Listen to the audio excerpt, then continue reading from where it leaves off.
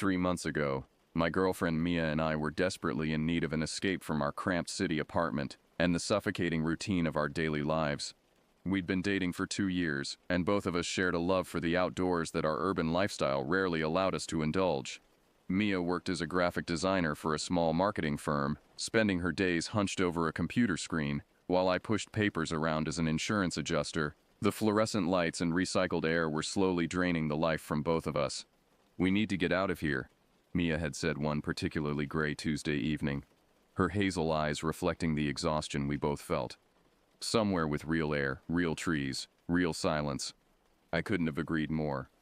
We spent hours that night researching camping destinations within driving distance, finally settling on Mount Shasta in Northern California. The mountain had always held a mystique for both of us, its imposing 14,179-foot peak visible from hundreds of miles away, surrounded by dense forests and crystal-clear streams. The online reviews painted it as a paradise for hikers and stargazers, exactly what we were looking for. We planned the trip meticulously. I purchased a new 2-person tent, one of those expensive models with reinforced fabric and multiple ventilation panels. Mia gathered our camping supplies, sleeping bags rated for cold weather, a portable camp stove, enough food for 3 days, and her prized possession, a high-powered telescope she'd saved months to buy.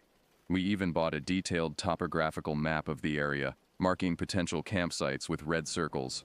The drive up to Mount Shasta took us through winding mountain roads lined with towering pine trees that seemed to close in around our small Honda Civic as we climbed higher. The air grew thinner and cleaner with each mile, and I rolled down the windows to breathe in the crisp mountain air. Mia had her feet up on the dashboard, her dark hair whipping in the breeze as she navigated with the paper map spread across her lap. "Turn left here," she called out, pointing to a narrow dirt road that branched off from the main highway. According to this, there should be a clearing about 2 miles up this trail. The dirt road was barely wide enough for our car, branches scraping against the windows as we navigated the winding path. After what felt like an eternity of careful driving, we emerged into a beautiful circular clearing surrounded by massive Douglas fir trees. A small stream bubbled nearby, and the late afternoon sunlight filtered through the canopy in golden beams. "This is perfect," Mia breathed, already unbuckling her seatbelt and stepping out of the car. The clearing was maybe 50 yards across, carpeted with soft pine needles and dotted with smooth granite boulders. The stream was close enough that we could hear its gentle murmur, but far enough away that we wouldn't be bothered by moisture or insects. Most importantly, we seemed to be completely alone. No other cars, no signs of recent camping, just pristine wilderness. Setting up camp took us the better part of 2 hours, partly because we kept stopping to admire our surroundings, and partly because the new tent proved more complicated than expected. The instruction manual might as well have been written in hieroglyphics, and we spent a frustrating 30 minutes trying to figure out which poles went where before finally getting the structure stable. "I think we're supposed to be engineers to set this thing up," I muttered, wiping sweat from my forehead as Mia hammered in the final stake. "At least it's up," she laughed, crawling inside to arrange our sleeping bags. "And look at this space, we could host a dinner party in here." She was right. The tent was surprisingly spacious, with enough room for both of us to sit up comfortably and store our gear along the sides. We set up her telescope on a flat boulder outside, positioned to give us the best view of the night sky once darkness fell.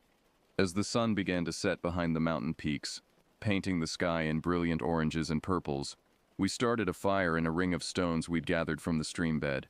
The wood caught easily, dry pine and fir branches we'd collected from the forest floor, and soon we had a cheerful blaze crackling in the growing dusk. "This is exactly what we needed," Mia said, settling beside me on a fallen log we'd dragged over to serve as a bench. She leaned against my shoulder, her hair smelling like pine smoke and the vanilla shampoo she always used. Dinner was simple but satisfying. Hot dogs roasted over the open flames, followed by s'mores that left our fingers sticky with marshmallow and melted chocolate. We talked about everything and nothing, our voices the only human sounds in the vast wilderness around us. As full darkness settled over the forest, the temperature dropped noticeably, and we moved closer to the fire. The stars, when they finally appeared, were absolutely breathtaking.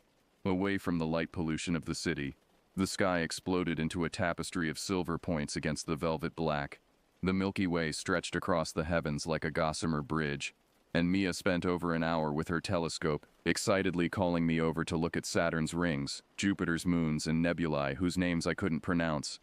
"I've never seen anything like this," she whispered, her voice filled with wonder as she adjusted the telescope's focus. "Look at this cluster. You can see individual stars that must be millions of miles apart." By the time we finally retreated to our tent, it was well past midnight. The fire had burned down to glowing embers, casting dancing shadows on the tent walls as we settled into our sleeping bags. The temperature had dropped significantly, and I was grateful for the tent's insulation and the warmth of Mia's body pressed against mine. The sounds of the forest at night were soothing. The whisper of wind through pine boughs, the distant call of an owl, the gentle burble of the stream. Occasionally we heard the rustle of small animals moving through the underbrush, but nothing that seemed threatening or out of place. Within minutes both of us had drifted off to sleep, exhausted by the fresh air and physical activity. I jerked awake with the suddenness of someone who'd been startled by a loud noise, though I couldn't immediately identify what had woken me. My digital watch showed 2:47 a.m., and the tent was pitch black around us. Beside me, Mia was still sleeping, her breathing deep and regular, one arm thrown across my chest. Then I heard it, the unmistakable sound of footsteps on the forest floor outside our tent. Not the light patter of small animals, but the deliberate heavy tread of human feet moving slowly through the pine needles and twigs. My heart immediately began racing, pumping adrenaline through my system as I strained to listen. The footsteps were methodical, circling our campsite at a distance of maybe 20 feet from our tent. I could hear branches snapping underfoot and the rustle of disturbed vegetation as whoever it was moved through the undergrowth. Most disturbing of all were the voices, hushed whispers that I couldn't quite make out, like people having a conversation in another room. I gently shook Mia awake, pressing my finger to her lips when she started to speak. Her eyes widened when she saw my expression, and she immediately went still, listening. The footsteps continued their circuit around our camp, and now we could both hear at least 3 different voices whispering urgently to each other.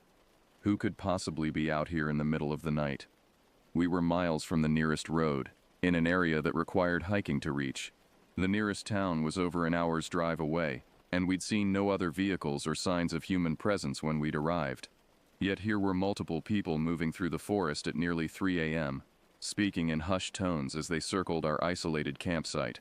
The whispers grew closer, and I could make out the cadence of conversation even though the words remained indistinct. There seemed to be at least 4 different voices, both male and female, based on the pitch variations. They were speaking in what sounded like English, but the words were too quiet and distorted by the forest acoustics for me to understand their meaning. Mia's fingers dug into my arm, her grip tight enough to leave bruises. Her breathing had become shallow and rapid, and I could feel her whole body trembling against mine. My own heart was hammering so hard I was afraid the sound might carry through the tent walls.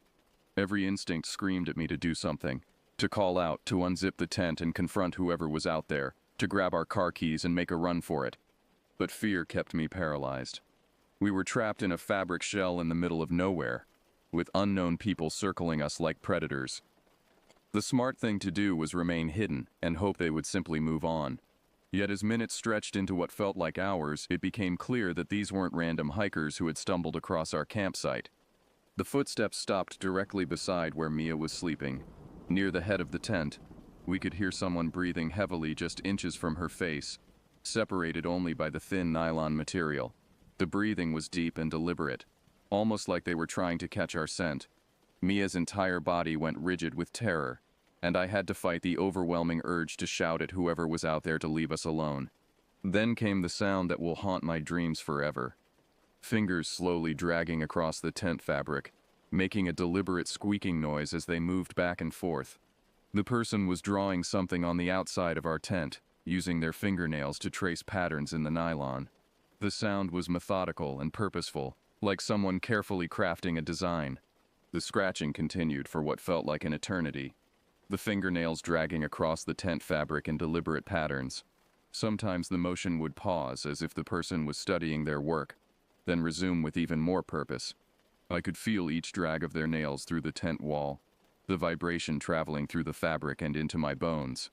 Mia was no longer just trembling. Her entire body was shaking with barely controlled terror. I wrapped my arms around her, trying to provide some comfort while fighting my own panic. The breathing outside the tent had grown heavier, more labored, as if the effort of drawing whatever symbol they were creating was physically taxing. The whispered conversations continued around our campsite, seeming to come from multiple directions at once. I began to make out individual words, phrases like perfect placement and strong connection, and something that sounded like completion of the circle. None of it made sense, but the tone was becoming increasingly excited, almost fevered. After what must have been 20 minutes of continuous scratching, the sound finally stopped. The person outside our tent stepped back, and I heard footsteps moving away toward the center of our campsite. The whispers grew more animated, and I thought I heard someone say, "It is ready." Ready for what? The question echoed in my mind as I strained to understand what was happening. Through the tent material, I could see the faint glow of what looked like flashlights or lanterns moving around our campsite. The beams of light danced across the walls, creating shifting patterns of illumination that only added to the surreal horror of our situation. Then came new sounds. The scraping of metal against wood, rhythmic and purposeful. Someone was carving into the trees around our campsite, the blade of a knife or some other tool biting deep into the bark. The carving went on for nearly an hour, moving from tree to tree in a systematic pattern that seemed to encompass our entire camping area. Throughout this time, the whispered conversations never stopped. The voices grew more urgent, more excited, as if they were building toward some kind of climax. I caught fragments of phrases that made my skin crawl. The offering must be willing, blood calls to blood, and God will provide the sacrifice. The religious overtones were perhaps the most disturbing aspect of the entire ordeal.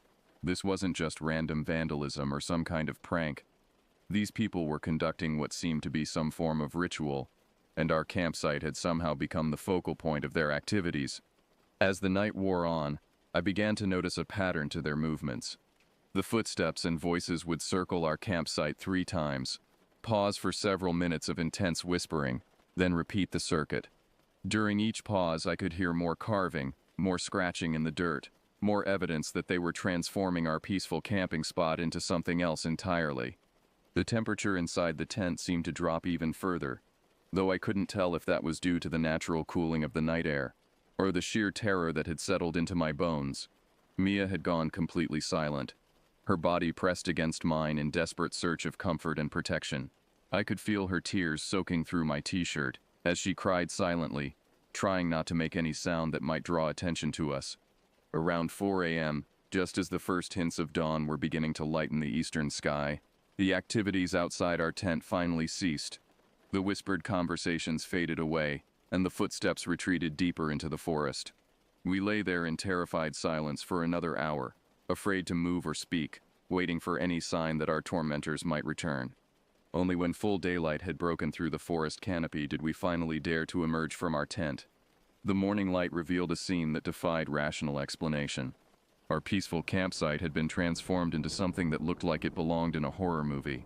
Every tree within a 50-foot radius bore carved symbols, intricate designs that had been cut deep into the bark with what must have been extremely sharp tools. The symbols were unlike anything I had ever seen, combining geometric patterns with organic curves in ways that hurt to look at directly. Around our fire pit, someone had drawn an elaborate pattern in the dirt, using what appeared to be a mixture of ash and some dark substance I didn't want to identify. The design was roughly circular, with multiple intersecting lines and symbols that seemed to radiate outward from the center where our fire had been. Small piles of what looked like animal bones were placed at specific points around the perimeter. But the most disturbing discovery was on our tent itself. Where the person had been scratching for so long during the night, they had used what appeared to be blood to paint a complex symbol directly onto the nylon fabric. The design was about the size of a dinner plate, positioned exactly where Mia's head had been while she slept. It consisted of 4 interlocking circles surrounding a central cross, with additional lines and markings that seemed to writhe and shift when I looked at them too closely. "Oh God, oh God, oh God," Mia whispered, her face pale as parchment as she stared at the blood-red symbol. Her hands were shaking so badly she could barely hold onto the tent flap she'd been using to steady herself. The smell hit us next, a cloying metallic odor that made my stomach lurch. It wasn't just the blood on our tent, but something else, something organic and wrong that seemed to permeate the entire campsite. Mixed with the pine scent and wood smoke was an underlying stench of decay and something I could only describe as corruption. As we moved around the campsite, documenting the damage and trying to understand what had been done to our peaceful retreat, we discovered more disturbing details. Our food supplies had been carefully arranged in patterns that mirrored the symbols carved into the trees. Our water bottles had been emptied and refilled with a dark liquid that reeked of iron and something far worse. Most chilling of all were the footprints. In the soft earth around our tent, we could clearly see the impressions of at least 6 different pairs of boots, all adult-sized, that had walked in deliberate patterns throughout the night. The prints led away from our campsite deeper into the forest, following a path that seemed to head directly toward the steepest, most inaccessible part of the mountain. I took photos of everything with my phone, though part of me wondered if anyone would believe what we'd experienced. The symbols, the patterns, the evidence of organized activity. It all looked like something from a movie rather than reality. But the blood on our tent was real. The carved trees were real, and the terror that still coursed through my veins was undeniably real. "We have to get out of here," Mia said, her voice barely above a whisper. "Right now. We have to leave everything and go." She was right, of course. But years of camping had ingrained in me the habit of leaving no trace, of cleaning up our campsite before departure. Even in my state of terror, I found myself hesitating, thinking about the expensive tent and camping gear we would be abandoning. "Forget the stuff," Mia said, seeing my hesitation. "None of it matters. We need to get to the car and drive away from here as fast as possible." The urgency in her voice snapped me out of my indecision. We threw our essential items, phones, keys, wallets, into our backpacks and left everything else behind. The tent, sleeping bags, camping stove, even Mia's beloved telescope, all of it stayed in that cursed clearing as we ran for our car. The Honda started on the first try, and I had never been so grateful to hear an engine turn over. As we bounced and crashed down the rough dirt road, branches scraping against the windows, I kept checking the rearview mirror for any sign of pursuit. The forest looked peaceful in the morning light, giving no indication of the horror that had unfolded just hours earlier. It wasn't until we reached the main highway and were speeding down the mountain toward civilization that either of us spoke again. "What were those symbols?" Mia asked, her voice still trembling. "What did they want with us?" I had no answers, but I knew we needed to report what had happened to someone in authority. The question was who would believe such an incredible story. The Mount Shasta Ranger Station was a modest building situated at the base of the mountain, surrounded by informational displays about local wildlife and hiking safety. We arrived there just after 8 a.m., both of us still in our rumpled camping clothes and probably looking like we'd seen a ghost, which in a way we had. Ranger Tom Mitchell was a weathered man in his 50s with the kind of deep tan that comes from spending decades outdoors. His initial expression was one of polite concern as we approached his desk. But as I began recounting our experience, his demeanor shifted dramatically. "Wait a minute," he interrupted when I described the symbol painted on our tent. "You said 4 circles with a cross in the center?" I nodded, pulling out my phone to show him the photos I'd taken. The moment he saw the image, his face went completely white. He stared at the screen for nearly a full minute before looking up at us with an expression of grim recognition. "You're not the first," he said quietly, gesturing for us to sit in the chairs beside his desk. "In fact, you're the 3rd couple to report almost exactly this same experience in the past 2 months." My stomach dropped. "The 3rd?" Ranger Mitchell pulled out a thick file folder from his desk drawer and spread several incident reports across the surface. Each report contained photographs that were eerily similar to what we'd experienced. Carved symbols in trees, elaborate patterns drawn in dirt, and in each case the same 4-circle design painted in what appeared to be blood. "The first incident happened in early September," he explained, pointing to a report dated 2 months earlier.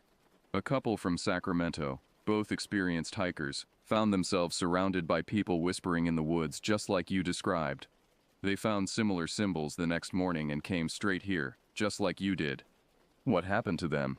Mia asked, though from the ranger's expression, I suspected we weren't going to like the answer. "They decided to stay another night," Mitchell said grimly. "Thought it might have been some kind of elaborate prank by local kids. I advised against it strongly. Told them to head home immediately, but they were convinced it was just harassment and wanted to stand their ground." He pulled out another set of photographs, these showing a campsite that looked like a war zone. The tent was slashed to ribbons. camping equipment scattered and destroyed, and dark stains covered the ground in patterns that made my skin crawl. The man, Gregory Walsh, came back the next morning alone. He was nearly catatonic, kept repeating that they took her into the mountain. His girlfriend, Samantha Chen, was gone. We found her torn nightgown about 2 miles deeper into the forest, along with— He paused, seeming to struggle with what to say next. Along with what? I pressed. Along with evidence that she hadn't gone willingly. There was blood, lots of it, and signs of a struggle that lasted for quite some distance. We launched a full search and rescue operation, brought in dogs, helicopters, volunteer searchers. We combed every inch of the mountain for 3 weeks. Did you find her? Mia whispered. Ranger Mitchell shook his head. Not a trace. It's like she vanished into thin air once they got her deep enough into the wilderness. Gregory was no help. He'd either blocked out the trauma or genuinely didn't remember anything after hearing her scream. The second incident report was even more disturbing. A pair of college students from Portland had experienced the same pattern of nighttime visitors, the same symbols, the same terrifying ritual activities.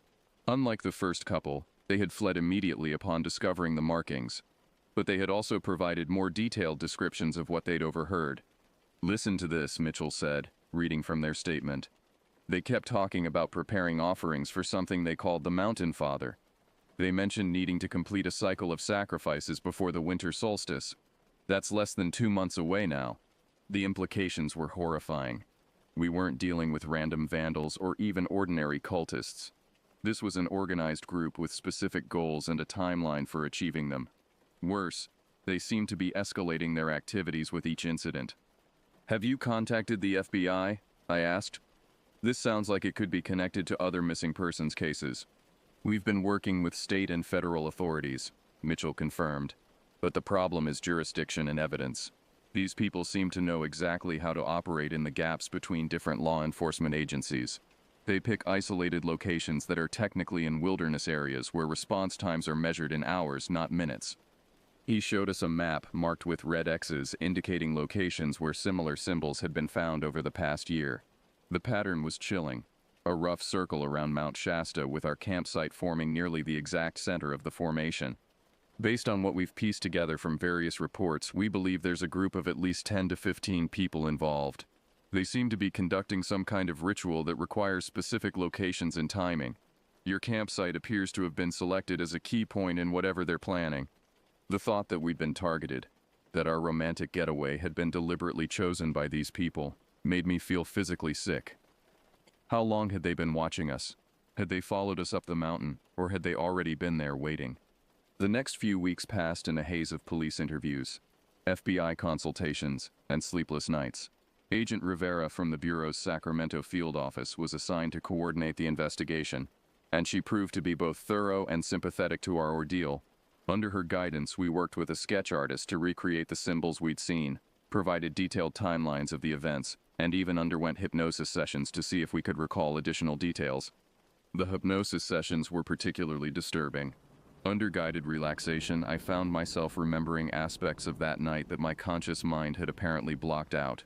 I recalled seeing shadowy figures moving between the trees, their faces obscured by dark hoods that seemed to absorb the moonlight. More chilling still, I remembered hearing what sounded like chanting in a language I couldn't identify, with a rhythm that seemed designed to induce a trance-like state. Mia's hypnosis sessions revealed even more troubling details. She remembered the person outside our tent speaking directly to her, whispering her name through the fabric wall in a voice that seemed to know intimate details about her life. The hypnotist had to bring her out of the session early when she began having what appeared to be a panic attack, her body convulsing as she relived the terror of that night. Agent Rivera's investigation had uncovered disturbing connections to similar incidents across the western United States. Over the past 5 years, there had been reports of ritual activities in wilderness areas from Northern California to Oregon and Washington. The common elements were always the same: isolated campsites, nighttime visitors who left elaborate symbolic markings, and in several cases, missing persons who were never found. We believe we're dealing with what's called a syncretic cult, Rivera explained during one of our meetings at the FBI field office. They combine elements from various religious and occult traditions, often focusing on concepts of sacrifice and communion with natural or supernatural forces. She showed us crime scene photos from other incidents that made our experience look almost tame by comparison. Campsites where tents had been arranged in ritual patterns, fire pits filled with animal remains, and trees carved with symbols so extensive they looked like ancient runestones. Most disturbing were the photographs of personal items left behind by missing persons. Clothes, jewelry, and personal effects arranged in deliberate patterns that seemed to have religious significance. The good news, Rivera continued, is that you survived your encounter, which gives us more intelligence about their methods than we've had before. The bad news is that your testimony suggests they're escalating towards something much more serious than harassment. The FBI had established a joint task force with local law enforcement agencies, and they were conducting regular patrols of the areas where incidents had occurred. But the vastness of the wilderness made comprehensive coverage impossible, and the perpetrators seemed to have intimate knowledge of the terrain that allowed them to appear and disappear at will. Meanwhile, Mia and I were struggling to return to any semblance of normal life. She had taken a leave of absence from work, unable to concentrate on design projects when her mind was constantly replaying the events of that night. I found myself jumping at every unexpected sound, checking and rechecking the locks on our apartment door, and lying awake for hours listening for footsteps that never came.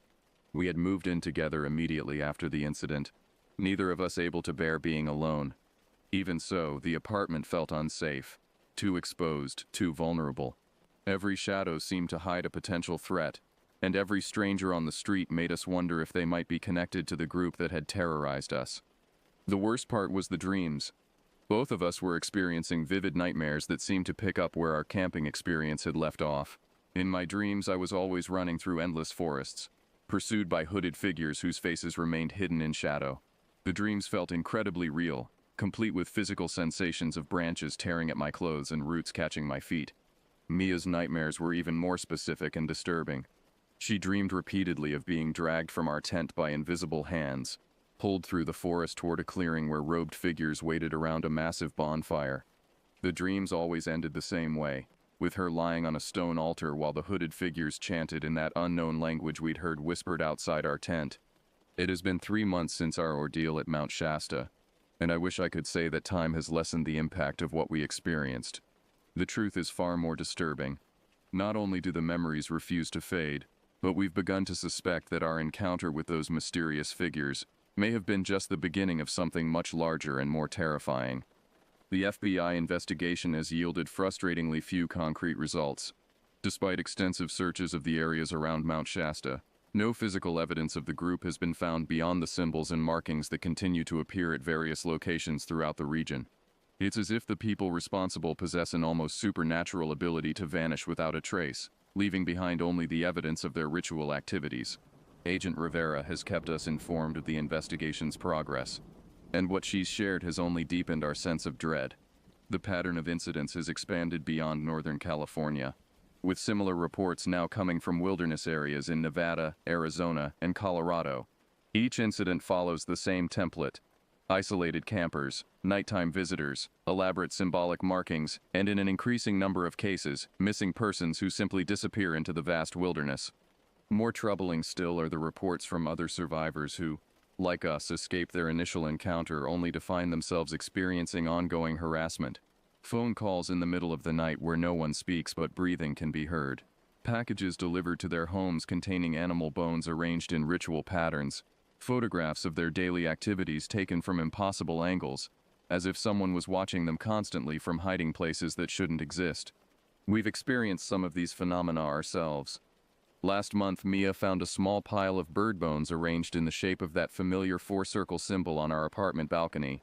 Security cameras in our building showed no one entering or leaving the area, yet the bones were definitely placed there deliberately. The building manager suggested it might have been an elaborate prank, but the bones were arranged with the same precision and purpose we'd seen in the forest. 2 weeks ago, I received a phone call at 3 a.m., the same time we'd first been awakened by the footsteps outside our tent. No one spoke when I answered, but I could hear that same rhythmic chanting we'd heard in the forest, faint but unmistakable in the background. The call lasted exactly 4 minutes before disconnecting, and when I tried to call back, the number was listed as out of service. Most disturbing of all was the incident that occurred just last week. Mia was walking home from her therapy appointment when she noticed a man in a dark hoodie following her. At first, she thought it was coincidence, but he maintained the same distance behind her for 6 blocks, turning when she turned, stopping when she stopped. When she finally worked up the courage to look back directly at him, he was gone, vanished as completely as if he'd never been there at all. The psychological toll has been enormous. Both of us are in therapy now, working with a psychiatrist who specializes in trauma related to cult activities. Dr. Martinez has been helpful in giving us coping strategies for the anxiety and hypervigilance that have become constant companions, but even she seems troubled by some of the details we've shared.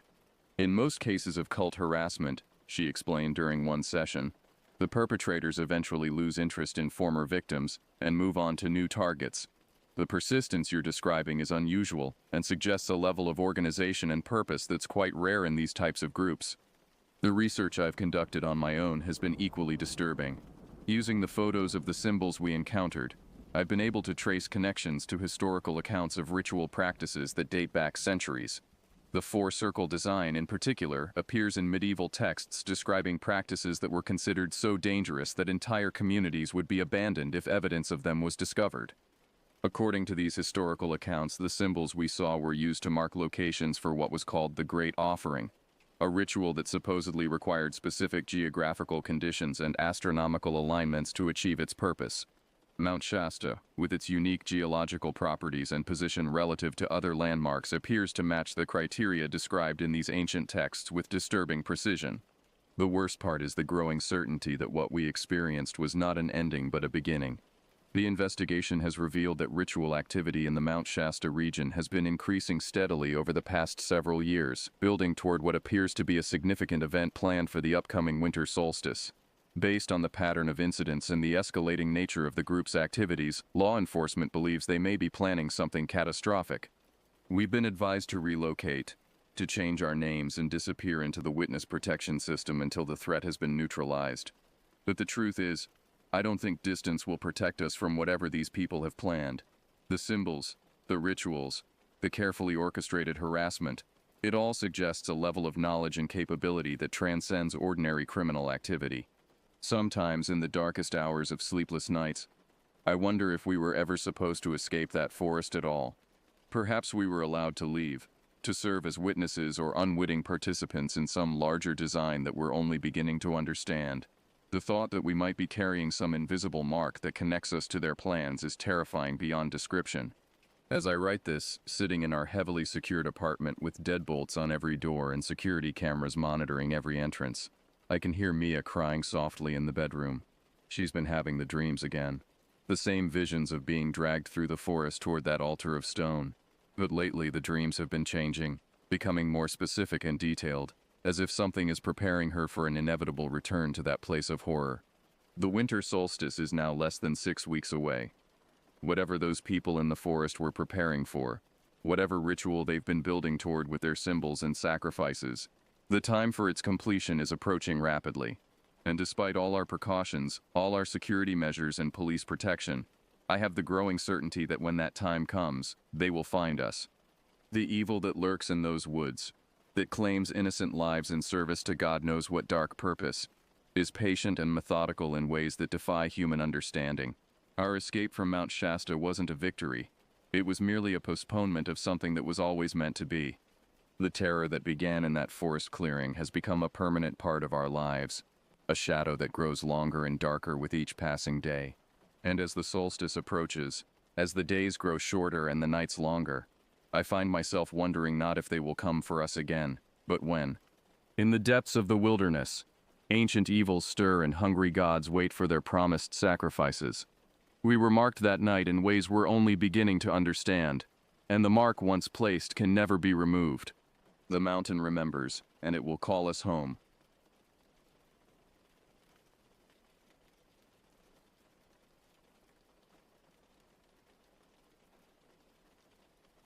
I'm 50 years old now, and I've been witnessing things that would make most people question their sanity since I was 11 or 12 years old. What I'm about to tell you happened during 2000 and 2001, when I made what I thought would be the best decision of my life, moving to the Manzano Rocky Mountains near Albuquerque. The house was a log cap and tongue and groove kit construction, positioned at the very back corner of Cibola National Forest. When I say back corner, I mean, I was essentially living at the edge of civilization. The nearest neighbor was 3 miles away through winding mountain roads that became impassable during heavy snowfall. The house itself was an architectural oddity. One side of the roof featured standard asphalt shingles, while the other was constructed with heavy cement tiles that created an distinctive hollow sound when anything walked across them. My only companion was my black lab, a loyal animal whose instincts I had learned to trust over the years. The isolation appealed to me initially. After years of city living, the silence felt like a blessing. The air was clean, the views were spectacular, and I believed I had found my personal sanctuary. What I discovered instead was that true isolation can become a prison when you realize you're not as alone as you thought.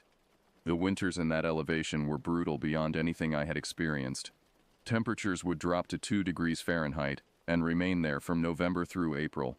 Snow would accumulate in depths that defied comprehension. I purchased a standard yardstick specifically to measure the snow depth, thinking it would be adequate. The first time I attempted to use it, I watched it disappear completely into what appeared to be level ground, not even a drift against the house. I had to turn my head sideways and plunge my entire arm into the snow just to retrieve the measuring stick. That was when I understood I was living in a place where nature followed different rules. The sounds began approximately 3 weeks after I had settled into what I thought would be my peaceful mountain routine. It started as subtle creaking and settling noises that I attributed to the house adjusting to temperature fluctuations. Log construction expands and contracts significantly, and I convinced myself that was the explanation for the occasional groaning sounds that seemed to come from the roof structure. But these sounds had characteristics that house settling simply couldn't explain. They occurred at irregular intervals, always during the evening hours between sunset and midnight.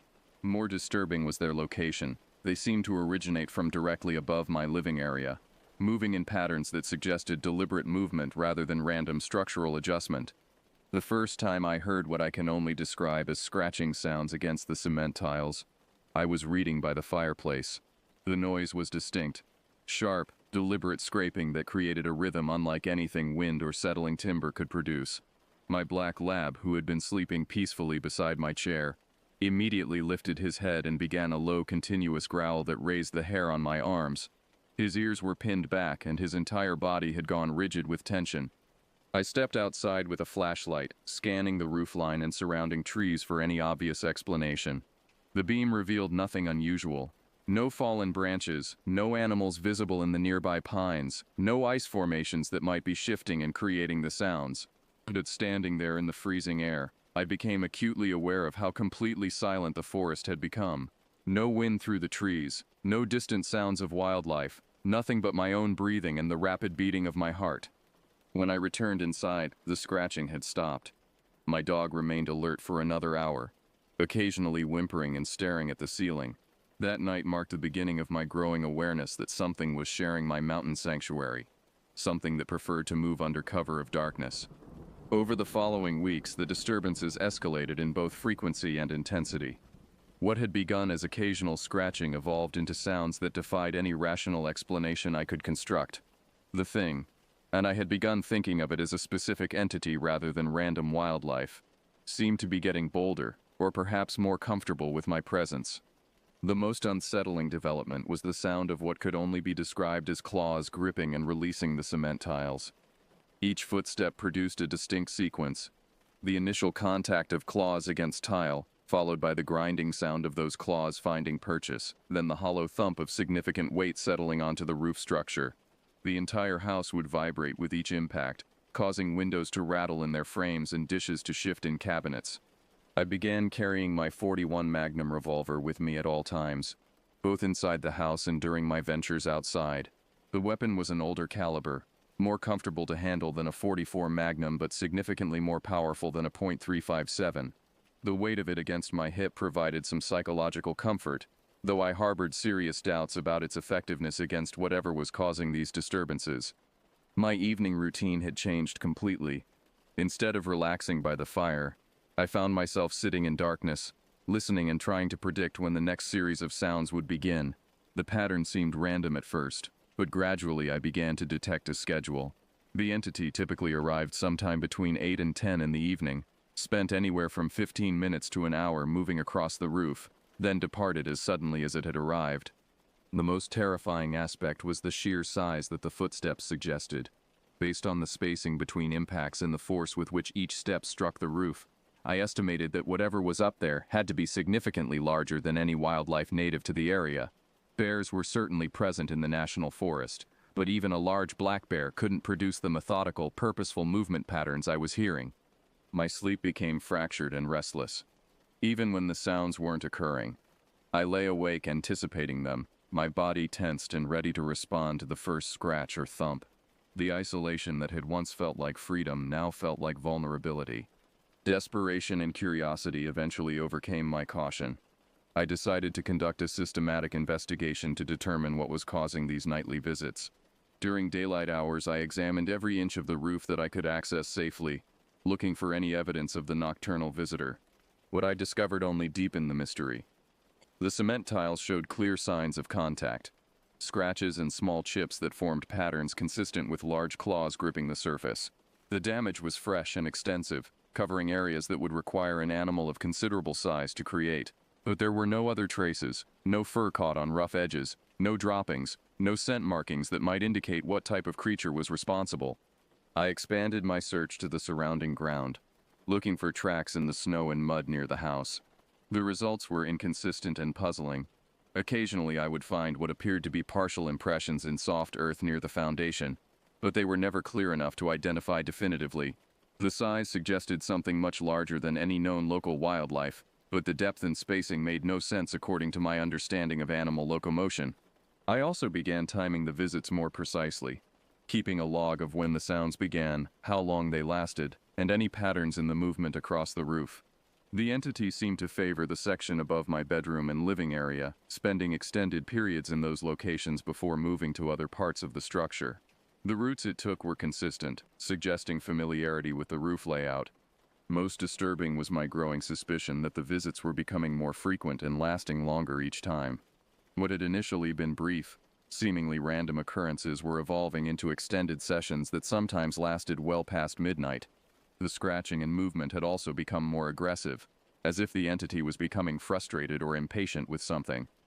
During one particularly bold daylight investigation, I climbed onto a section of the roof to examine the damage more closely. Standing up there, looking out over the vast expanse of forest that surrounded my property, I was struck by how completely isolated I truly was. If something happened to me, how long would it be before anyone noticed my absence? The nearest road was barely visible through the trees, and during winter storms, even that connection to civilization could be severed for days at a time. My friend Graham had been planning to visit for several weeks, and I found myself both anticipating and dreading his arrival. Part of me desperately wanted a witness to validate what I had been experiencing, but another part feared that the entity would remain dormant during his stay, leaving me to appear paranoid and delusional. Graham arrived on a Friday afternoon, bringing with him the skepticism I had expected.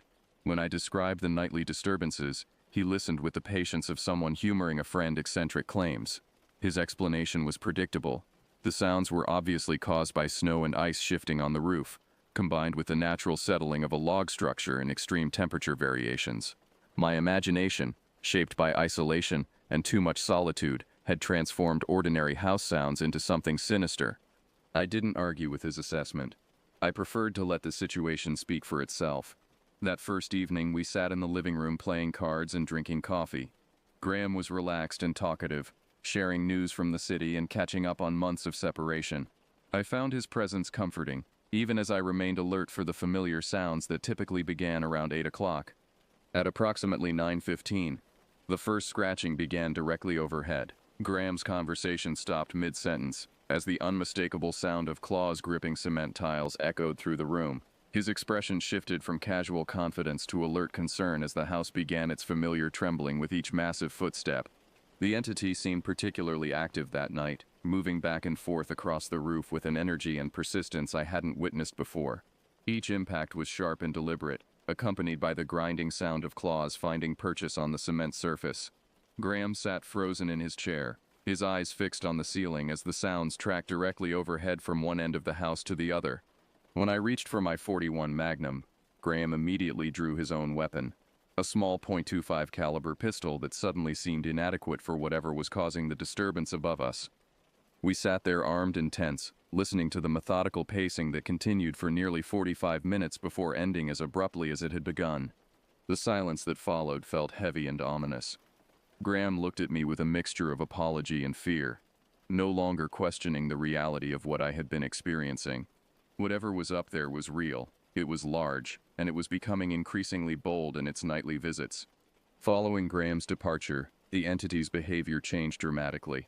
The visits became nightly occurrences, and the duration increased significantly. What had previously been brief episodes lasting 15 to 30 minutes now stretched on for hours. The sounds also became more varied and disturbing, including what I can only describe as deliberate testing of the roof structure. I began to hear periodic impacts that seemed designed to test the strength of the cement tiles and underlying support beams.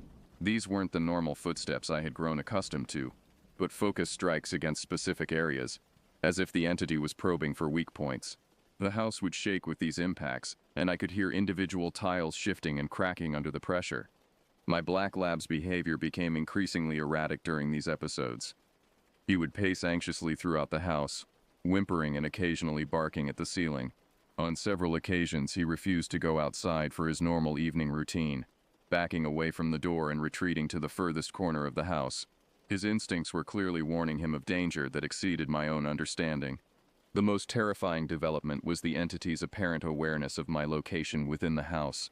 When I moved from room to room, the sounds would follow, tracking my movement with precision that suggested intelligence and intent. If I sat reading in the living room, the heaviest activity would occur directly overhead. When I moved to the kitchen, the sounds would shift to that section of the roof. This behavioral change eliminated any remaining possibility that I was dealing with random wildlife. The tracking behavior, the deliberate testing of structural elements, and the increased frequency of visits all suggested something that was studying me, learning my routines, and possibly planning some form of direct contact. Sleep became impossible during these extended visits. I would lie in bed listening to the entity moving back and forth above my bedroom, sometimes stopping for long periods directly overhead before resuming its methodical pacing. The weight distribution suggested something that walked upright rather than on all fours, a detail that added a new dimension to my fear. On multiple occasions, I came close to firing through the roof. The temptation to put a 210-grain bullet through the ceiling and into whatever was causing these disturbances was almost overwhelming. Only practical concerns prevented me from taking that action. The roof structure might slow the bullet enough to merely wound rather than stop the entity, and an injured, angry creature of that apparent size could easily tear through the roof to reach me. The entity's boldness reached a new level when it began visiting the deck that extended 50 feet along the back of the house. These encounters were far more immediate and threatening than the roof visits, occurring while I was outside smoking and enjoying the mountain air. The first deck encounter happened on a clear, cold evening in late January. I was standing near the railing, looking out over the snow-covered forest, when I heard the unmistakable sound of something large landing on the opposite end of the deck. The impact was substantial enough to make the entire structure vibrate, and I could hear the wooden boards creaking under significant weight. What followed was the most terrifying experience of my time in the mountains. Whatever had landed on the deck began moving toward my position, and it covered the entire 50-foot length in approximately 4 steps. Even allowing for exaggeration due to fear and adrenaline, I knew that no human being could cover that distance in so few strides. I am 6 feet tall and weigh 220 pounds, and even my longest possible steps wouldn't come close to matching that coverage. The sound of each footstep was distinct and heavy, accompanied by the slight flexing of deck boards under enormous weight. Between steps, I could hear what sounded like claws tapping against the wooden surface, creating a rhythm that suggested patience rather than aggression. The entity was taking its time, moving deliberately rather than rushing toward confrontation. I drew my .41 Magnum and backed toward the house, keeping the weapon trained on the area where I estimated the entity to be. The darkness beyond my porch light was complete, revealing nothing that might explain the sounds and movement I was experiencing. But something was definitely there, something large enough to make the deck shake with each step and intelligent enough to approach with calculated patience. The encounter lasted only a few minutes, but it felt like hours. The entity seemed to stop approximately 10 feet from my position, remaining stationary for what felt like an eternity before retreating in the same deliberate manner it had approached. I listened to it move back across the deck and apparently depart, though I couldn't determine the direction of its exit. These deck encounters became a regular feature of my evening routine, occurring 3 or 4 times per week. Each time the pattern was similar. The entity would arrive via some method I couldn't observe, cross the deck in those impossibly long strides, pause near my position, then retreat. The consistency suggested this was not random predatory behavior but something more purposeful, observation perhaps, or evaluation. By March of 2001, the situation had become untenable. The nightly visits had evolved from a disturbing mystery into a source of constant stress that was affecting my health and sanity. Sleep deprivation, combined with the persistent anxiety of never knowing when the next encounter would occur, had left me physically and emotionally exhausted. The final incident that convinced me to leave occurred on a particularly cold night in early spring. I was awakened around midnight by sounds unlike anything I had previously experienced. Instead of the familiar scratching and pacing, I heard what could only be described as systematic destruction. The entity was apparently removing cement tiles from the roof, dropping them to the ground with crashes that shook the entire house. I armed myself and moved through the house, trying to determine exactly what was happening overhead. The sound suggested that whatever was up there was creating an opening in the roof structure, possibly attempting to gain entry to the house itself. The methodical nature of the work, tile removal followed by what sounded like structural damage, indicated a level of intelligence and purpose that exceeded anything I had previously witnessed. The activity continued for nearly 2 hours, during which time I remained armed and alert, prepared for the possibility that my nocturnal visitor might succeed in breaching the roof.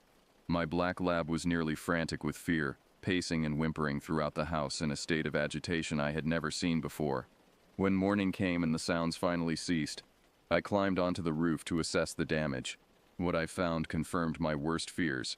Several cement tiles had been carefully removed and set aside, and the underlying structure showed clear signs of deliberate manipulation. Claw marks in the wooden supports indicated that whatever had done this possessed both the size and strength to modify the building structure according to its needs. That discovery made my decision inevitable. Within 2 weeks, I had arranged to terminate my lease and relocate back to a more populated area. The mountains had offered solitude and natural beauty, but they had also provided something I had never expected and couldn't continue to endure.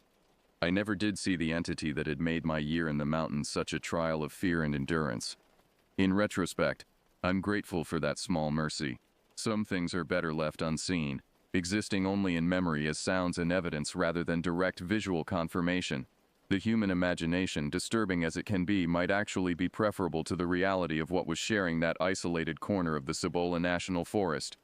Even now, more than 20 years later, I occasionally wake in the night listening for the familiar scratch of claws against roofing material. The experience taught me that isolation, while appealing in theory, can expose us to aspects of the natural world that we're not prepared to understand or confront. Some places are wild for reasons that extend beyond simple geography, and some forms of wildlife operate according to rules that challenge our comfortable assumptions about the boundaries between civilization and wilderness.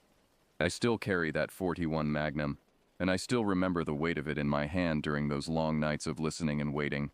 But mostly, I remember the lesson that true solitude is an illusion, and that in the deepest wilderness you're never really alone. Sometimes that's a comfort. Sometimes it's the most terrifying realization you can have.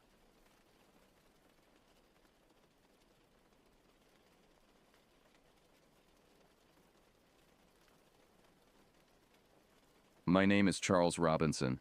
What I'm about to tell you happened to me in September of 2010, but the memory of it is as fresh as if it were yesterday. I worked as a backcountry ranger in Glacier National Park, Montana. It's about as wild and rugged a place as you can find in the lower 48. I'd seen my share of grizzlies and mountain lions over the years, but those encounters were straightforward, predictable. What I faced back then, there's no guidebook for that. The call came in on a crisp autumn morning. The air had that particular bite to it, hinting at the winter to come. I was in the ranger station, going through my usual morning routine, checking weather reports, trail conditions, and any overnight incident logs. The radio crackled to life, breaking the quiet. Base, this is dispatch. We've got a report of a missing hiker near Iceberg Lake. Group of 5, one member unaccounted for since yesterday afternoon. Over. I grabbed the radio. Dispatch, this is Ranger Robinson. I copy. Any more details? Over. Negative, Ranger. Group's pretty shaken up. They're waiting at the Iceberg Lake trailhead. Ranger Hayes is already en route to meet you there. Over. 10-4 dispatch. I'm heading out now. Over and out. I quickly gathered my gear. First aid kit, extra water, emergency rations, and my trusty 30-06 rifle. In bear country, you never leave without it. As I headed out to my truck, I couldn't shake a feeling of unease. Missing hikers weren't uncommon, but something about this call felt different. The drive to the trailhead took about an hour. The road wound through towering pines and past crystal-clear streams. On any other day, I would have marveled at the beauty. Today, my mind was focused on the task at hand. I pulled into the parking lot and saw Amelia Hayes, my partner for this operation, already talking to a group of visibly distressed hikers. Amelia was relatively new to the job, but she had good instincts and a level head. I grabbed my pack and joined them. Charles. Amelia nodded as I approached. This is Mike, Sarah, Tom, and Lisa. Their friend John has been missing since yesterday afternoon. I looked at the group. They were in their mid-20s, dressed in decent hiking gear but with the slightly overwhelmed look of city folks out of their element. Can you tell me exactly what happened? I asked. Mike, a tall guy with a scraggly beard, spoke up. We were about 2 miles past Iceberg Lake, exploring some of the unmarked trails. John was a little ahead of us, maybe 50 yards. He went around a bend in the path, and then Mike's voice cracked. Sarah, a petite blonde with red-rimmed eyes, continued. We heard this sound. Not quite a scream, not quite a growl. Then John yelled, just once. By the time we got around the bend, he was gone. Just gone. Did you see any signs of what might have taken him? I asked, trying to keep my voice calm and professional. Tom, a stocky guy with glasses, shook his head. It happened so fast.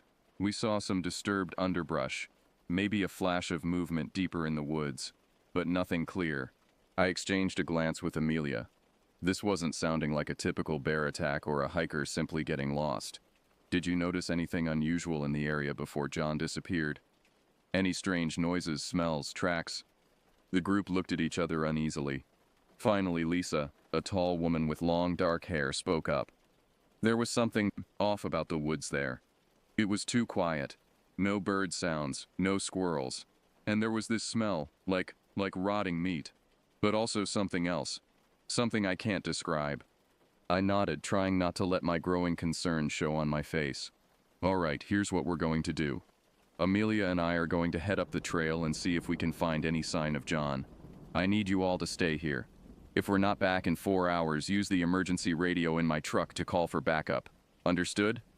They nodded, looking relieved to have professionals taking over. As Amelia and I started up the trail, I could feel their eyes on our backs, full of hope and fear. The hike to Iceberg Lake was beautiful but tense. Neither of us spoke much, our senses on high alert for any sign of trouble. The lake itself was a stunning sight, a sheet of turquoise water surrounded by towering cliffs. But we didn't have time to admire the view. We pushed on past the lake, following the faint trail the hikers had described. About 2 miles in, we started to notice changes. The forest grew denser, the underbrush thicker, and it was quiet. Too quiet. Charles, Amelia whispered, do you smell that? I nodded grimly. The air had taken on a foul odor, just as Lisa had described. Like decay, but with an underlying scent that made my skin crawl. We pressed on, moving slowly, our eyes scanning the woods around us. That's when we found the first sign of John. A scrap of cloth caught on a thorny bush. It was stained with what could only be blood. Amelia bagged it as evidence, her hands shaking slightly. We followed a trail of broken branches and disturbed earth. Whatever had taken John, it was big, and it hadn't been subtle about its passage. The trail led us deeper into the woods, away from any marked paths. As the day wore on, the forest seemed to close in around us. The towering pines blocked out most of the sunlight, creating an eerie twilight. Every shadow seemed to move. Every rustle of leaves made us jump. Charles, Amelia said, her voice tense. What do you think we're dealing with here? This doesn't feel like any animal attack I've ever seen. I shook my head. I don't know, Amelia. In all my years as a ranger, I've never seen anything like this. But whatever it is, we need to find it before it hurts anyone else. We pushed on, the sense of wrongness growing with each step. The smell was getting stronger, and now there was something else. A sound, just at the edge of hearing, like breathing, but wrong. Too deep, too rhythmic for any animal I knew. As we rounded a bend in our makeshift trail, we came upon a clearing. What we saw there will haunt me for the rest of my days. In the center of the clearing was a crude structure, like a nest made of broken branches and bones. Animal bones, mostly, but some looked disturbingly human. And there, half buried in the nest, was a backpack. John's backpack. Amelia started forward, but I grabbed her arm. "Wait," I whispered. "Look." At the edge of the clearing, half hidden in the shadows, was something. It was tall, much taller than a man, with limbs that seemed too long, too jointed. Its skin was a mottled gray-green, like the moss on the trees around us. And its eyes, God, its eyes. They glowed a sickly yellow-green in the gloom, fixed right on us. For a moment, everything was still. Then the creature moved, faster than anything that size had a right to. It lunged across the clearing, those impossibly long arms reaching for us. I shoved Amelia to one side and dove the other way, bringing my rifle up as I rolled. I fired, the sound deafening in the quiet forest. The creature shrieked, a sound that made my bones vibrate, and stumbled back. "Run," I yelled to Amelia. We took off, crashing through the underbrush. I could hear the creature behind us, its inhuman shrieks echoing through the trees. We ran until our lungs burned, until our legs felt like lead. Finally, we burst out onto the main trail, nearly colliding with a group of startled hikers. "Call for backup," I gasped, gesturing wildly at their satellite phone. "Emergency." As one of the hikers made the call, Amelia and I turned to face the woods, our weapons ready. But the creature didn't emerge. The forest was silent once more. The next few hours were a blur of activity. Park rangers and local law enforcement swarmed the area. Search parties were organized. But despite an extensive search, no trace of John was ever found. And the creature, well, the official report chalked it up to a bear attack. Said Amelia and I had been confused, stressed, seeing things that weren't there. But I know what I saw. That thing in the woods. It wasn't a bear. It wasn't anything natural. And sometimes, late at night, I swear I can hear that breathing again, just outside my window. That deep rhythmic sound that's almost but not quite human. I retired from the Park Service not long after that incident. Couldn't handle the skeptical looks, the whispers behind my back. Moved down to Arizona. Took up a job as a tour guide in the desert. It's safer here, mostly. No dark forests, no deep shadows for things to hide in. But I can't forget. And I can't shake the feeling that someday, somehow, I'll see those glowing eyes again. So I keep my rifle clean and loaded, just in case. Because out there in the wild places, in the deep woods and high mountains, there are things that defy explanation. Things that hunt in the shadows, that prey on the unwary. And all the training in the world can't prepare you for the moment when you realize that you're not the top of the food chain anymore. So if you're ever out in the backcountry, and the forest goes quiet, and you catch a whiff of something rotting on the wind, don't investigate. Don't try to be a hero. Just run. Run, and don't look back. Because there are some things in this world that man was never meant to face. And once you've seen them, you can never unsee them. This is Charles Robinson, former backcountry ranger of Glacier National Park, signing off. Stay safe out there, folks. And always remember, in the wild, you're not always the hunter. Sometimes, you're the prey.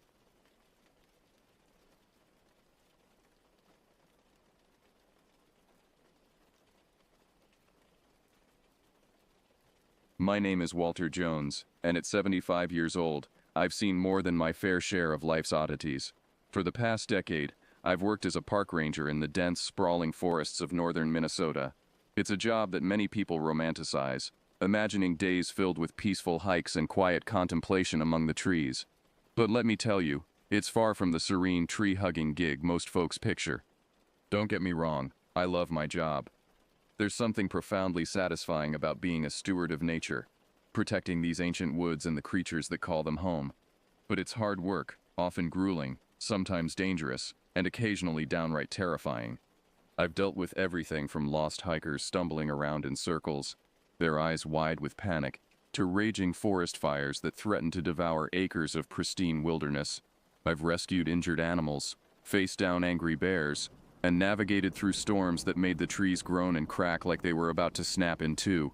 But nothing, absolutely nothing, could have prepared me for what happened last summer.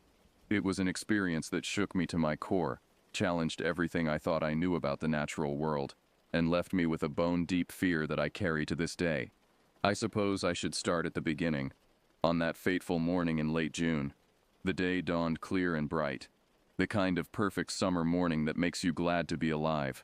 I woke at dawn, as I always do, my old bones protesting a bit as I swung my legs out of bed. My cabin, a small but cozy affair on the edge of the ranger station, was filled with the soft golden light of early morning. I went through my usual routine, a quick shower to wake myself up, then a cup of strong black coffee as I sat on my porch, listening to the early birds greeting the day. The air was crisp and clean, carrying the scent of pine and wild berries. In the distance, I could hear the faint rush of the river that cuts through the heart of the forest. As I sipped my coffee, I mentally ran through my tasks for the day. It was shaping up to be a busy one. There had been reports from some campers about strange noises in the night up near the northern boundary of the park. Now, 9 times out of 10, these reports turn out to be nothing more than the usual forest sounds, a raccoon rummaging for food, or a deer moving through the underbrush.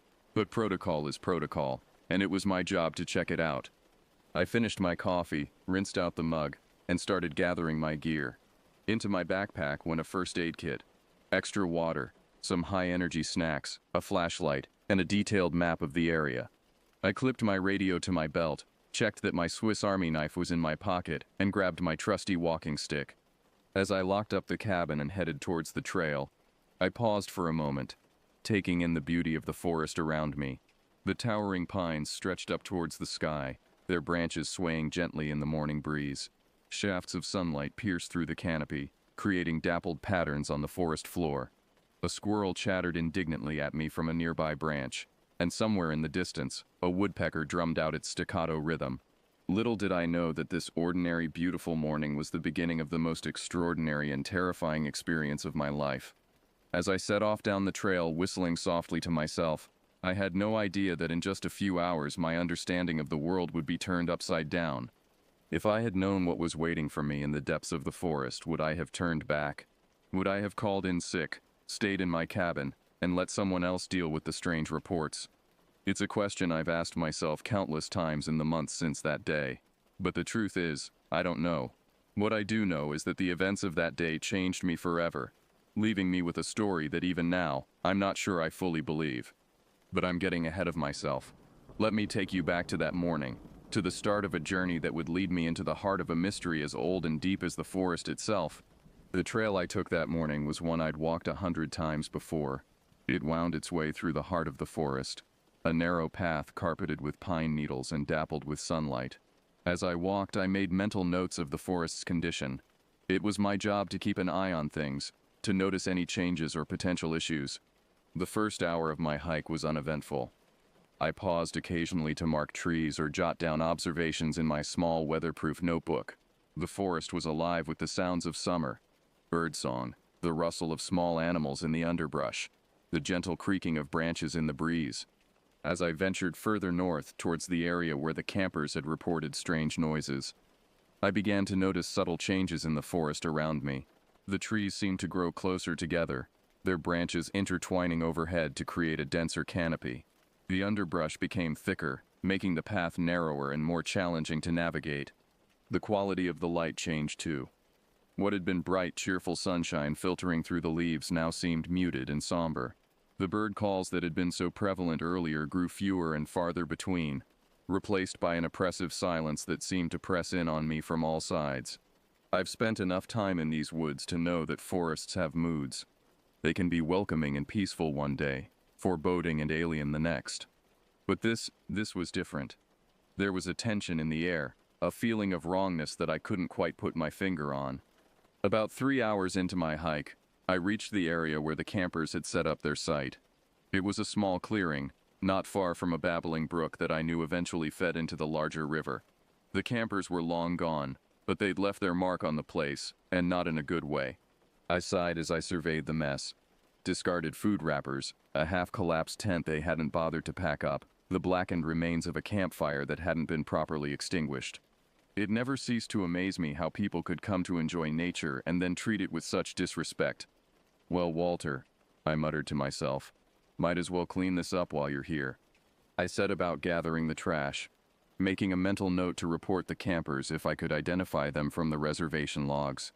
As I worked, I kept an ear out for any unusual noises, but all I could hear was the gentle gurgle of the nearby stream and the occasional rustle of leaves in the breeze. It wasn't until I had nearly finished cleaning that I noticed something odd. At first, I couldn't quite put my finger on what was bothering me. I stood still, my eyes scanning the clearing, trying to identify what had caught my attention. Then I saw it. The ground around the campsite was disturbed in a way I had never seen before. Deep, elongated impressions marred the earth, as if something incredibly heavy had been dragged across it. These weren't the typical marks left by campers or wildlife. They were too deep, too regular, and they led away from the campsite into the densest part of the forest. A chill ran down my spine as I crouched down to examine the marks more closely. The soil at the edges of the impressions was compressed and smooth, as if whatever had made them had exerted enormous pressure. I reached out to touch one of the marks, and to my surprise, the soil felt cool, much cooler than it should have been on a warm summer day. I stood up slowly, my eyes following the trail of impressions as they disappeared into the underbrush. Every instinct I had developed over years in the wilderness was screaming at me to turn back, to radio for backup, to not venture any further alone. But there was another part of me, the part that had always been drawn to the mysteries of the forest, that urged me to follow the trail. For a long moment I stood there, torn between caution and curiosity. In the end, curiosity won out. But I wasn't completely reckless. I pulled out my radio and called back to the ranger station. "Base, this is Walter. Do you copy?"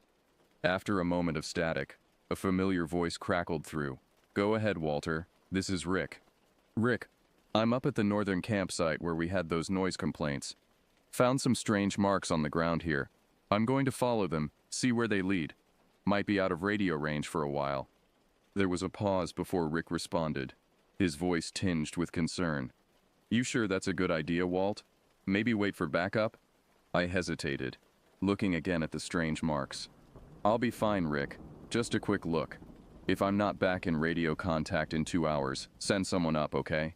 "All right, Walt. But be careful out there. Something about this doesn't feel right."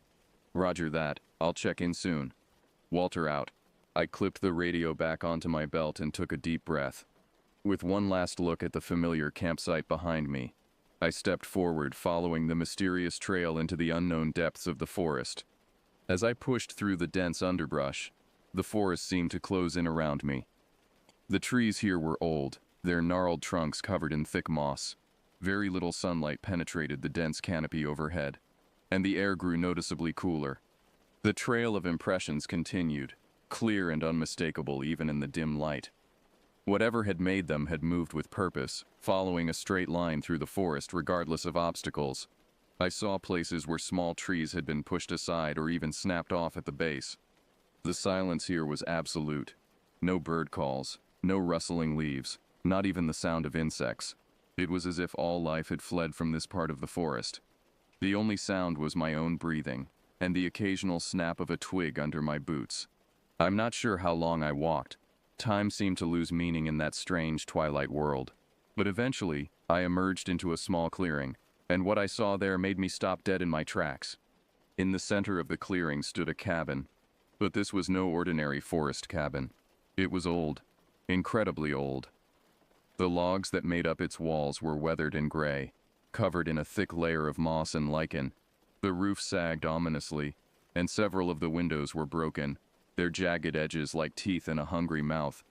But it wasn't the cabin's decrepit state that sent a shiver down my spine. It was the fact that I knew with absolute certainty that this cabin shouldn't be here. I had patrolled this area for years. I knew every trail, every landmark, every structure in these woods, and I had never ever seen this cabin before. As I stood there staring at the impossible cabin, a gust of wind whispered through the clearing, and with it came a sound that made my blood run cold, a low, mournful whisper that seemed to come from everywhere and nowhere at once. Help us, it seemed to say. Help us. I took a step back, my heart pounding in my chest. Every instinct I had was screaming at me to run, to get as far away from this place as I could. But something held me there. A mixture of fear, curiosity, and a strange, inexplicable sense of duty. Taking a deep breath to steady myself, I took a step towards the cabin. Whatever secrets it held, whatever strange force had brought it here, I knew I had to investigate. Little did I know that by crossing that threshold, I was stepping into a mystery that would change my life forever. With each step towards the cabin, the whispers grew louder, more insistent. My hand trembled as I reached for the door handle. It was cold to the touch, unnaturally so. The door creaked open, revealing a dark interior that smelled of damp wood and decay. I fumbled for my flashlight, its beam cutting through the gloom. Dust motes danced in the light, and cobwebs adorned every corner. The cabin consisted of a single room, sparsely furnished with a rusted stove, a rickety table, and a bed frame with a rotted mattress. But it was what lay on the table that caught my attention. A stack of photographs, their edges yellowed with age. With shaking hands I picked them up. The first few showed families, smiling in front of this very cabin. But as I flipped through them, the images became more recent, and the smiles faded. The last photo made my blood run cold. It was the group of campers who had reported the strange noises, their faces contorted in terror. A loud creak from outside made me jump. I pocketed the photos and rushed to the window. What I saw defied explanation. A figure, impossibly tall and thin, was moving through the trees.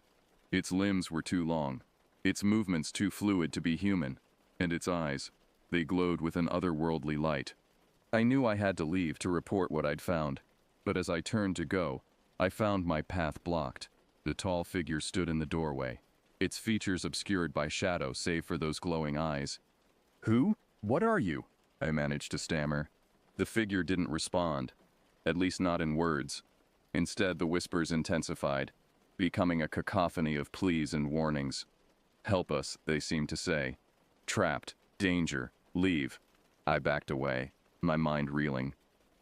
The figure began to move towards me, its movements smooth and predatory.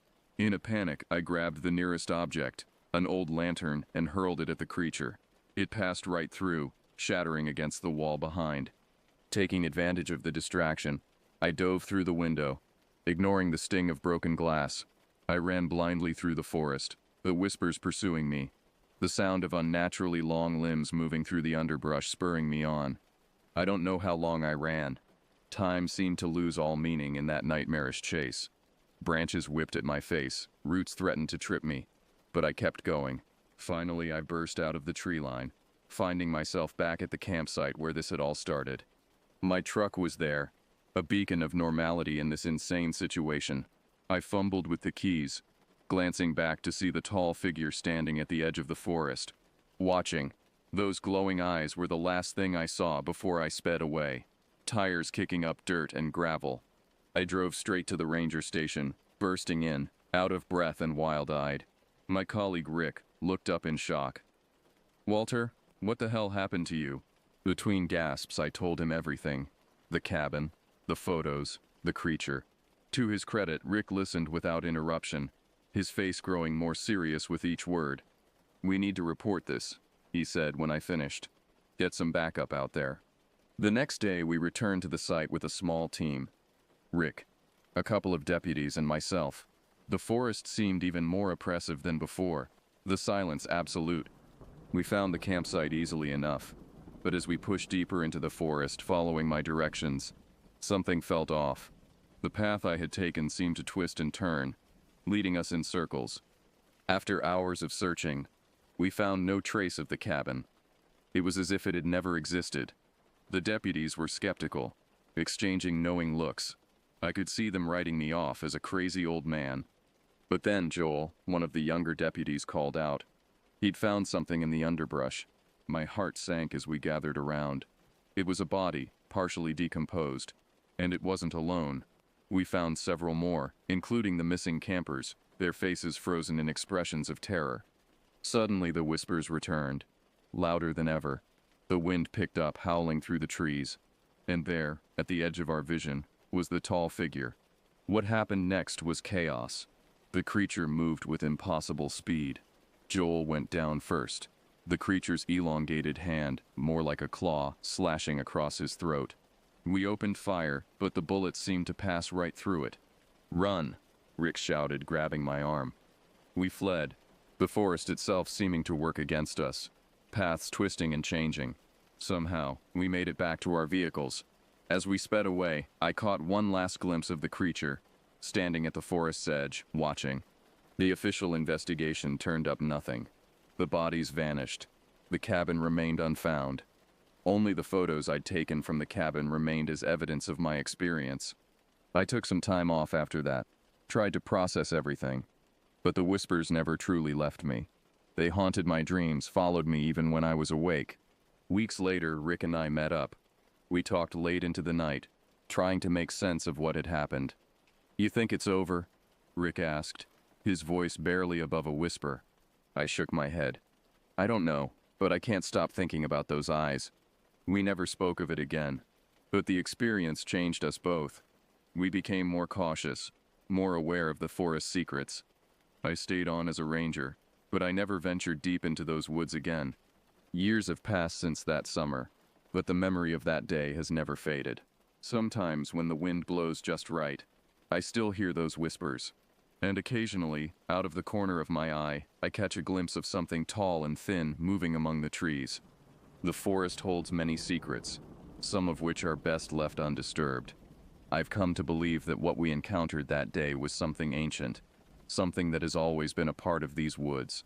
A guardian, perhaps, or a predator, or maybe both. I'm an old man now, and my ranger days are behind me, but I still live on the edge of the forest, and I still feel its pull. There are times when I'm tempted to venture back, to seek out that cabin and confront whatever dwells there. But then I remember those glowing eyes, and the terror in the faces of those photographs, and I stay put.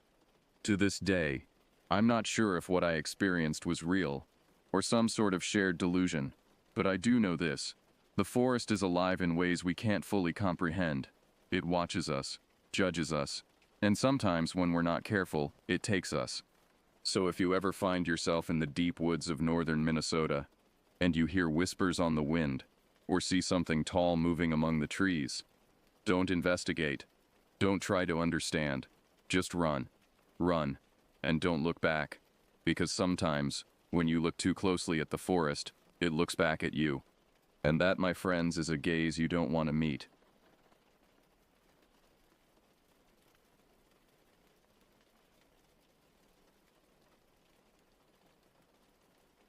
The dense Alaskan forest closed in around me as I hiked deeper into the untamed wilderness. I had been a park ranger here for years, but this was my first time venturing so far off the normal trails on my own.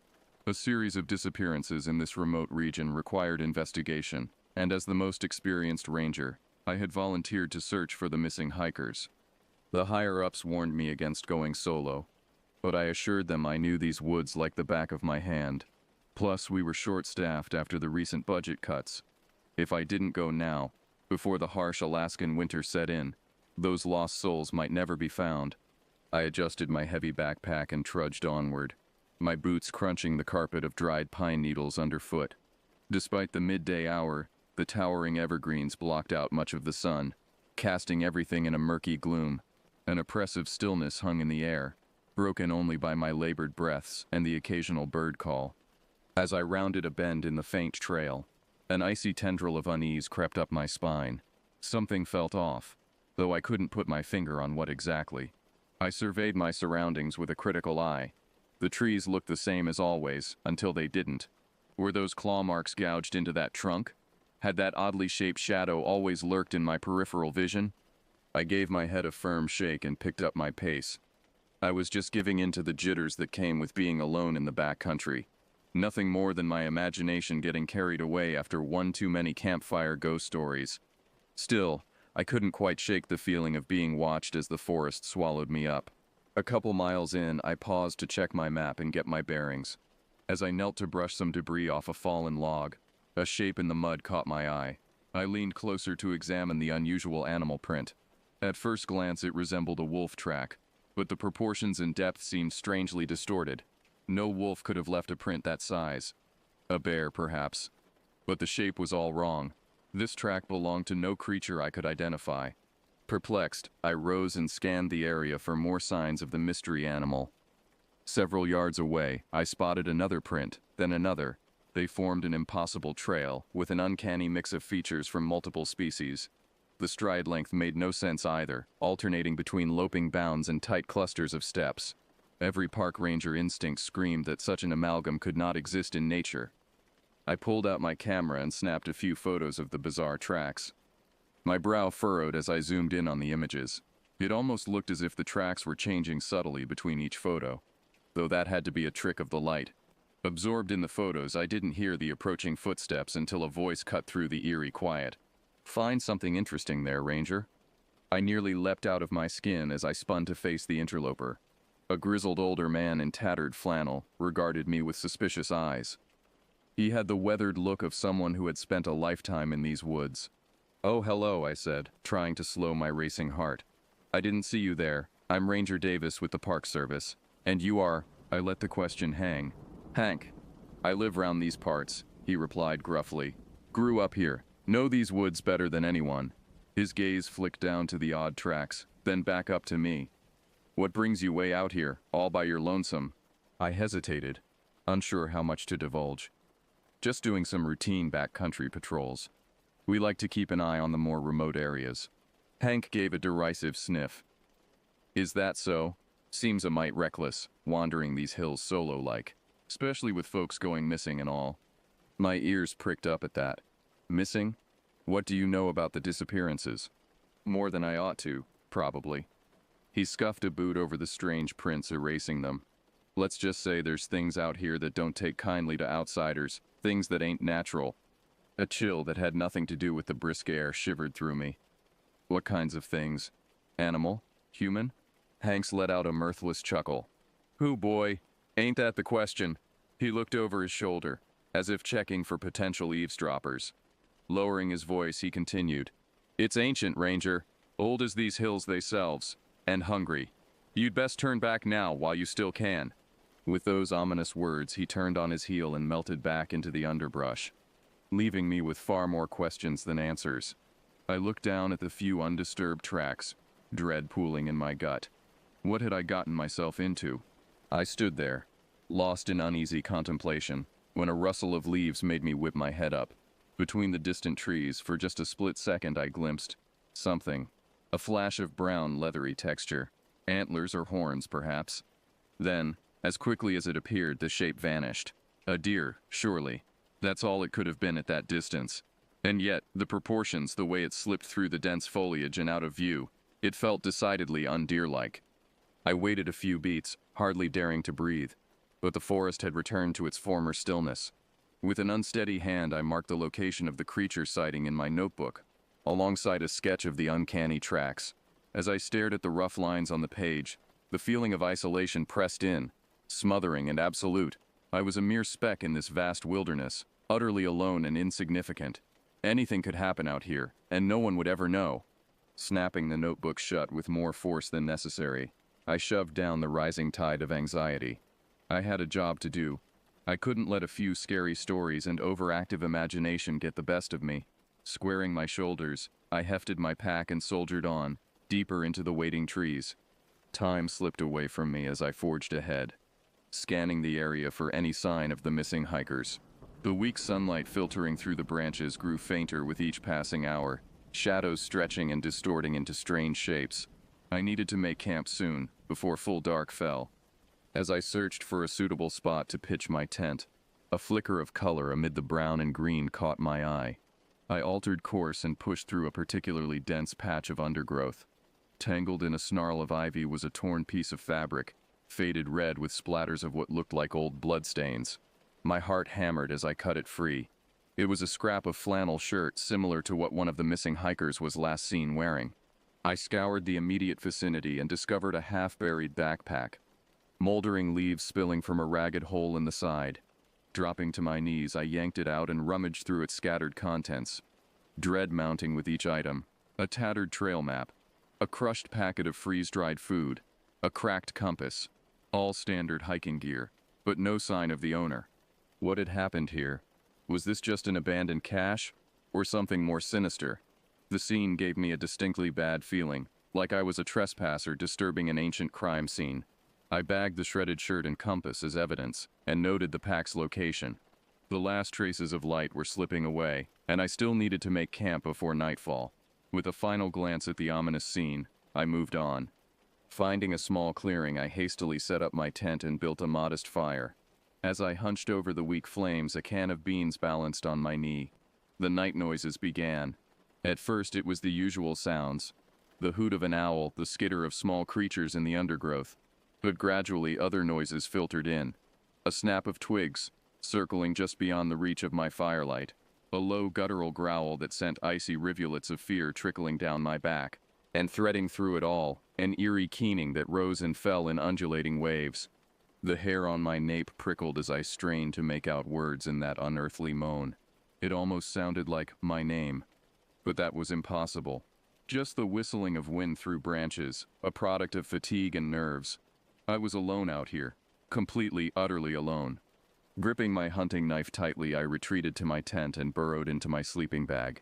I left my boots on and knife unsheathed, though I wasn't sure what good it would do me. Flinching at every rustle and howl, I squeezed my eyes shut and prayed for dawn. Sleep proved elusive, as the night stretched on into a hellish eternity. Each time I started to drift off, a twig would snap, or the keening would swell louder, jerking me back to heart-pounding wakefulness. As the hours crawled by, paranoia nibbled at the edges of my mind. The noises were too purposeful, too focused on my little camp. Something was out there in the dark, watching, waiting. I huddled in my flimsy nylon cocoon, hardly daring to breathe as I tracked the thing's progress around my tent. It circled like a predator toying with trapped prey, never quite coming into view.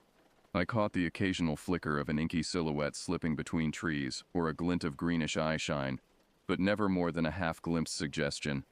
Then, in the darkest pit of the night, the whispering began. At first it was barely audible under the groans and rustles, a sibilant thread of sound, more sensed than heard, but it grew in volume and clarity, until the voice enveloped me like an icy fog. "Ranger," it breathed, drawing out the syllables into a repulsive hiss. "Ranger Davis." I clapped hands over my ears, but it made no difference. The insidious whisper drilled directly into my brain. "I see you," it continued. Its tone changed, taking on a hideously distorted version of my own voice. "Don't you know it's dangerous to be out here all alone? Such terrible things happen in these woods." "Who are you?"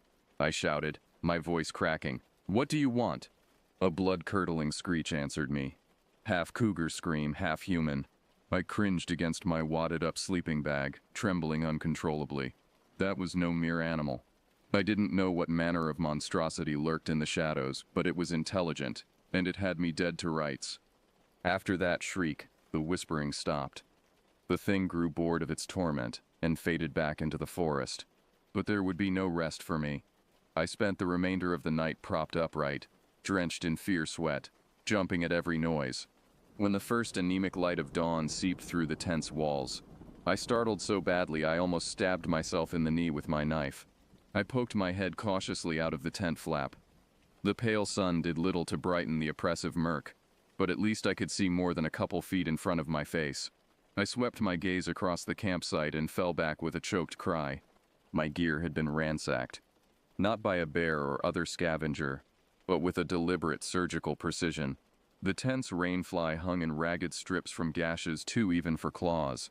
My cookpot had been meticulously crushed flat, like a tin can under a boot, and everywhere, gouged into the bark of surrounding trees, were strange symbols and crude outlines of horn-crowned humanoids, marking territory, staking claim.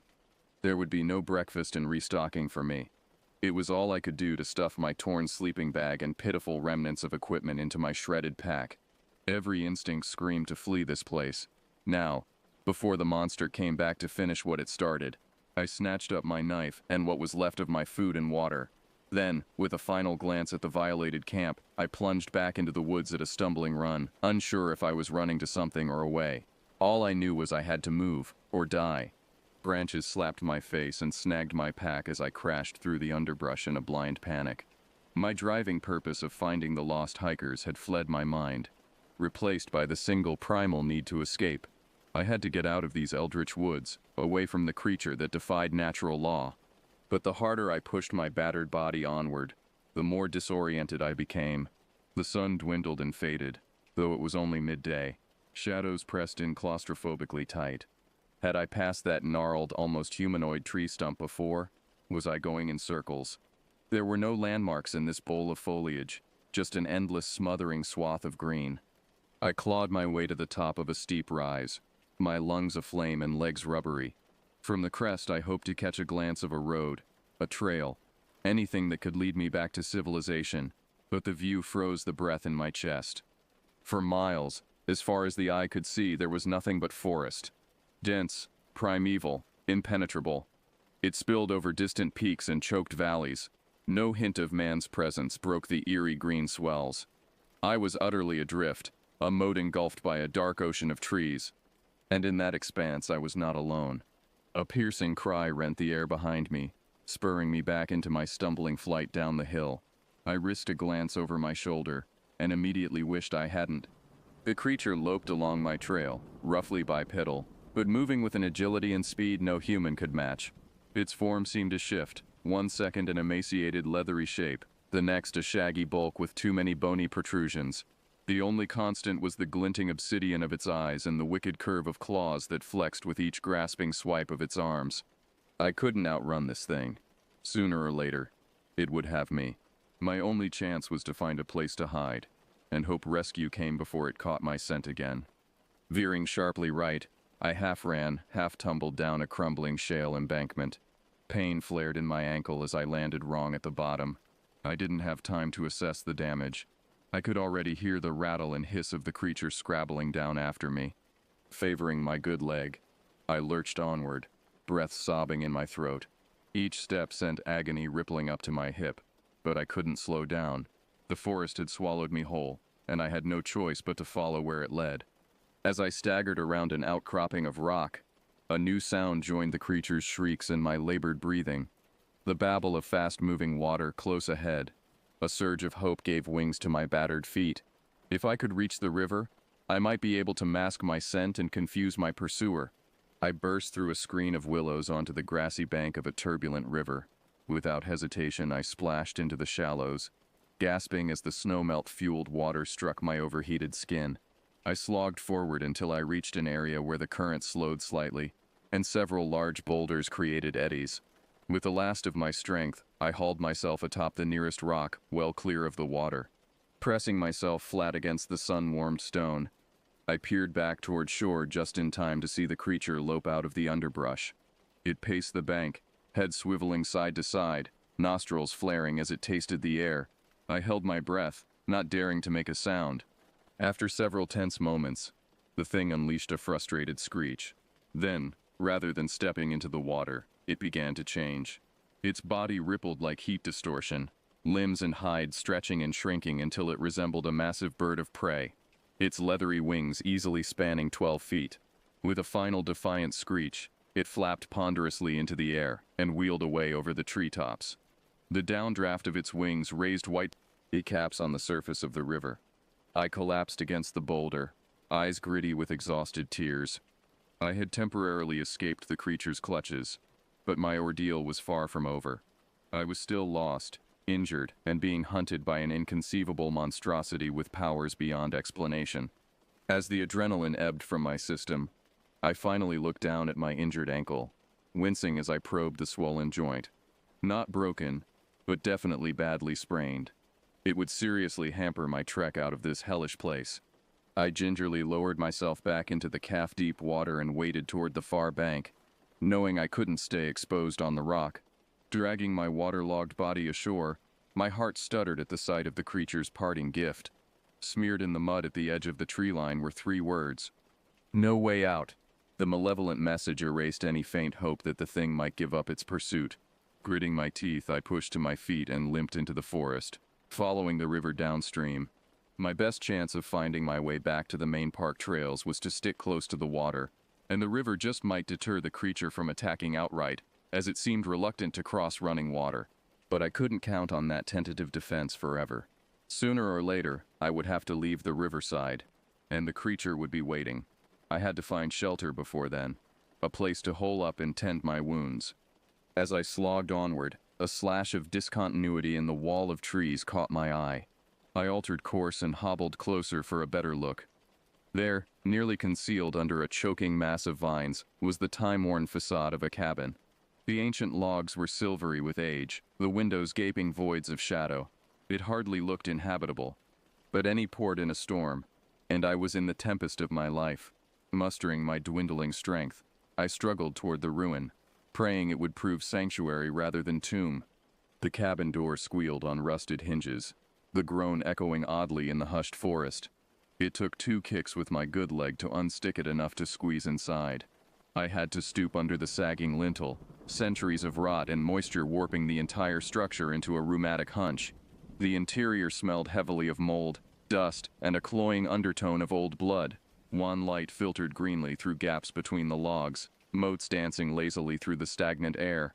The single room had been tossed by careless hands, its meager furnishings strewn about as if a wild storm had raged within the walls. A crude wooden table listed drunkenly on 3 legs in the center, the 4th splintered into kindling. Moth-eaten furs and a stained mattress tick-drooped from a cord-lashed bed frame. Above the soot-blackened hearth, a trophy mount jutted. Not a typical deer or elk, but an elongated skull crowned in spiraling bone spires. Definitely no creature I'd ever seen. But the true horror lay in the detritus of previous occupants. Shreds of clothing, crushed camping gear, cracked cell phones. All the trappings of modernity mixed amongst items from a far older time. And everywhere, splashed across walls and floor like macabre abstract art, the rust brown of long-dried blood. So this was the lair of the creature. Not just a den, but a trophy room, where it brought its victims. A wave of despair crushed the air from my lungs. Those campers and hikers I'd been searching for, there would be no rescuing them, only avenging. As I limped further into the room, glass crunched under my boots. Crouching, unmindful of my protesting ankle, I brushed away leaf litter to reveal a shattered picture frame. With shaking fingers, I extracted the photograph. Despite water and age damage, I could make out a group of men, Native American by their dress, posing proudly before the very cabin I now stood in. The date stamped in the corner was 1903. I flipped the photo over, hoping for some identifying names or location. On the back, penned in a spidery scrawl, were the words, "The Last Hunt. Black Elk, Hahaka Sapa, Skinwalker. Our work is finished."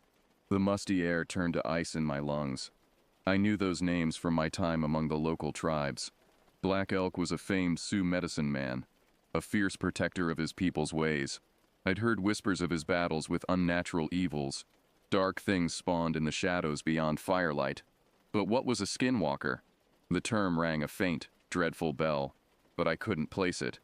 Tucking the photo into my pocket, I scoured the rest of the cabin for anything that might aid my survival or fill in the blanks of this fragment of history. But aside from a few sealed tins of ancient food and a Bowie knife caked in something I desperately hoped wasn't human blood, the place had been stripped clean of anything useful by decades of transience and ne'er-do-wells, and more recently by the creature.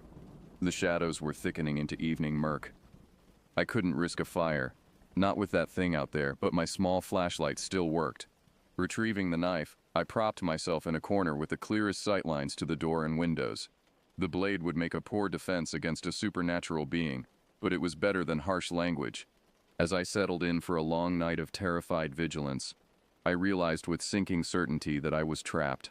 This remote cabin was as much a prison as it was a shelter. I could only pray that rescue would come before the creature tired of toying with me and closed in for the kill. For the first time in my life, I had no plan, no clear trail to follow, only the blind instinct to survive no matter the cost. As the night noises started up again outside the splintered walls, I clutched my puny flashlight and willed the dawn to come. It was going to be a long night. Time slurred into a muddy flow, exhaustion and dread blurring its passage. The night dragged on, my body sinking into a kind of trance state, where nothing existed but the slow in-out of breath and the weight of the knife in my fist. I had long ago given up any pretense of plan or escape. I merely endured. Then, cutting across the cottony hum between my ears. A new sound, distinct, deliberate. A footstep on the threshold. It started soft, the scuff of feet, fabric sighing across floorboards, the creak of weight settled on ancient wood. Then a rhythmic tap-tap-tap, sharp and taunting, inches from the barricaded door. I scrabbled upright, knife extended with quivering arm. Was the creature done with the cat-and-mouse game, ready to end my torment? I recoiled against the wall as a voice oozed through the gaps in the logs. Little pig, let me come in. The voice was a guttural rasp, an obscene mockery of the old nursery rhyme. I cringed at the slow drag of claws across the door, trembling as the voice shifted into an all-too-familiar tone. Open the door, honey. It's your old pal, Hank. The cadence matched the old hunter's perfectly, but underlaid with a sepulchral rattle. The thing chuckled wetly at my sharp intake of breath. Surprised? You're an open book, Ranger. I know every thought, every memory, every fear in that head of yours. That's the problem with you outsiders. You come into our territory, leaving psychic scent trails, never knowing what's tracking you. I flinched as the tap-tap-tap resumed, circling the perimeter of the cabin. It paused by the sole window, a deeper patch of black against night. A shaft of moonlight struck its face as it leaned into view, and I reeled back in horror. Hank's features stared back at me, but twisted into a vulpine leer utterly alien to the gruff woodsman. His skin looked waxy, semi-translucent, more mask than living flesh, and the eyes, depthless pits of swirling void, windows into an other world of malice and hunger. It was devouring me with those eyes, stripping away my humanity, my very identity. I tore my gaze away with a sob. It wasn't Hank. The creature was wearing his face, puppeting his voice and memories, all to dig barbs into my mind, break me with psychological warfare before making the killing strike. Do you know what we are? Not Hank hissed, its breath fogging the glass. What you're dealing with. I am Hihaka Sapa, Black Elk, the last of the true skinwalkers. Do you even know what that means, little ranger? It grinned at my headshake, baring teeth too sharp and numerous for any human mouth. A skinwalker is power. The power to wear any shape, any face, to feed on terror and rend flesh from bone. Once we were many. Once the people feared and respected us. Now, I am the only one left. A dwindling spirit in a dying world. The parody of Hank's face sloughed away like shed snakeskin, revealing a nebulous churning mass shot through with lambent green embers. But this is still my world, my forest. Did you really think you could trespass here without consequence? That I would let you steal away my prey, my rightful meat? Shapes boiled to the surface of its malleable flesh. Screaming faces, grasping hands, the antlers of that strange skull mount. All the stolen lives, the consumed essences, writhing in overlapping cacophony. I cried out, a meaningless animal sound, and thrust my paltry knife at the window. That only amused the creature. Chuckling, it slid out of view, the susurrus of its passage fading into the groans and rustles of the nightly forest. But I knew it wasn't gone. Just biding its time, savoring my agony and confusion. It would be back to finish our little tete-a-tete, and no matter what form it took, what mind it pilfered, the result would be the same. A lonely death, so far from any help or hope. The knife slipped from my numb fingers as I slid down the wall into a boneless crouch. What was the use of fighting? I was a mote in the eye of a pitiless universe. A speck of sentience about to be snuffed out by primordial forces beyond my comprehension. Hot tears spilled down my face, carving runnels through the grime. In that moment, I almost welcomed the idea of surrendering. Anything to be free of the mind-shredding terror. The unbearable pressure of fending off an unnatural evil far beyond mortal scope. At least it would be an ending.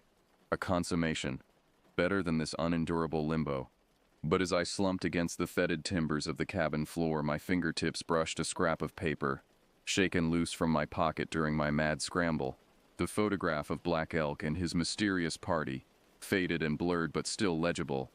I clutched it like a talisman, a lifeline hurling me up from the pit of despair. Black Elk had defeated this thing before, driven it into dormancy, if never truly killing it. He was medicine man, a servant of the powers. If he could face the skinwalker and survive, there had to be a way. Ignoring the shriek of protest from my joints, I pushed to my feet, bracing against the wall. I would not lay down and die like a stunned rabbit. I was a ranger, damn it. A defender of these lands and all who walk them. It was far too late to save myself, but I could still avenge the Skinwalker's victims. Cut the heart from this shadowed corner of the world and pin it, writhing to the light. I didn't need to outfight the creature, just outwit and outlast it. If I could hang on until dawn, make it back to the river, the running water. Skinwalkers had power, but also limitations. It was a start, lips peeling back from my teeth in a feral grin. I brandished my knife at the waiting night. All right, you bastard. Let's finish this. Come and get me.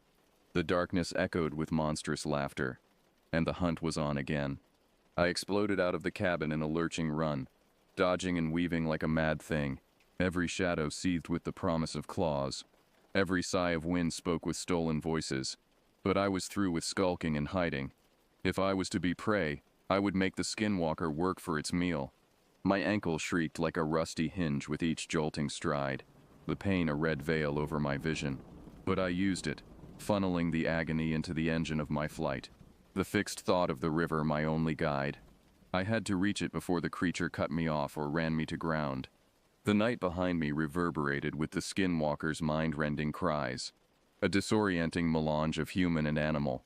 The heavy thud of its misshapen feet drew ever closer, the fetid heat of its breath searing the back of my neck. But I had one final trick up my tattered sleeve. In the last mad dash, I shrugged out of my pack, spilling its meager contents behind me. The empty tins from the cabin, the cracked compass, a precious flask of rainwater. Each clattered and clanged as the Skinwalker trampled them, a breadcrumb trail to slow its terrible advance. Finally, as the pack itself tangled in the thing's legs, I heard it stumble with an almost comical squawk. A fleeting sensation of triumph surged through my veins, lending wings to my feet.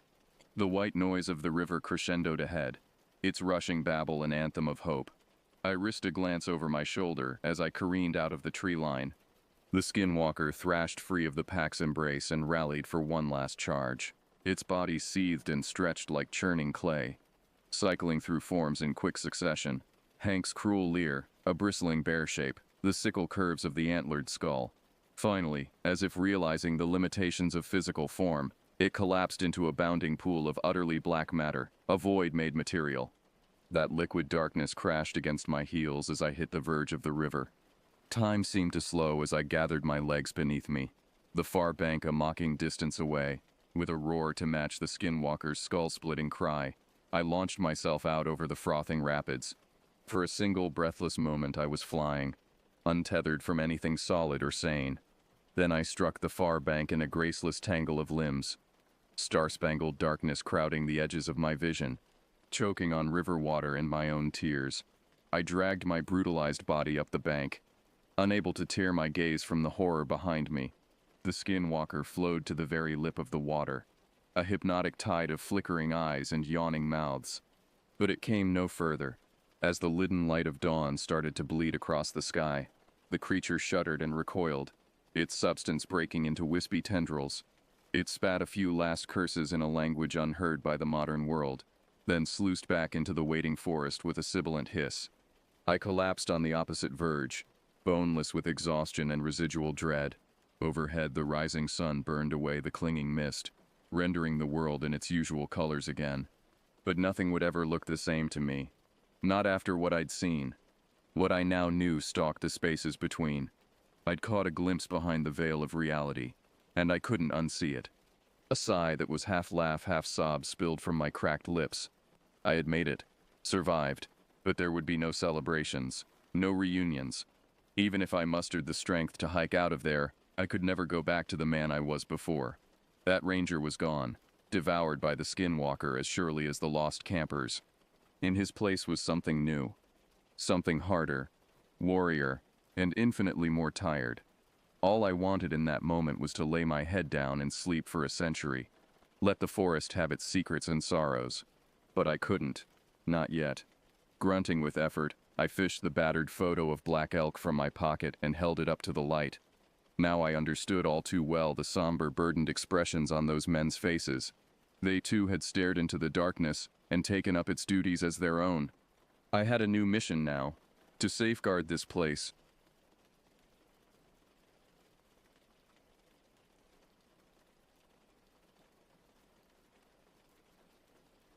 the dense forest closed in around me as I hiked the overgrown trail, my park ranger uniform already damp with sweat in the sticky summer heat. Mosquitoes buzzed incessantly. My coworker Mike, another seasoned ranger, walked a few paces ahead. "Remind me again why we're bushwhacking out to the ass end of nowhere," I called out, swatting a spider web away from my face. Mike glanced back, his expression grim. 2 more hikers went missing last night. A young couple last seen around the Matheson Cove area. I frowned. This was the 4th disappearance in 2 months. You think it's connected to the others? Has to be. And I'm starting to think the crazy stories the locals are always spinning might not be so crazy after all. I knew the stories he meant. Tales shared in hushed whispers about strange creatures lurking in the woods. Beasts that walked on 2 legs but weren't quite human. The native elders called them the dogmen. "Those are just backwoods superstitions," I said, trying to sound more confident than I felt. But with each new missing persons case, those old legends were getting harder to dismiss. We emerged into a clearing and Mike held up a hand, signaling me to stop. He pointed to a set of tracks in the damp earth. They looked canine but far too large to be any wolf or coyote I'd ever seen, and the long gashes in a nearby oak trunk were over 7 feet high. My blood ran cold. A twig snapped in the undergrowth behind us. We both whipped around, reaching for our sidearms. Then an unearthly howl split the air so loud it made my ears ring. It sounded almost human, and yet not human at all. Mike turned to me, his face white as a sheet. "Radio for backup," he said hoarsely. "Tell them we found the hikers, or at least what's left of them." He pointed a shaky finger. There, caught on a blackberry bush at the clearing's edge, was a torn and bloody shred of flannel shirt. My stomach turned. The dogmen had claimed more victims, and now they knew we were here too. The agonized screaming seemed to go on forever, even after the wet snapping of bones and cartilage had ceased.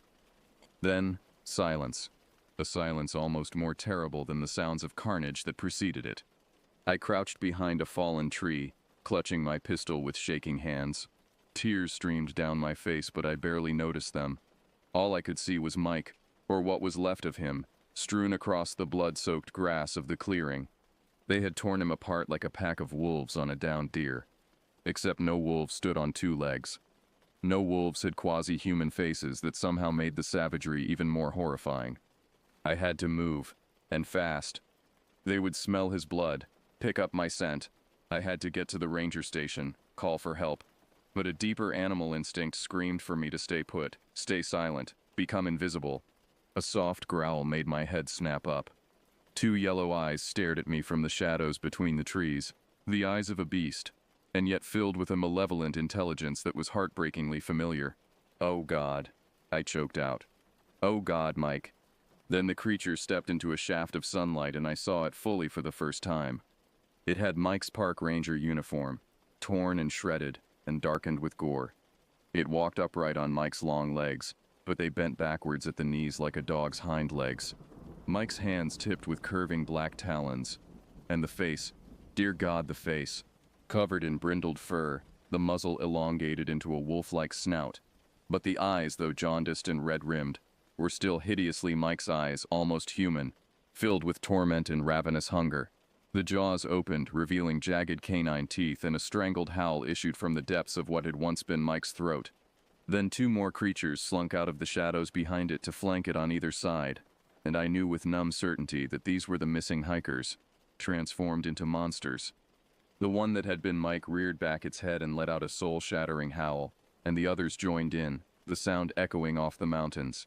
A hunting call. They had my scent now. The human part of them was gone, and I was the prey. I ran, crashing through the underbrush in a blind panic. Briars tore at my legs. Low branches whipped my face. My heart jackhammered against my ribs as I gulped for breath. The howling erupted again behind me. Closer now. They were toying with me. They could have taken me down already if they wanted to. This was a game to them, and I was a mouse to their pack of feral cats. I thought of the old legends, the warnings from the tribal elders. They took our people, the elders said, took them and changed them, turned them into the dogmen, I had always scoffed at such tales.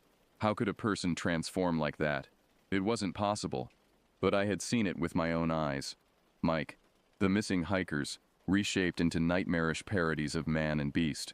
And if the old stories were true, if the dogmen were real, then that could only mean one thing. I was to be the next one taken, the next to join the pack. The ground dropped out from under me, and I tumbled down a steep embankment, rolling and sliding in the damp leaves. I landed hard at the bottom, the breath knocked from my lungs. The world spun dizzily. Then I heard the panting, heard the soft pad of paws, the click of nails on stone, heard the low snarls, so close, right above me. I looked up into 3 pairs of glowing yellow eyes. They had me cornered. A snout pressed close to my face, snuffling, inhaling my scent. I felt the heat of fetid breath, saw the strings of drool between yellowed fangs. The one that had been Mike growled, low and menacing. "Please," I whispered. "Please don't do this. I know you're still in there, Mike. You have to fight it." For a moment I thought I saw a flicker of recognition in those ghastly eyes. A flicker of the man I once knew. But then it was gone, swallowed by animal hunger. The jaws opened wide and I saw down the black abyss of the gullet. I screamed, but the killing bite never came. The beast's head whipped around at the sound of a sharp snap in the woods. Then another and another, the crunch of wheels on gravel, engines roar. The park rangers had arrived. Too late for Mike, too late for the missing hikers. But maybe if I was very lucky. Not too late for me. The dogmen, no. The creatures that had once been Mike and the 2 hikers swung their heads toward the noise, ears swiveling. For a heartbeat, I stared into Mike's tormented eyes one last time. Then the pack melted into the shadows of the trees, leaving me alive. For now. I collapsed against the damp earth, sobs racking my chest. The image of Mike's mangled body played over and over in my mind, and the knowledge of what he had become, the demons that now wore the faces of the missing, filled me with a horror beyond all imagining. I knew then that this nightmare was only beginning, and God help me, I had no idea how to stop it. "They're real, Chief. The dogmen are real." I paced like a caged animal in front of Ron Foster's desk, my mud-spattered ranger uniform drawing wary stares from the other officers in the Timberline County Police Station. They all thought I was crazy. Hell, I probably sounded crazy, but I had to make them understand. "Now sit down, Nancy," Chief Foster said, not unkindly. He was an old friend of my father's, had known me since I was a girl. "You've been through a terrible ordeal. Once the shock wears off—" "This isn't shock." I slammed my palms on his desk, making him flinch. "It isn't PTSD. It isn't heat stroke, or dehydration, or any other rational explanation you want to throw at me. I saw Mike die, Chief. I saw him get torn apart by those things. And I saw what they did to him after. What they turned him into. I could still see Mike's body putting itself back together, reshaping into that unspeakable beast form." The other officers exchanged skeptical glances, muttering behind their hands. They thought my story was the wild ramblings of a traumatized woman. Just like the old tales of the native tribes. Silly superstitions, not to be believed. "We're dealing with forces beyond our understanding here, Chief," I said, struggling to keep my voice steady. "If we don't stop the dogmen, they'll keep taking people, keep adding to their ranks. It will never end." Chief Foster leaned back in his chair and took off his glasses, rubbing his eyes. He looked as haggard as I felt. When he finally spoke, his voice was heavy with exhaustion. "Nancy, I know you believe what you saw. Hell, maybe you did see some kind of animal attack your partner, I don't know. Whatever it was must have been rabid, or higher than a kite on bath salts. But then the trauma made you imagine things that weren't real. Your mind couldn't cope with the carnage in any other way." "Imagine?" I stared at him in angry disbelief. "You think I imagined Mike getting up after he was disemboweled? Imagined him sprouting fur and claws? Do I need to show you the tracks again? What you need is rest, Nancy. Rest and a psych evaluation.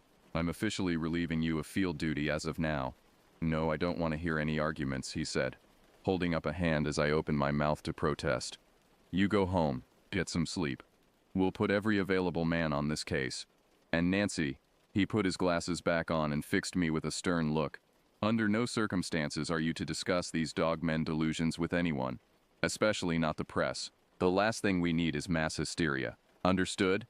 I nodded, throat tight with frustration and helpless anger. They weren't going to listen. No matter what evidence I showed them, their minds were already made up. But I couldn't just sit at home while more innocent people were stalked and transformed, while that pack of abominations roamed free. I had to find a way to stop the dogmen, even if it meant doing it alone, even if it cost me everything. I pored over the old books and newspaper archives for hours in the dim stacks of the local university library, searching for any scrap of information on the dogmen. The college students gave me odd looks, whispering and giggling as they passed by, no doubt wondering what an unkempt, wild-eyed park ranger was doing frantically rummaging through dusty tomes of local folklore and native legends. I ignored them. I was on a mission. According to the old stories, the evil spirit known as the Wendigo was the one responsible for transforming men into the dogmen. The Wendigo was a malevolent creature, sometimes described as a gaunt humanoid with a deer skull head, other times as an emaciated spirit that possessed the living. But the one common thread was that it hungered for human flesh, and that hunger was passed on to its victims. Most of the accounts I found dismissed the Wendigo and the dogmen as myth, cautionary tales to warn against greed and cannibalism. There was no physical evidence. Academia agreed. No solid proof, only anecdotes and folklore. But buried deep in one yellowed, crumbling tome, I found a ray of hope.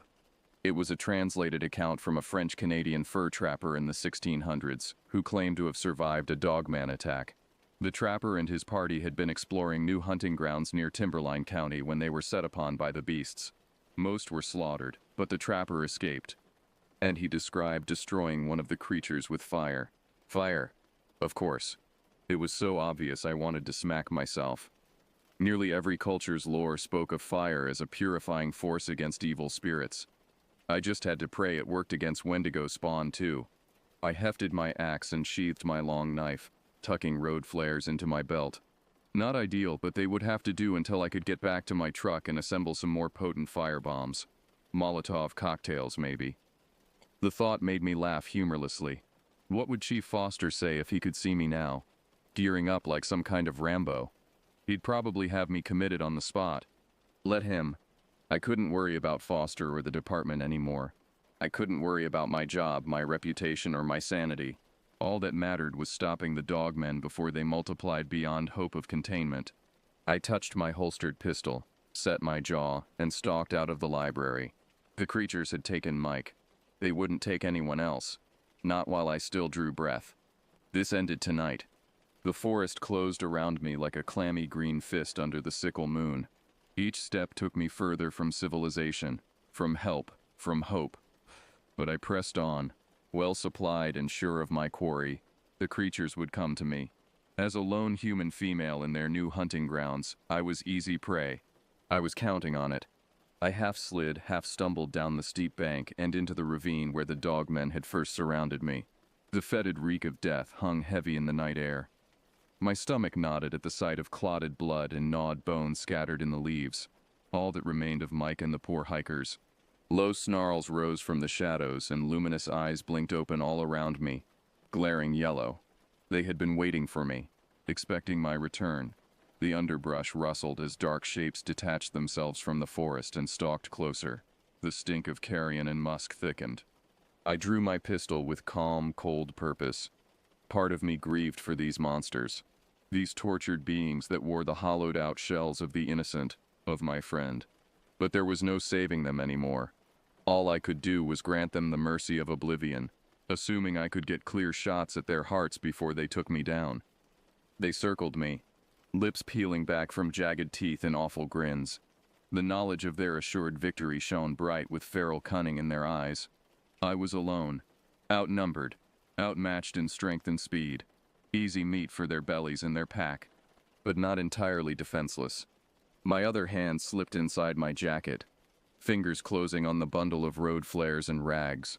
I had doused them in lamp oil and stuffed them into bottles, the best approximation of Molotovs I could manage on short notice.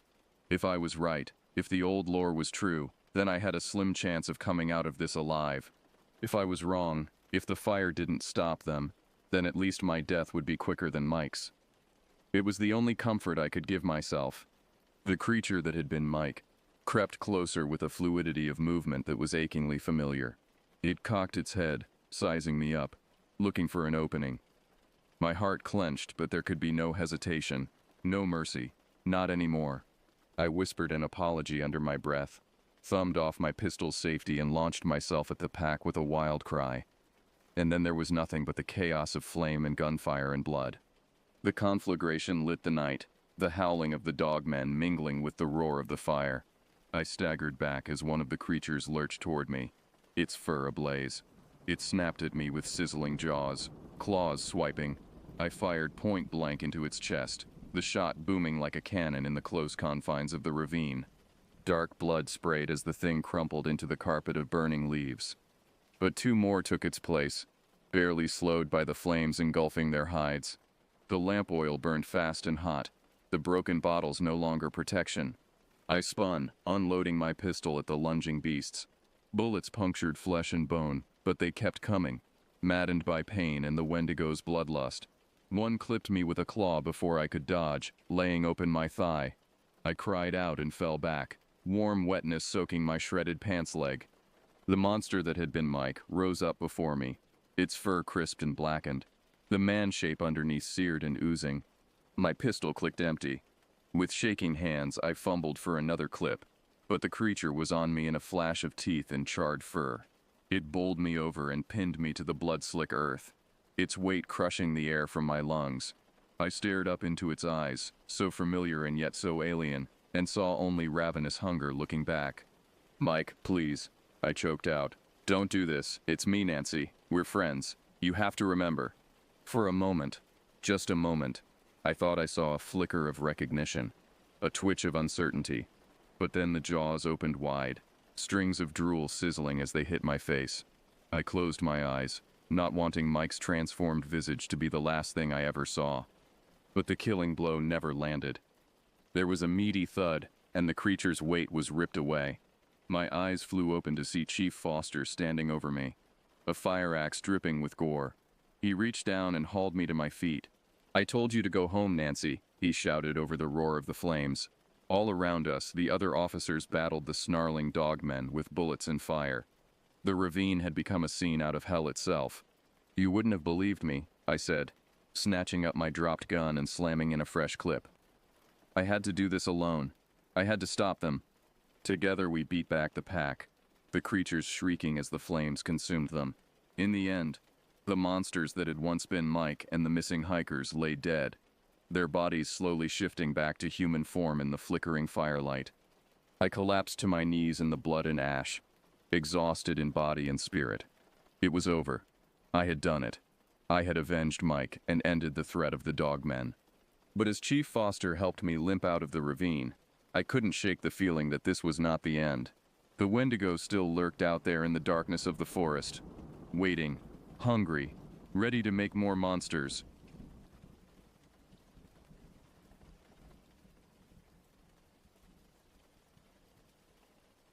There's a time in your life, at least once, when you feel terror, and I mean true terror, when your chest feels hot, yet also frozen on the last breath you took. Time seems to slow, your stomach becomes rigid, filling your throat with a silent scream. Maybe you run, maybe you freeze up, maybe you'll try to fight. But for those of us who have felt true terror, it becomes engraved in your bones so deep it seems to change a part of your soul, a part of yourself. That being said, I want to tell you about November 20th of 2000. I grew up in a very Baptist Christian household, and at this time in my life I was very young and susceptible to influence. When you're going to these kinds of things, there's talk about heaven and angels and a lot of talk about the threat of hell, of damnation, eternal burning. That's kind of terrifying for a 10-year-old kid. The weeks leading up to our trip had been filled with an unusual tension in our house. My parents whispered behind closed doors, their conversation stopping abruptly whenever I entered a room. My mother had been having nightmares, waking up in cold sweats that left our father pacing the hallways at 3 in the morning. She claimed it was stress from work, but I caught her reading passages from Revelation with trembling hands, her lips moving in silent prayer. Our pastor had been preaching about spiritual warfare more frequently, his sermons growing darker and more intense. He spoke of places where evil could take root, of locations where the barrier between the physical and spiritual world grew thin. Mountains, he said, were particularly susceptible. Ancient places where people had practiced dark rituals, where blood had been spilled, where souls had been lost to despair. I remember asking my Sunday school teacher about it, and she had looked at me with such concern that it made my stomach turn. Some places, she had whispered, hold on to darkness longer than others. That's why we must always be vigilant in our prayers. My family and I took a flight to Colorado. We'd gotten a small cabin high in the mountains, deep in the woods. We were so high up, my dad needed portable oxygen from altitude sickness. The elevation was over 9,000 feet, and the thin air made everything feel surreal, like we were floating in some liminal space between earth and sky. We were pretty secluded, other than the cabin next to us, about 3 acres away. Though it was eerily hard to see through the snow-covered trees and foot-deep buildup of snow on the ground. The neighboring cabin looked abandoned, its windows dark and reflective like dead eyes.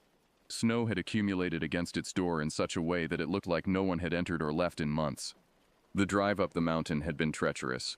Our rental car struggled with the winding roads, and more than once my father had to stop because the altitude was making him dizzy. My younger sister Melody, who was 8 at the time, kept complaining that her ears hurt and that she felt like she was underwater. Our youngest sister, Hope, only 4 years old, had fallen into an unusually deep sleep that worried my mother. As we climbed higher, the trees seemed to close in around us. The daylight filtered through the dense canopy in strange, mottled patterns that created shadows that moved in ways that defied logic. My mother kept checking the locks on the car doors, a nervous habit that she claimed was just caution, but I could see the genuine fear in her eyes. The cabin sat at the end of a narrow dirt road that had been partially cleared but still required us to hike the last 100 yards through knee-deep snow. By the time we reached the front door, we were all breathing heavily. Not just from the exertion, but from the oppressive feeling that we were being watched from the dark spaces between the trees. Our first night was fun. We had a fire and roasted marshmallows and popcorn on long sticks. I had a good time. My 2 younger sisters and I even built a snowman. But even during these moments of normalcy, there was something unsettling about our surroundings that I couldn't shake. Now, the inside of the cabin was a very open build. There was a railless second-story loft with 2 twin beds, and under the stairs was our dad's bed. There was a little TV, and an ugly blue floral grandma couch, which smelled like maple syrup. The lack of railings on the loft created a sense of vertigo, as if the upper floor was suspended in space with nothing to prevent a fatal fall. I slept on the left twin bed, closest to the edge and the stairs. My sister Melody, who was 8 at the time, slept in the right, safer bed, away from the edge. Our younger sister Hope was only 4, so she slept with our dad downstairs. The positioning felt deliberate somehow, as if the cabin itself was designed to create vulnerability, to leave someone exposed. The walls were thin, and throughout that first evening, I could hear sounds from outside that didn't quite make sense. Not the normal sounds of wind through trees or settling snow, but rhythmic noises that seemed almost purposeful. When I mentioned it to my father, he dismissed it as the cabin settling in the cold, but I noticed he kept getting up to check the windows and doors. The massive windows without curtains really emphasized how alone we were in that cabin, how dark it truly is when you're miles away from city lights and protected by towering juniper and spruce. During the day, the view was breathtaking, but at night those same windows became portals to an impenetrable darkness that seemed to press against the glass with an almost physical weight. As we prepared for bed, my mother spent longer than usual in prayer with us. She held our hands tightly, her own trembling slightly as she asked God to protect us through the night and to keep all evil at bay. Her voice cracked on the word evil, and I saw my father's jaw tighten. I slept pretty good that night. Probably the last good night's sleep I've had since. And I'm 25 now. It all started with some tapping. Early the next morning, I woke up from this annoying tapping sound.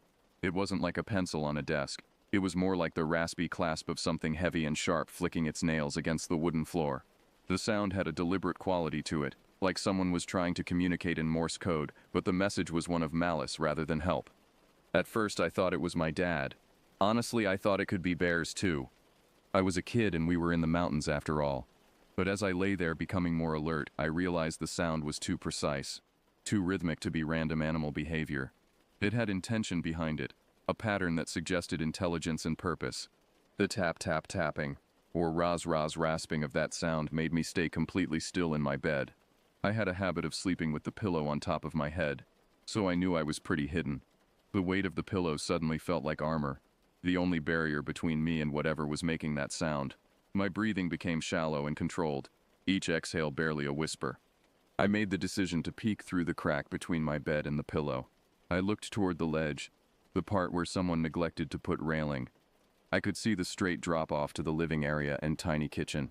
The absence of that safety barrier now seemed less like an oversight and more like a deliberate vulnerability, as if the cabin had been designed to facilitate something terrible. But there was something there, like a dark silhouette just on the overhang.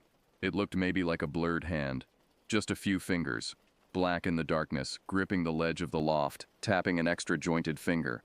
The joints bent in ways that human joints shouldn't bend, creating angles that hurt to look at. Each finger seemed longer than it should be, ending in what appeared to be pointed tips that caught what little light filtered through the windows. The tapping continued with mechanical precision. Tap, tap, tap. Each sound reverberated through the wooden structure of the cabin, creating a rhythm that seemed to sync with my heartbeat until I couldn't tell where the sound ended and my pulse began. I froze. Nausea and chill froze my body. I held my breath. No, I thought to myself, there's no way I was seeing that. I slowly closed my eyes and I faced away. It was going to be daylight soon. I usually woke up around 6 a.m., so there's no way I had to wait all night for Daddy to get up and sing loudly to us. Good morning, girls. Demons can't be real. Monsters can't be real. That's what I told myself. I mean, I was a God-fearing Christian. We sang hymns in the car every time we drove. We went to private Bible school, vacation Bible school. There's no way God would ever let that happen to me, one of his children, right? But even as I repeated these reassurances, a darker voice in my mind whispered that perhaps God allowed such things to test faith, to separate the wheat from the chaff.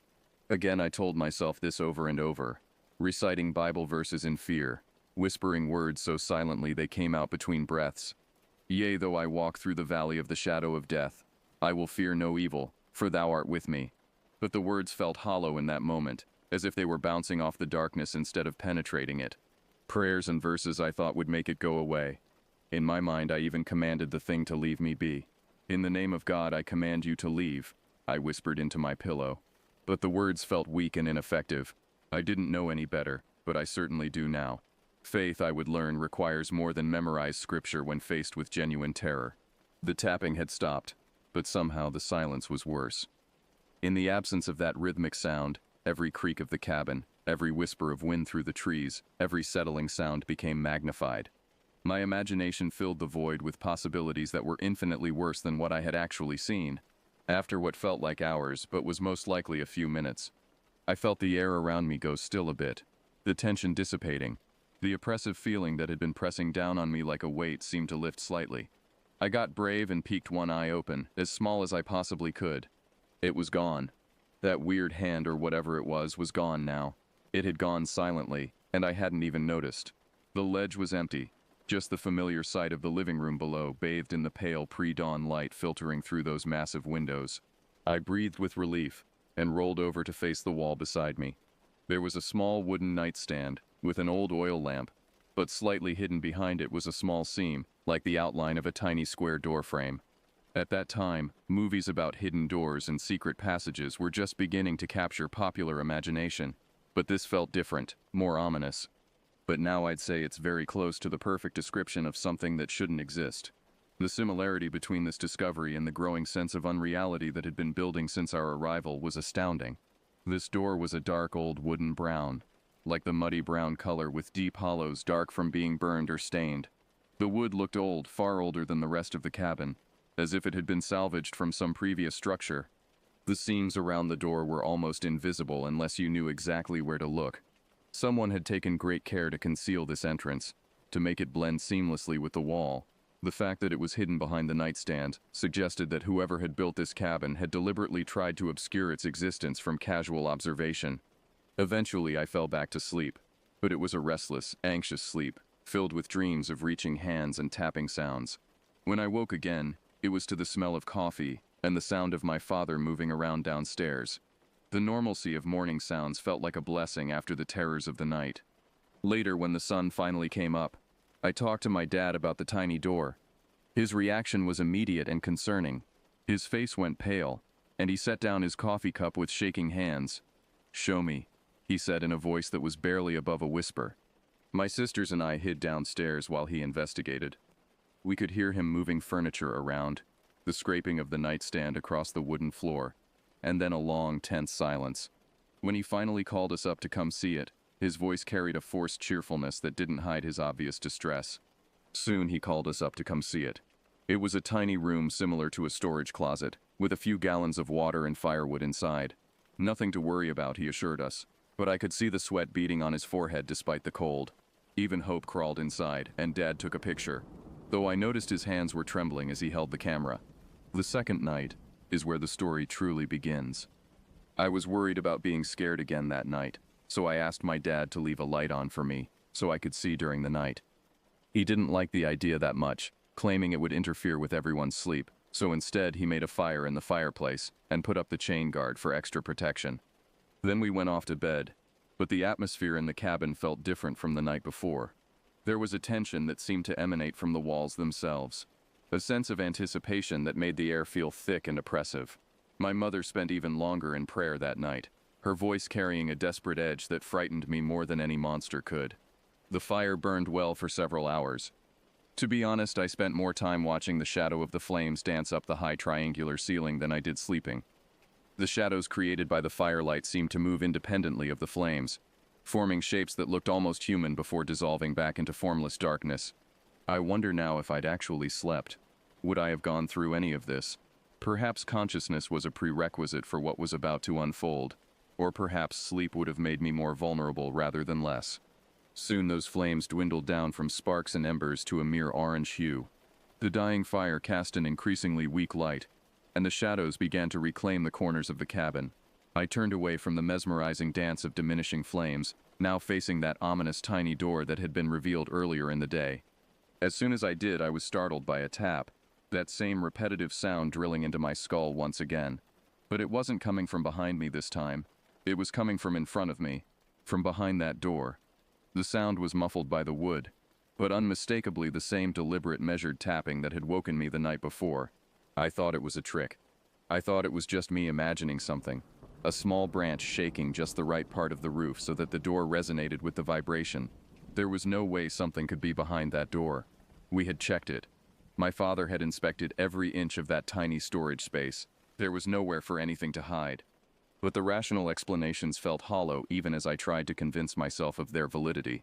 The tapping was too regular, too purposeful to be random environmental noise. It had the rhythm of communication, of something trying to get my attention, or worse, trying to get out.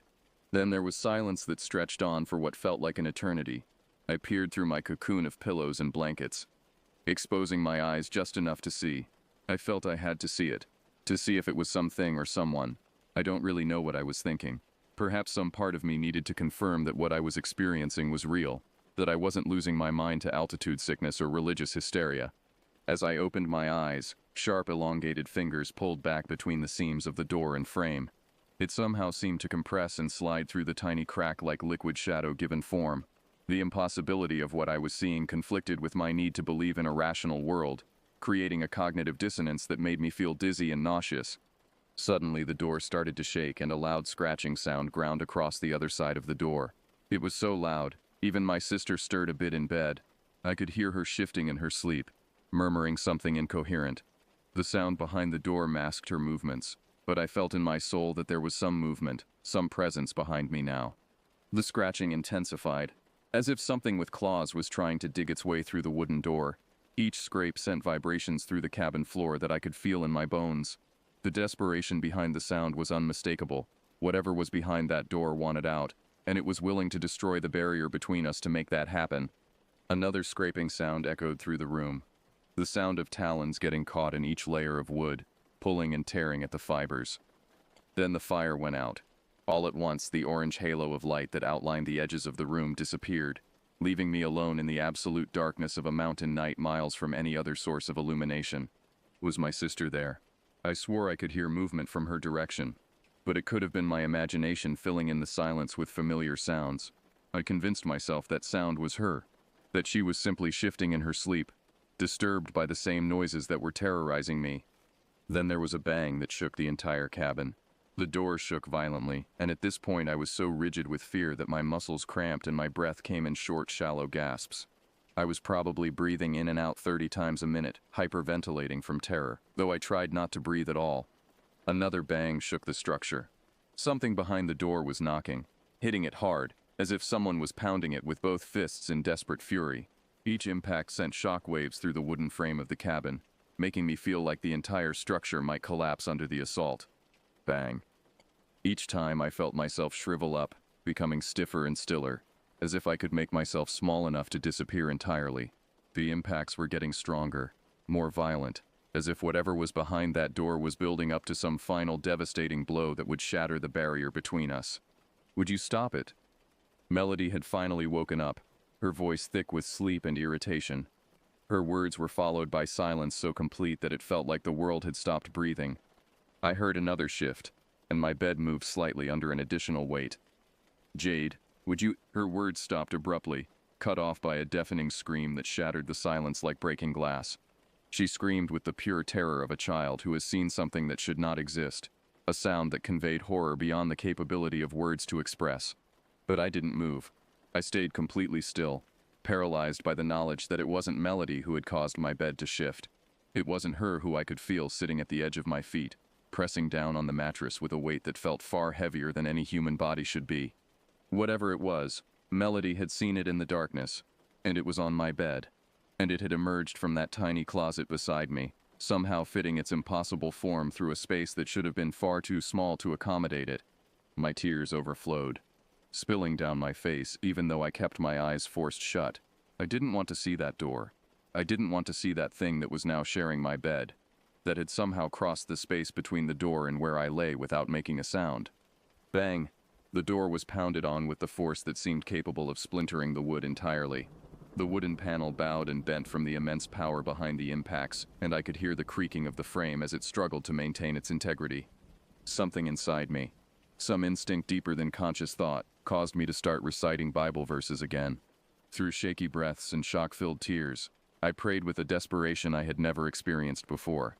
Our Father, who art in heaven, hallowed be thy name. The words tumbled from my lips in a stream of barely audible whispers. More movement on my bed caused the mattress to shift again.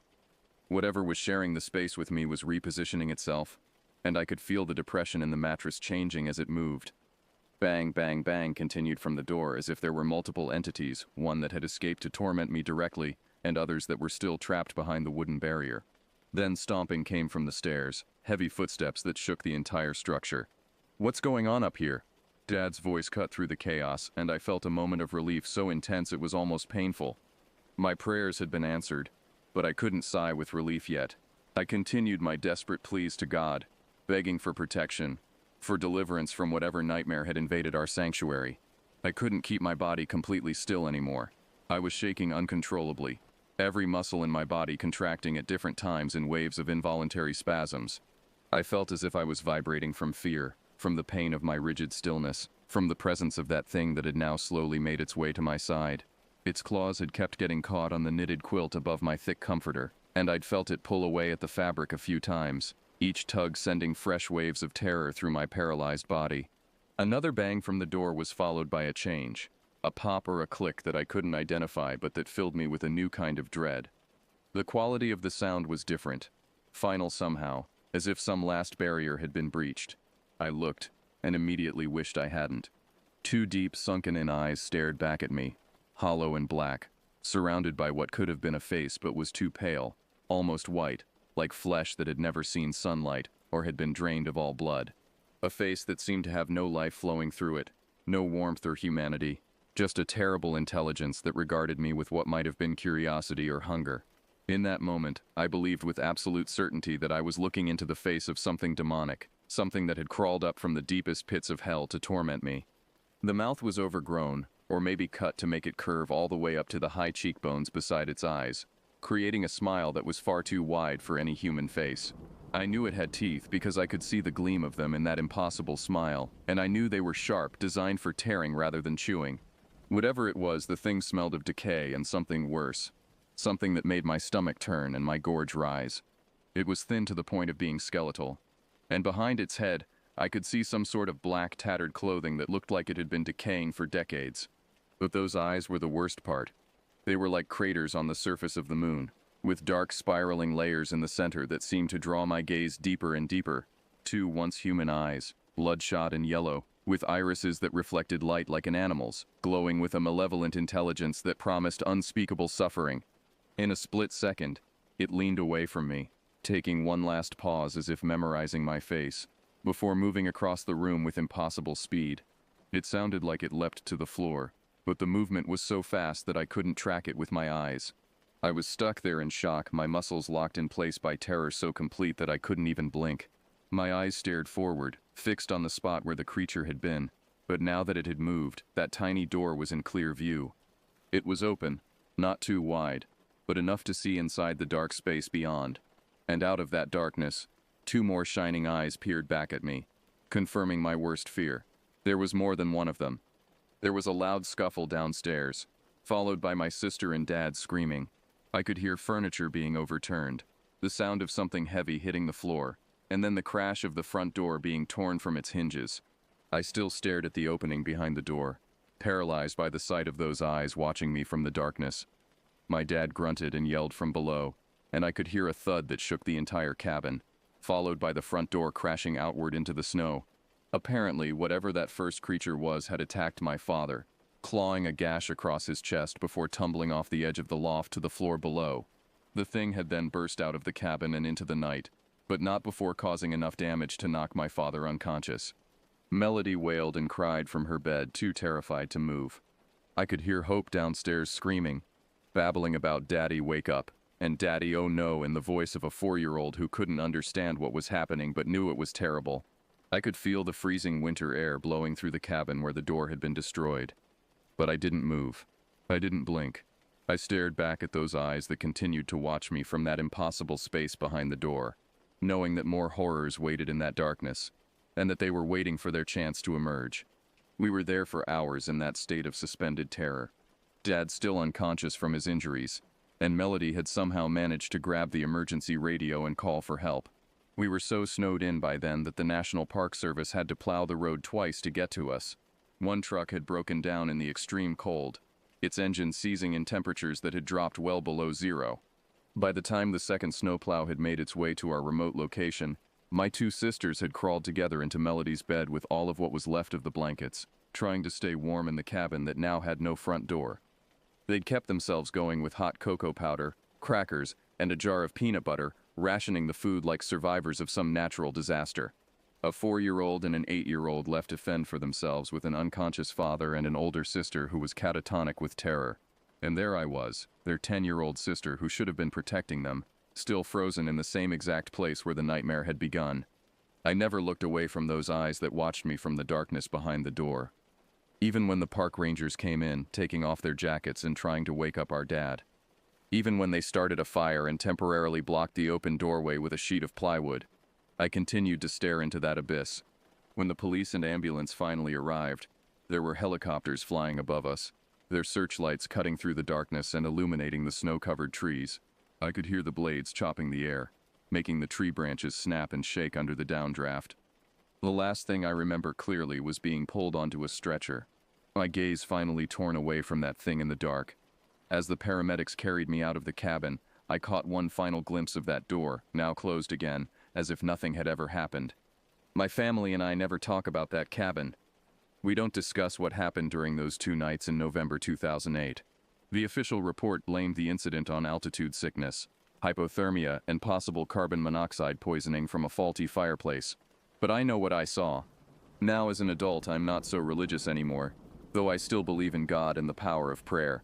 I have a few ideas as to what those creatures could have been, but it doesn't really matter. Sometimes I still see those long clawed fingers curled around a doorframe before evaporating away into shadow. Maybe one day, I'll really find out what they were and why they chose our family that night. Until then, I live with the knowledge that there are things in this world that exist beyond our understanding, things that wait in dark places for the right moment to reveal themselves to those unlucky enough to cross their path. The scar on my father's chest never fully healed, and he still wakes up sometimes in the middle of the night, checking the locks on all the doors and windows. We moved away from Colorado shortly after that trip, but I know that wherever we go, that memory follows us like a shadow, a reminder that true terror exists in this world, and that faith alone is not always enough to protect us from it.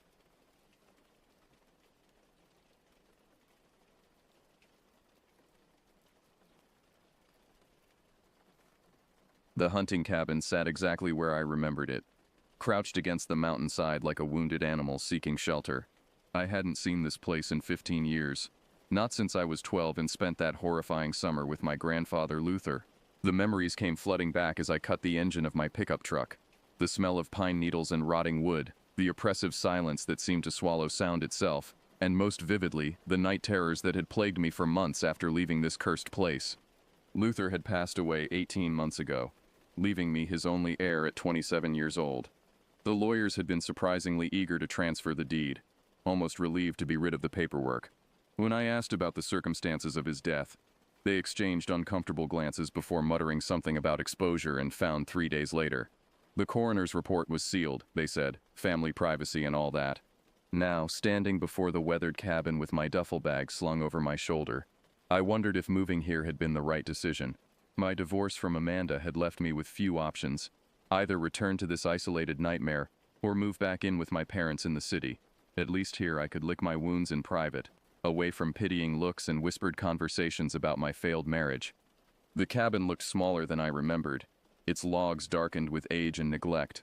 Vines had crept up the eastern wall, and several shutters hung at odd angles like broken limbs. The porch sagged under the weight of accumulated debris, fallen branches, rotted leaves, and what looked like the remains of small animals that had crawled there to die.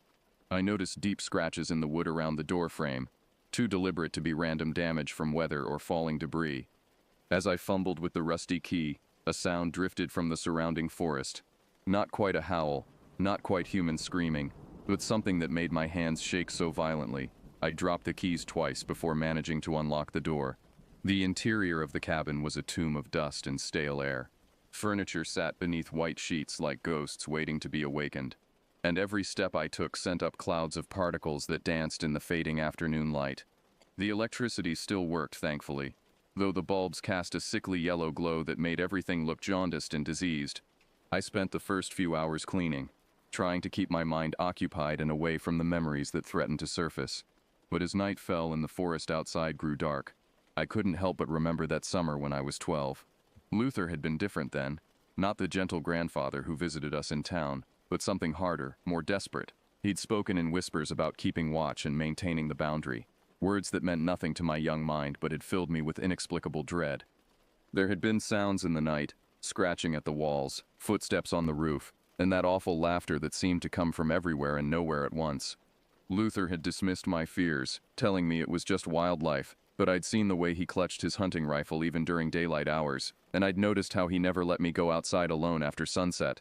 The worst memory was of the morning I'd found him sitting on the porch at dawn, staring into the tree line with tears streaming down his weathered face.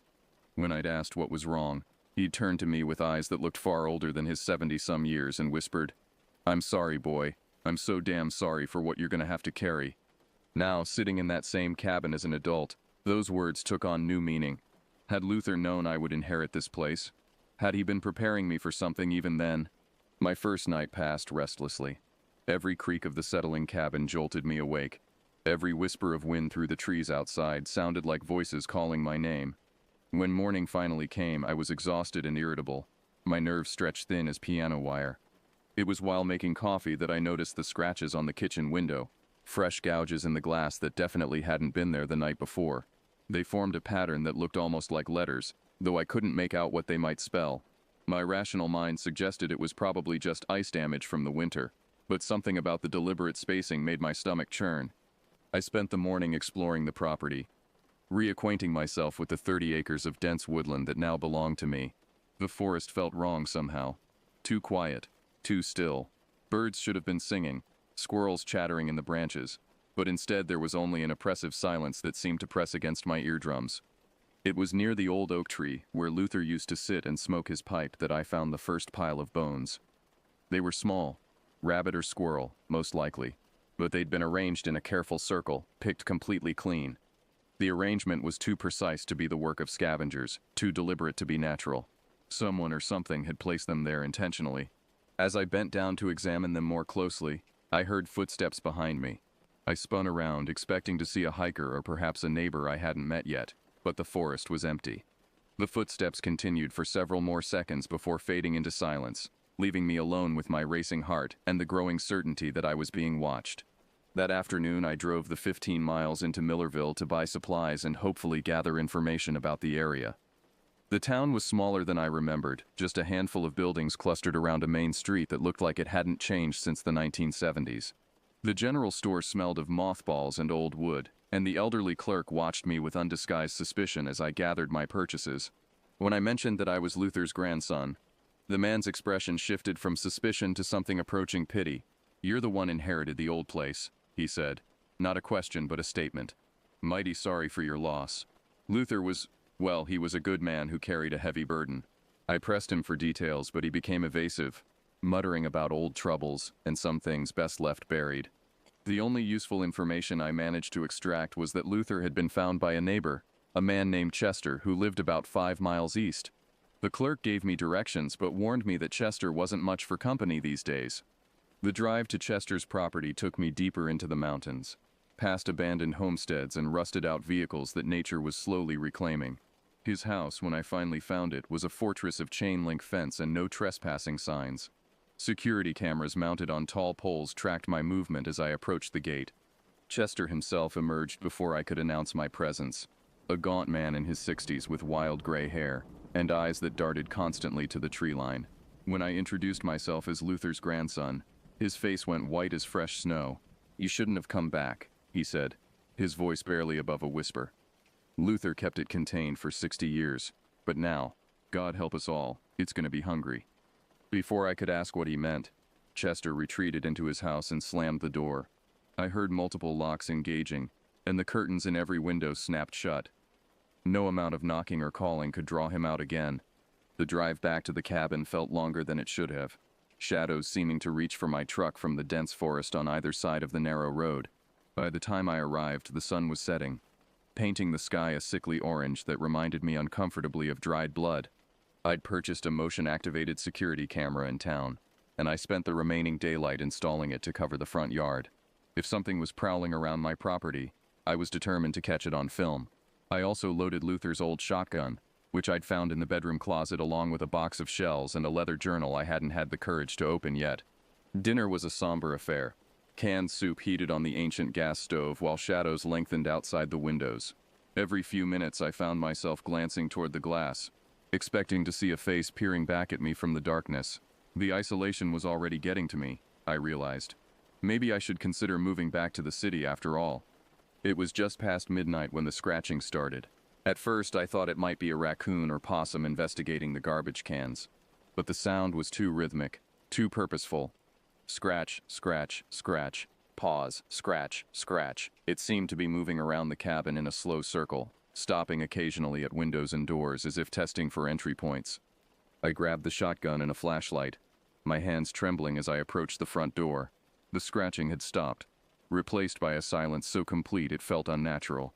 Even with my ear pressed to the door, I couldn't hear so much as an insect buzzing. When I finally worked up the courage to look outside, the motion-activated camera was spinning wildly, as if trying to track something moving too fast for its motors to follow. The yard appeared empty, but the camera continued its frantic dance for several more minutes before finally settling back to its default position. I didn't return to bed that night. Instead, I sat in Luther's old recliner with the shotgun across my knees, watching the windows and waiting for dawn. Exhaustion finally overtook my fear as the first rays of sunlight crept through the cabin windows. I must have dozed off in the chair, because I awoke to find scratches covering every window and door, deep gouges in the wood and glass that formed patterns I couldn't decipher. Whatever had made them possessed claws like razors and the patience to work methodically through the night. The security camera's memory card contained hours of footage, but every frame showed only an empty yard. Either the device was malfunctioning, or whatever was responsible for the damage wasn't showing up on camera. Both possibilities terrified me in different ways. It was while cleaning up broken glass from one of the scratched windows that I finally decided to read Luther's journal. The leather cover was worn smooth by decades of handling, and the pages were filled with cramped handwriting that became increasingly erratic as the entries progressed. The early entries, dating back nearly 60 years, described what Luther called the Accord, An agreement made with something he referred to only as the Hungry One, in exchange for regular offerings of fresh meat and blood. This entity would remain in the deep woods and not venture near human settlements. Luther had inherited this responsibility from his own grandfather, who had inherited it from his grandfather before him. The offerings had to be made every new moon, left at specific locations throughout the forest. Miss a single payment, Luther wrote, and the Hungry One would come collecting what it was owed, with interest. The entries described several instances when neighboring families had disappeared entirely, their homes found empty except for scratches on the walls and the lingering smell of something that wasn't quite animal and wasn't quite human.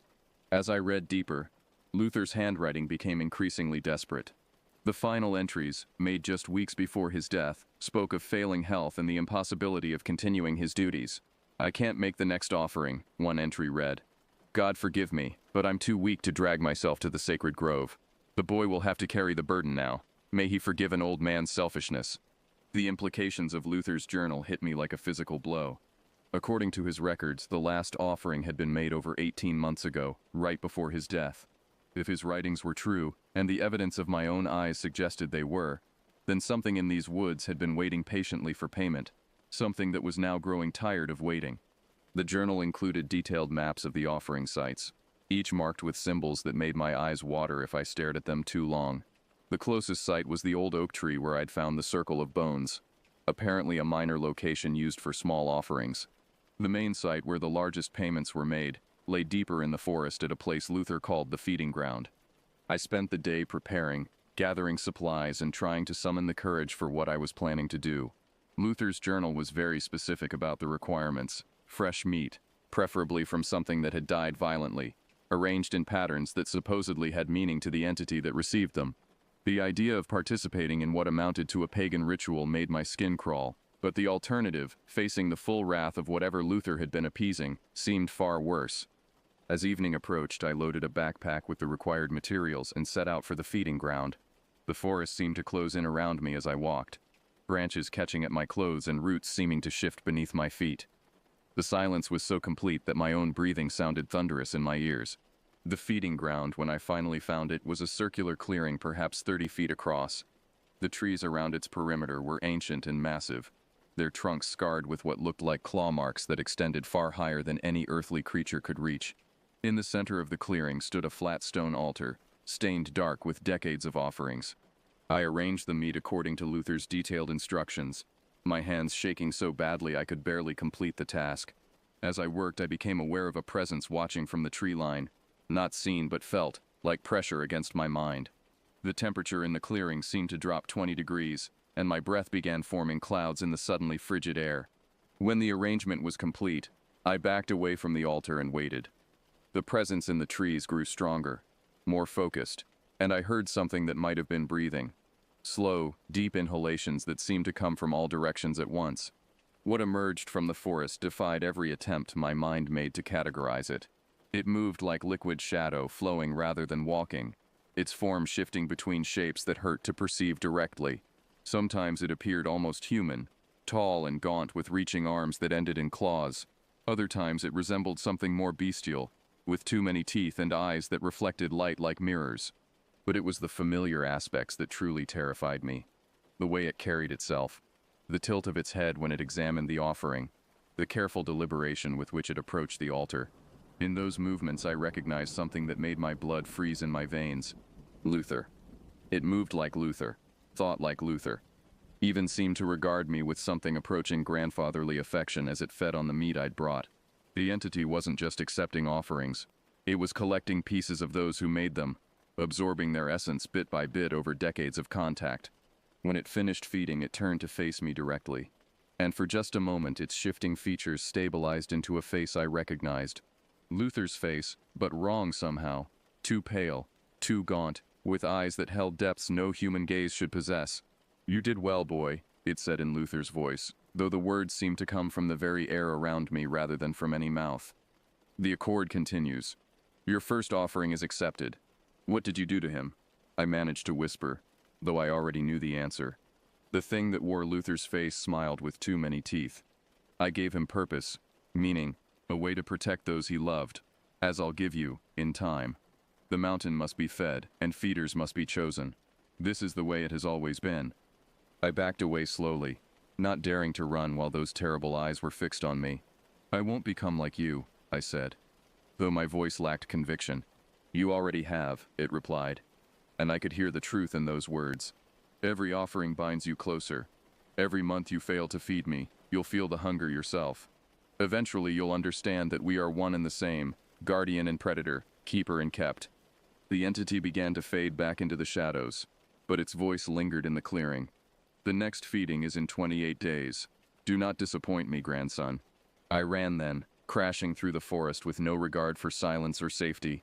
Luther's journal clutched against my chest like a shield. Behind me, I could hear laughter that might have been wind through the trees, or might have been something far worse. Now I sit in the cabin, writing this account with shaking hands while dawn breaks over the mountain. The scratches on the windows have stopped, and an unnatural calm has settled over the forest. For now, the entity is satisfied. But I can already feel it.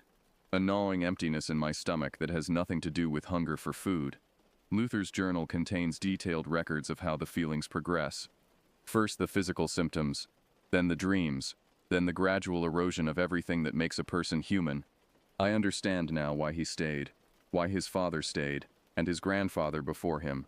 The mountain demands its due, and someone must pay the price. The alternative, letting that thing loose on the world beyond these trees, is unthinkable. In 28 days I'll return to the feeding ground, and in time, perhaps decades from now, some other poor soul will inherit this burden from me. God help them, for I certainly cannot help myself. The mountain must be fed, and I am its willing servant now, whether I want to be or not.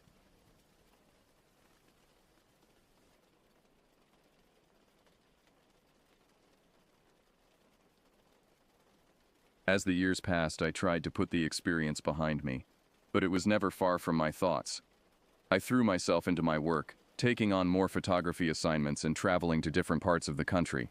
But no matter where I went, I couldn't shake the feeling that I was being watched. One crisp autumn day, about 5 years after my encounter in the Allegheny National Forest, I received an unexpected letter. The envelope was plain, with no return address.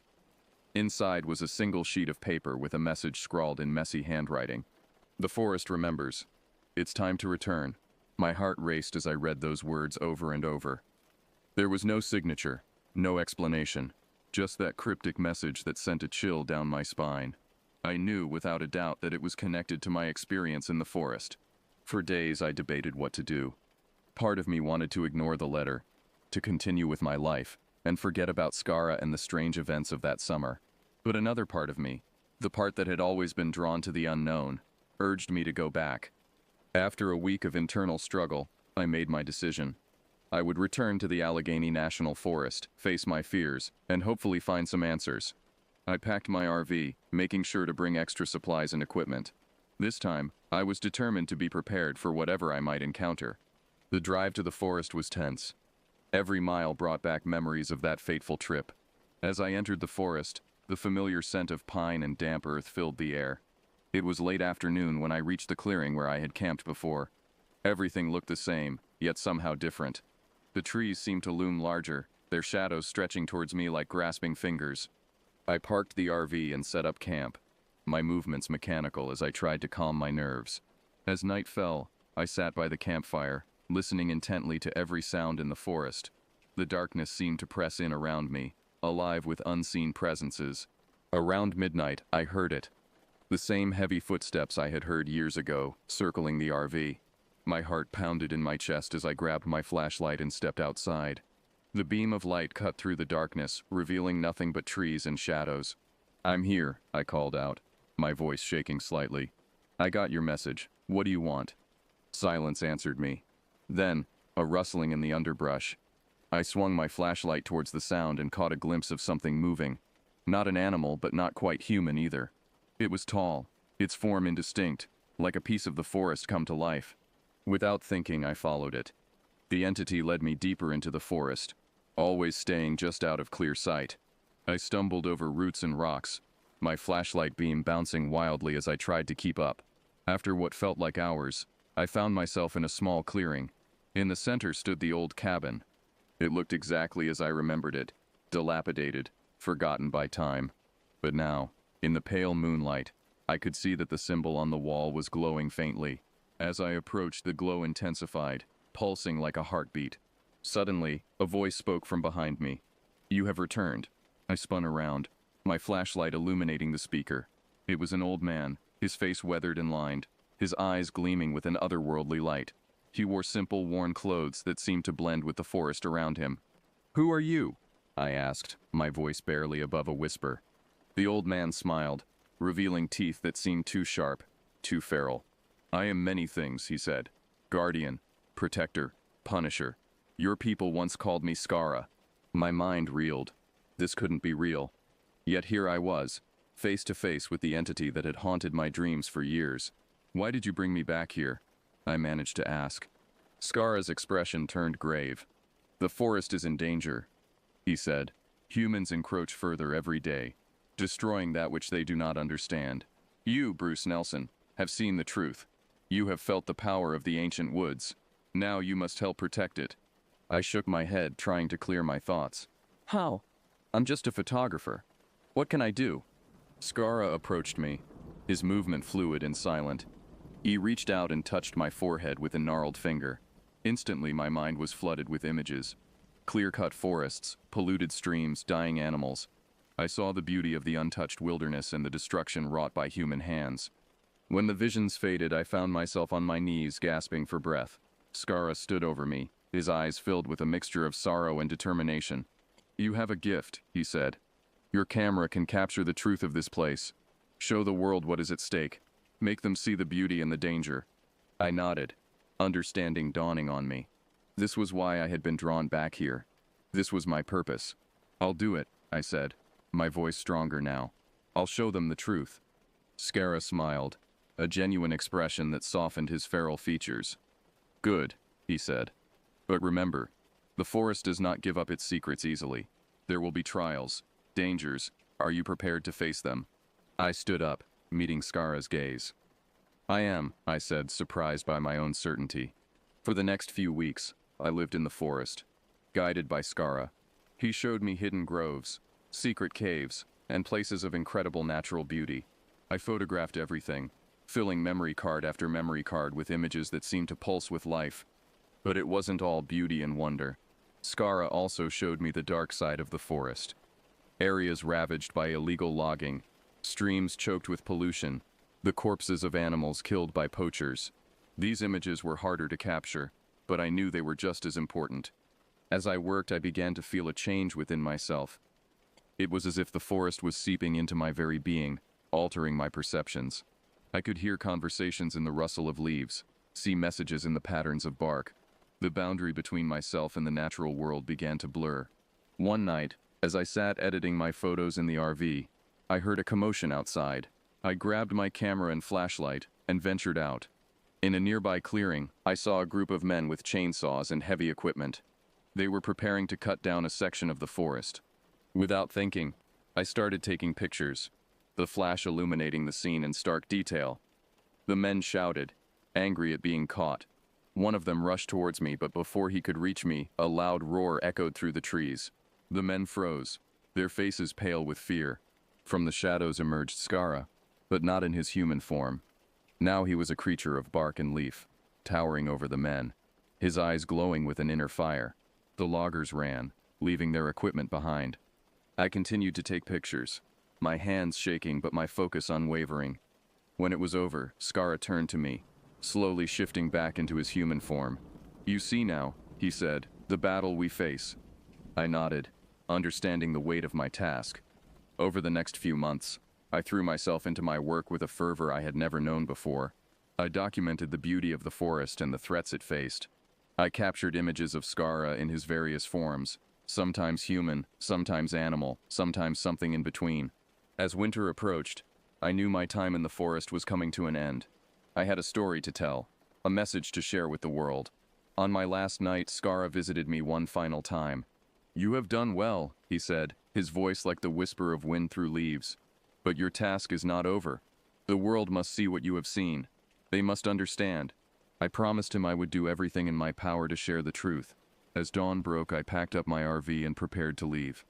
As I drove away, I caught a glimpse of Skara in my rearview mirror, standing at the edge of the forest. Then he was gone, melting back into the trees. The months that followed were a whirlwind of activity.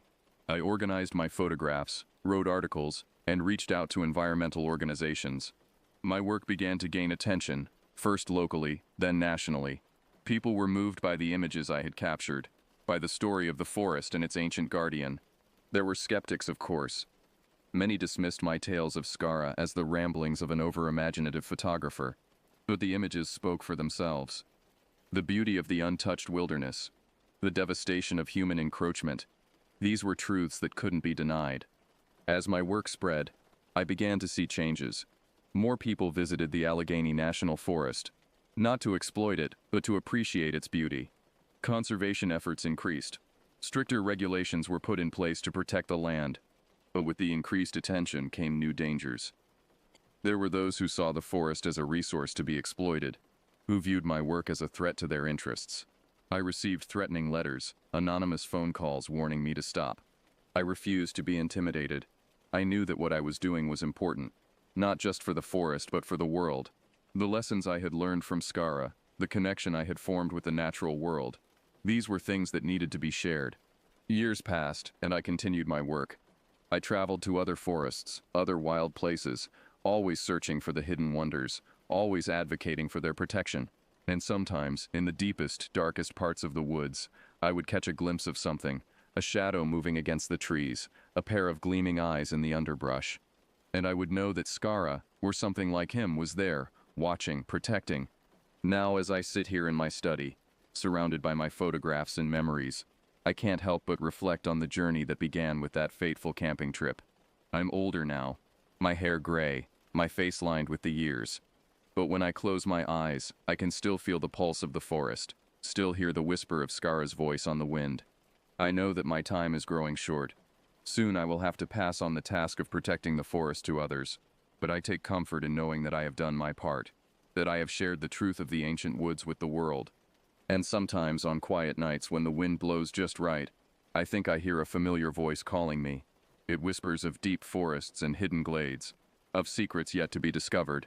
And I know that one day, when my work here is done, I will answer that call. I will return to the forest one last time, to walk among the ancient trees and stand beside their timeless guardian.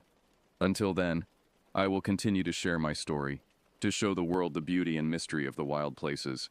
For in protecting them, we protect ourselves. We preserve the ancient wisdom, the deep magic that still lives in the heart of the forest. And who knows, perhaps one day you too will hear the call of the woods. Perhaps you'll find yourself standing at the edge of a dark forest, feeling the weight of unseen eyes upon you. And if you do, remember my story. Remember that there are still wonders in this world, still mysteries to be uncovered. All you have to do is step into the shadows and listen to the whispers of the trees.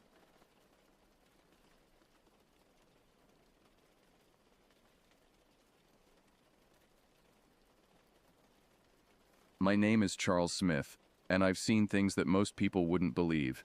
At 64 years old, with over a decade of experience as a park ranger under my belt, I thought I'd seen it all, but nothing could have prepared me for what happened that day in Big Bend National Park, Texas. I grew up in a small town in Ohio, where the tallest buildings were grain silos and the most exciting thing that ever happened was the annual county fair.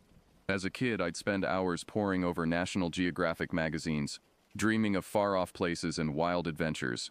When I hit my 50s, after a long career in accounting that left me feeling unfulfilled, I decided it was time for a change. That's how I ended up here, in the heart of the Chihuahuan Desert, living a life I'd only dreamed about as a boy. The vastness of Big Bend never fails to take my breath away. Over 800,000 acres of rugged beauty, from the Chisos Mountains to the winding Rio Grande. It's a place where you can walk for days without seeing another soul, where the silence is so complete you can hear your own heartbeat. Most people find that kind of solitude unnerving, but for me, it's always been a comfort.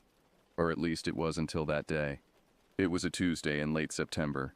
The kind of day where summer's heat still clings to the air. But you can feel the promise of autumn just around the corner. I remember it clearly because it was my wedding anniversary. Sarah, my wife of 40 years, had passed away 2 years prior, and I'd taken to working on that day to keep the memories at bay. I started my shift like any other. The sun was just peeking over the eastern horizon as I pulled up to the ranger station in my old Ford pickup. The air was crisp, and the scent of creosote bush hung heavy. That distinct smell of the desert that always reminds me of rain, even when the sky is cloudless. Inside the station, I poured myself a cup of coffee. Black, no sugar, and checked the logbook. Nothing unusual had been reported overnight. A few campers in the Chisos Basin, a group of hikers planning to tackle the South Rim Trail, and a lone backpacker who'd registered for a week-long trek through some of the park's more remote areas. As I sipped my coffee, I couldn't shake the feeling that something was off. Maybe it was the date, maybe it was just my old bones sensing a change in the weather, but something felt different. I grabbed my gear, water, first aid kit, radio, and sidearm, and headed out. My plan was to patrol one of the less traveled areas of the park, a stretch of rugged terrain about 15 miles from the main road. It's the kind of place where even experienced hikers rarely venture, full of narrow canyons and hidden caves.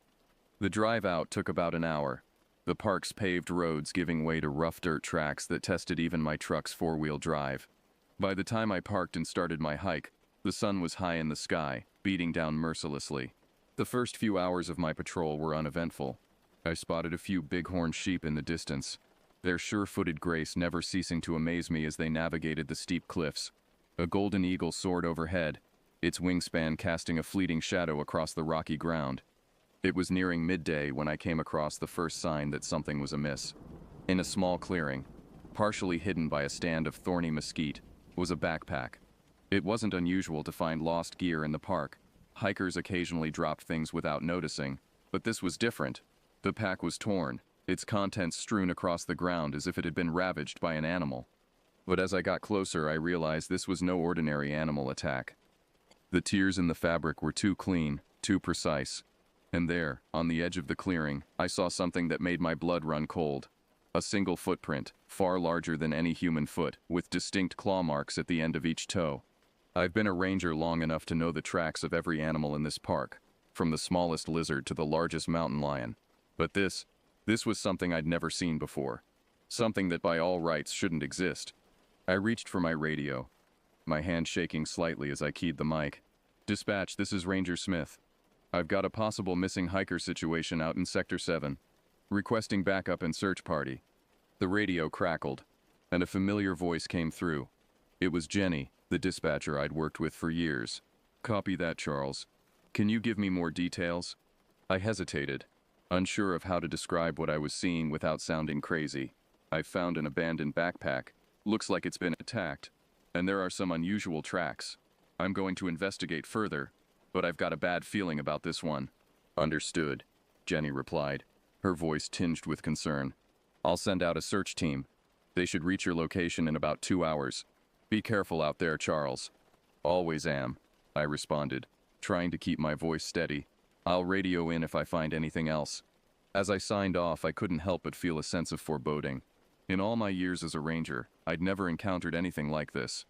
I took a deep breath, steeling myself for what lay ahead. Little did I know, my world was about to be turned upside down, and nothing would ever be the same again. With a sense of trepidation, I began to follow the trail of destruction. It led me deeper into a narrow canyon, the high walls casting long shadows that seemed to reach out like grasping fingers. The air grew cooler as I ventured further in, the silence broken only by the crunch of gravel under my boots and my own measured breathing. About half a mile in, I came across another disturbing scene. A small campsite, hastily abandoned by the looks of it. A tent lay in tatters, its contents scattered across the rocky ground. A portable stove was overturned, and next to it, a half-eaten meal still in its pot. Whatever had happened here, it had happened fast. But it was what I saw next that made my heart skip a beat. Blood. Not much, just a few drops leading away from the campsite and into a thicket of scraggly bushes. I swallowed hard, my mouth suddenly dry. In all my years as a ranger, I'd never hoped so fervently to find an injured animal rather than a person. With my hand resting on the butt of my sidearm, I cautiously approached the thicket. The branches seemed to part of their own accord, revealing a small clearing beyond. And there, in the center of that clearing, was a sight that would haunt me for years to come. A body. A man, probably in his late 30s, lying face down on the dusty ground. Even from a distance, I could see that he was beyond help. His clothes were shredded, and deep gashes crisscrossed his back and arms. It looked like he'd put up one hell of a fight, but against what? I approached slowly, my senses on high alert. The air was thick with the metallic scent of blood, mixed with something else, something musky and alien that made the hairs on the back of my neck stand up. As I knelt beside the body, I noticed something clutched in the man's right hand. Carefully, I pried open his stiffened fingers. It was a camera, a high-end model, the kind serious photographers use. Had he captured something on film, something he wasn't meant to see? I stood up, my mind racing. I needed to call this in, secure the area, wait for backup. But before I could reach for my radio, a sound stopped me dead in my tracks. A low guttural growl that seemed to come from everywhere and nowhere at once. I spun around, my hand flying to my weapon. The canyon walls seemed to loom closer, the shadows deeper and more menacing. And then I saw it. At first, I thought it was a trick of the light, a shadow moving among the rocks. But as it emerged into a patch of sunlight, I realized I was looking at something that defied explanation. It was humanoid in shape, but far from human.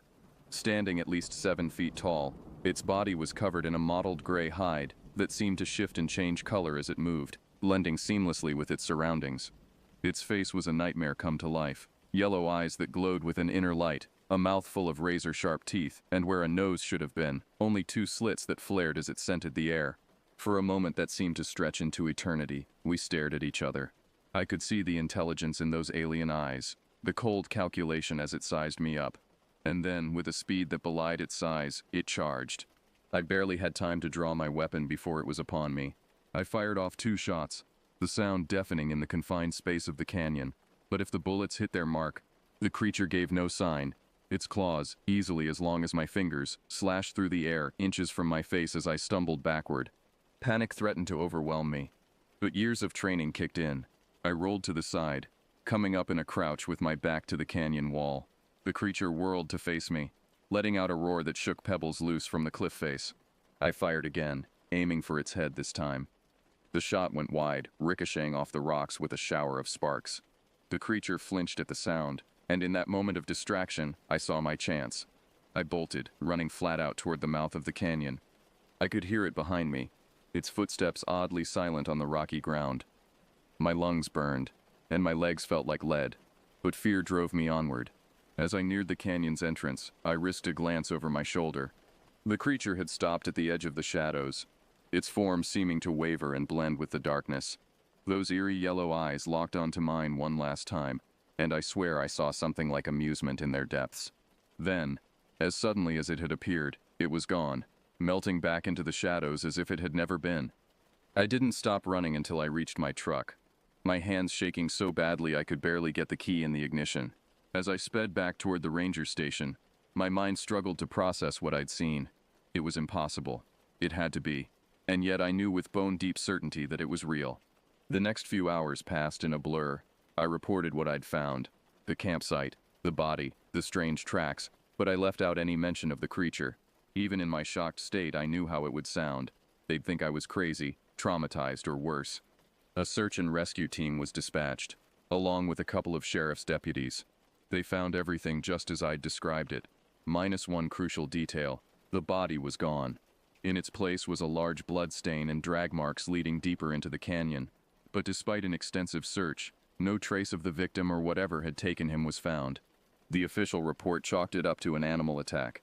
Probably a mountain lion. The missing body was attributed to scavengers.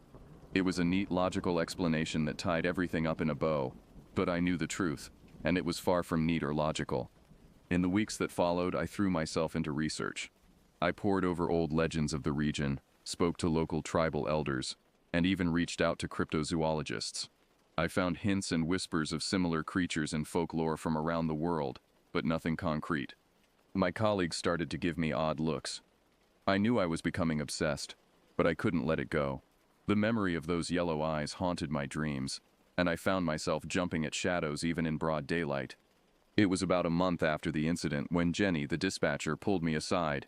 "Charles," she said, her voice gentle but firm, "I'm worried about you. Maybe it's time to think about taking some leave. What you saw out there, it's okay to be shaken up." I wanted to tell her everything, to make her understand that what I'd seen was real, but I knew how it would sound.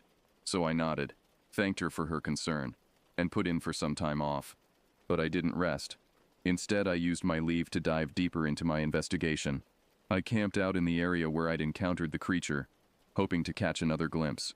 I set up trail cameras and spent hours reviewing the footage, looking for any sign of something out of the ordinary.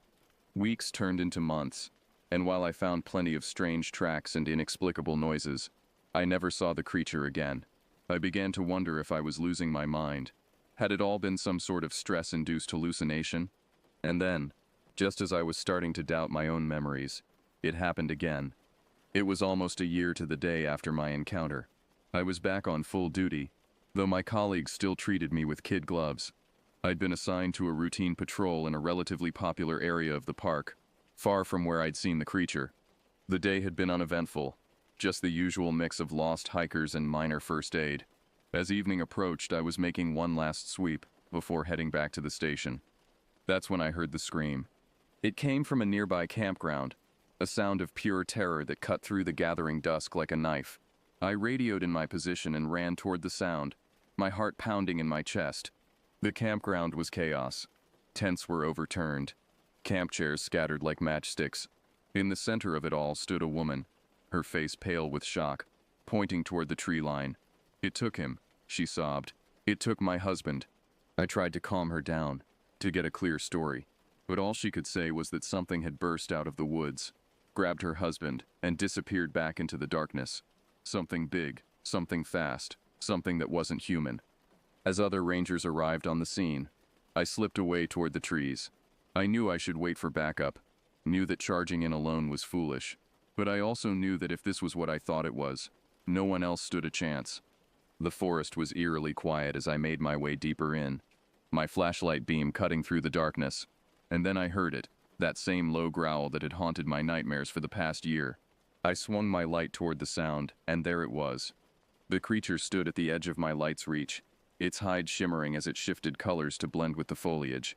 In one massive hand it held the limp form of a man, the missing husband, I presumed. Our eyes met, and I saw recognition flare in those alien orbs. It remembered me, and this time, it wasn't running away. I raised my weapon, knowing it was likely futile but unable to stand by and do nothing.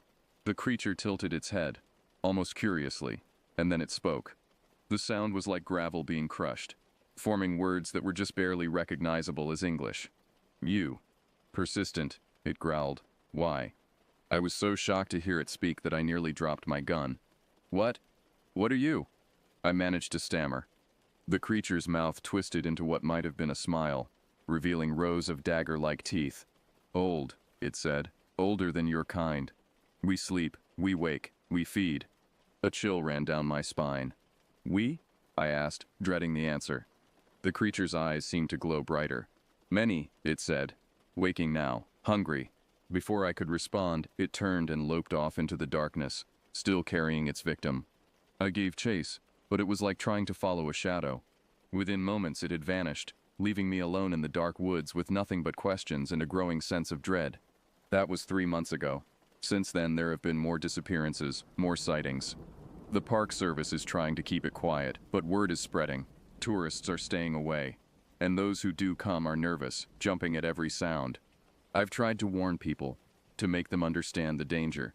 But who's going to believe the ramblings of an old park ranger? They pat me on the back, tell me to take it easy, assume I'm cracking under the stress. But I know the truth. There's something out there in the vast wilderness of Big Bend. Something old, something hungry, something that sees us as nothing more than prey. And it's not alone. I don't know where these creatures came from, or why they're waking up now. Climate change? Seismic activity? Some cosmic cycle beyond our understanding? Your guess is as good as mine. What I do know is that we're not prepared. Our weapons seem useless against them, and they're smarter than any animal I've ever encountered. They're learning, adapting, and I fear it's only a matter of time before they start venturing beyond the park's borders. So why am I telling you all this? Partly to warn you, I suppose. If you're planning a trip to Big Bend, or any remote wilderness area for that matter, be careful. Be aware. And if you hear something strange in the night, something that sends a chill down your spine and makes your hair stand on end, don't investigate. Run. But mostly I'm telling you this because I need someone to know the truth. I'm an old man, and I don't know how much longer I'll be around to keep watch. Someone needs to be prepared for what's coming. Because make no mistake, something is coming. Those creatures, whatever they are just the beginning. They're waking up all over the world, emerging from long slumber into a world that's forgotten they ever existed. As for me, I'm still here, still doing my job. Every day I put on my uniform and head out into the park, knowing that I might not come back. But someone has to stand guard. Someone has to be ready. So if you're ever out in Big Bend and you see an old ranger keeping watch, that'll be me. And if you hear stories about strange sightings or unexplained disappearances, pay attention. Because the world is changing, and the things that go bump in the night aren't just stories anymore. They're real, they're here, and they're hungry.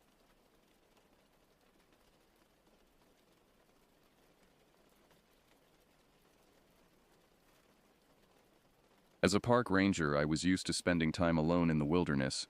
But this solo patrol felt different from the start. An unseasonable chill hung in the late summer air as I hiked deeper into the remote Alaskan forest, my boots crunching on the carpet of dried pine needles. I had volunteered for this week-long assignment, eager for solitude after a summer packed with guiding ecotourists and coordinating search and rescue missions. Still, something about the silent forest set my nerves on edge. The usual chatter of squirrels and birdsong was oddly absent. Even the wind lay still, not a leaf rustling in the canopy above. After a few hours of steady hiking, I paused for a water break near a small stream. The crystal-clear water burbled softly as it flowed over mossy rocks. But no insects skimmed the surface. No trout darted in the shallows. Shaking off a shiver, I shrugged out of my heavy backpack and knelt to fill my canteen. As I screwed the cap back on, a flicker of movement in my peripheral vision made me spin around, pulse racing. I squinted into the dim gaps between the towering spruce and hemlock trunks. Nothing moved. The back of my neck prickled with the uncanny certainty of being watched. I scanned the ferny undergrowth, the latticework of bare lower branches. Emptiness stared back at me. Unnerved, I stood and hefted my pack, suddenly eager to put more miles behind me before dusk fell. But as I turned to get my bearings, an uneasy jolt rolled through me. The trail had vanished. Creeping disorientation came over me as I turned in a slow circle. Dappled shadows blanketed the forest floor in all directions, concealing any trace of the path I'd been following all day. I pulled out my GPS unit and frowned at the screen. It showed me at least 2 miles off course, deep in a valley I didn't recognize on my maps. How was that possible? A crack like a snapping branch echoed from the silent woodland behind me. I spun toward the sound, my walking stick raised defensively in front of me. Straining to see into the gloom, I caught a waft of a rancid dead meat odor just before something pale whipped out of sight behind a massive trunk. Heart hammering, I edged backward until my pack bumped rough bark, eyes darting. My instincts screamed danger, urging me to run. But which way was safety? As the murky light faded towards night, all sense of direction deserted me. I was lost in the gathering dark, and I was no longer alone. Fog curled between the craggy trunks as I stumbled through the underbrush, following the stream downhill. My headlamp cast a feeble glow in the myopic darkness, illuminating mossy hummocks and veils of mist that parted before me like spectral cobwebs. Occasionally, I caught the gleam of animal eyes glinting beyond the edges of the light, but when I tried to focus on them, they winked out like doused coals. Only the spongy ground under my feet seemed real. I tried to concentrate on that tactile connection as the rising whine of whip-poor-wills swallowed my shallow breathing.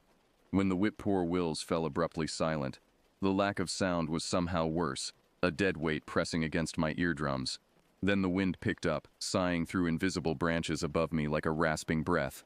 A fetid waft of carrion blew past me, and I stumbled, nearly turning my ankle on a root. Reeling backwards, my light swept across the silty bank of the stream.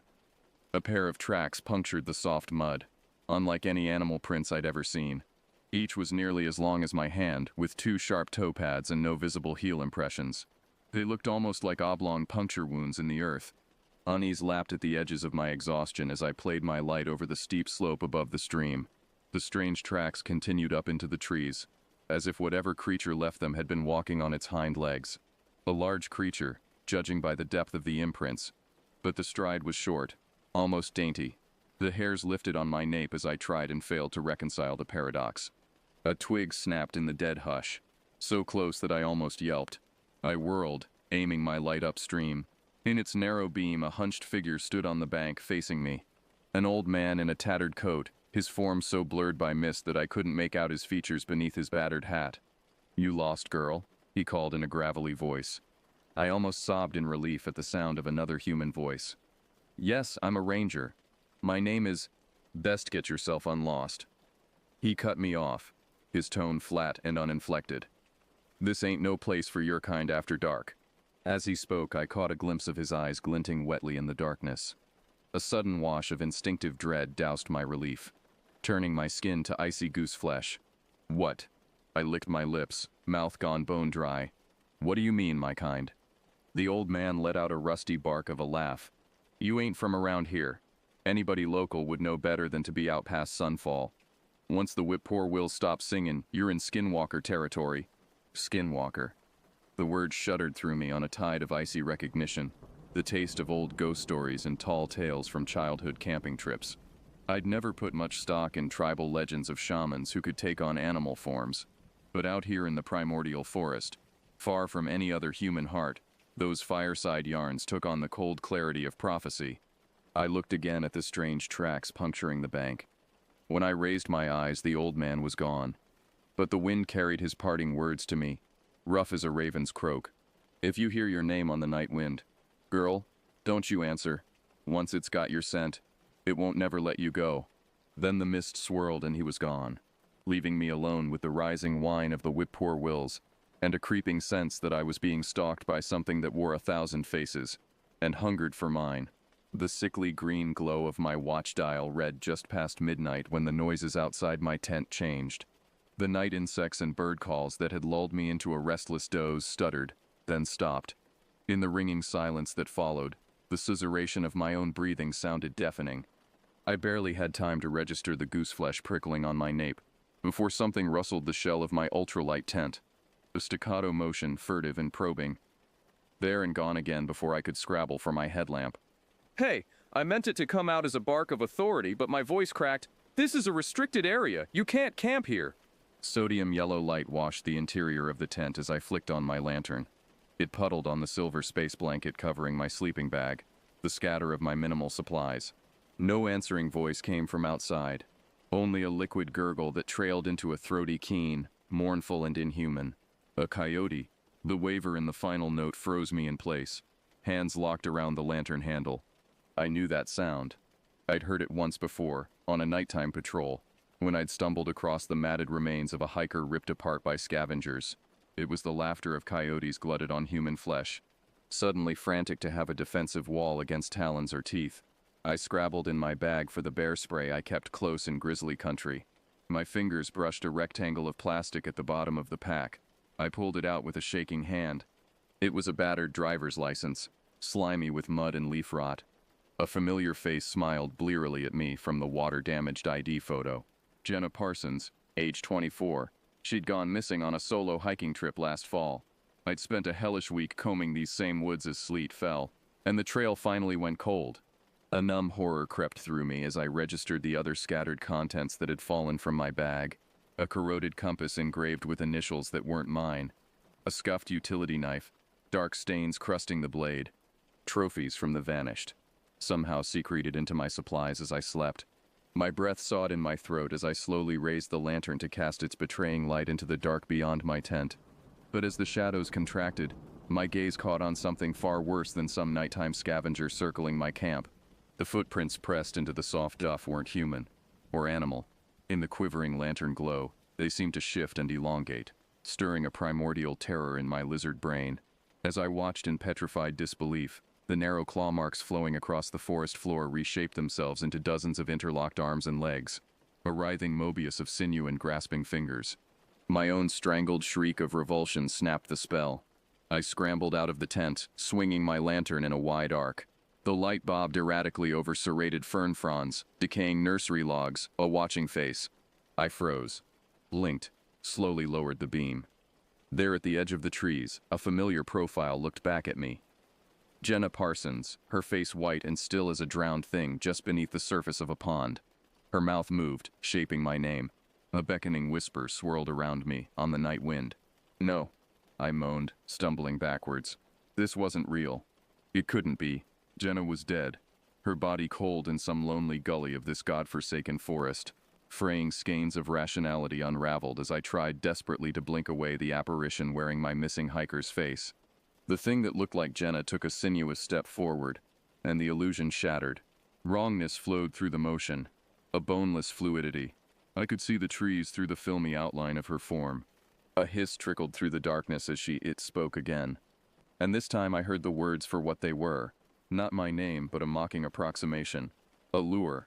With a choked whimper, I wrenched myself out of my paralysis and ran, crashing through the trees in a blind panic. Branches whipped my face and jabbed my ribs as I fled, bouncing off trunks and ripping through snarls of brambles. My headlamp flickered wildly, the beam strobing across dancing shadows as demonic laughter swelled behind me. I ran until my legs gave out and I sprawled in the loam, sobbing. The whippoor-wills met my desperate gulps for air with silence. Overhead, unfamiliar stars glittered coldly in a vault of strange constellations. I was lost in a hostile wood that had swallowed me whole, stalked by something that wore dead faces. Morning felt very far away.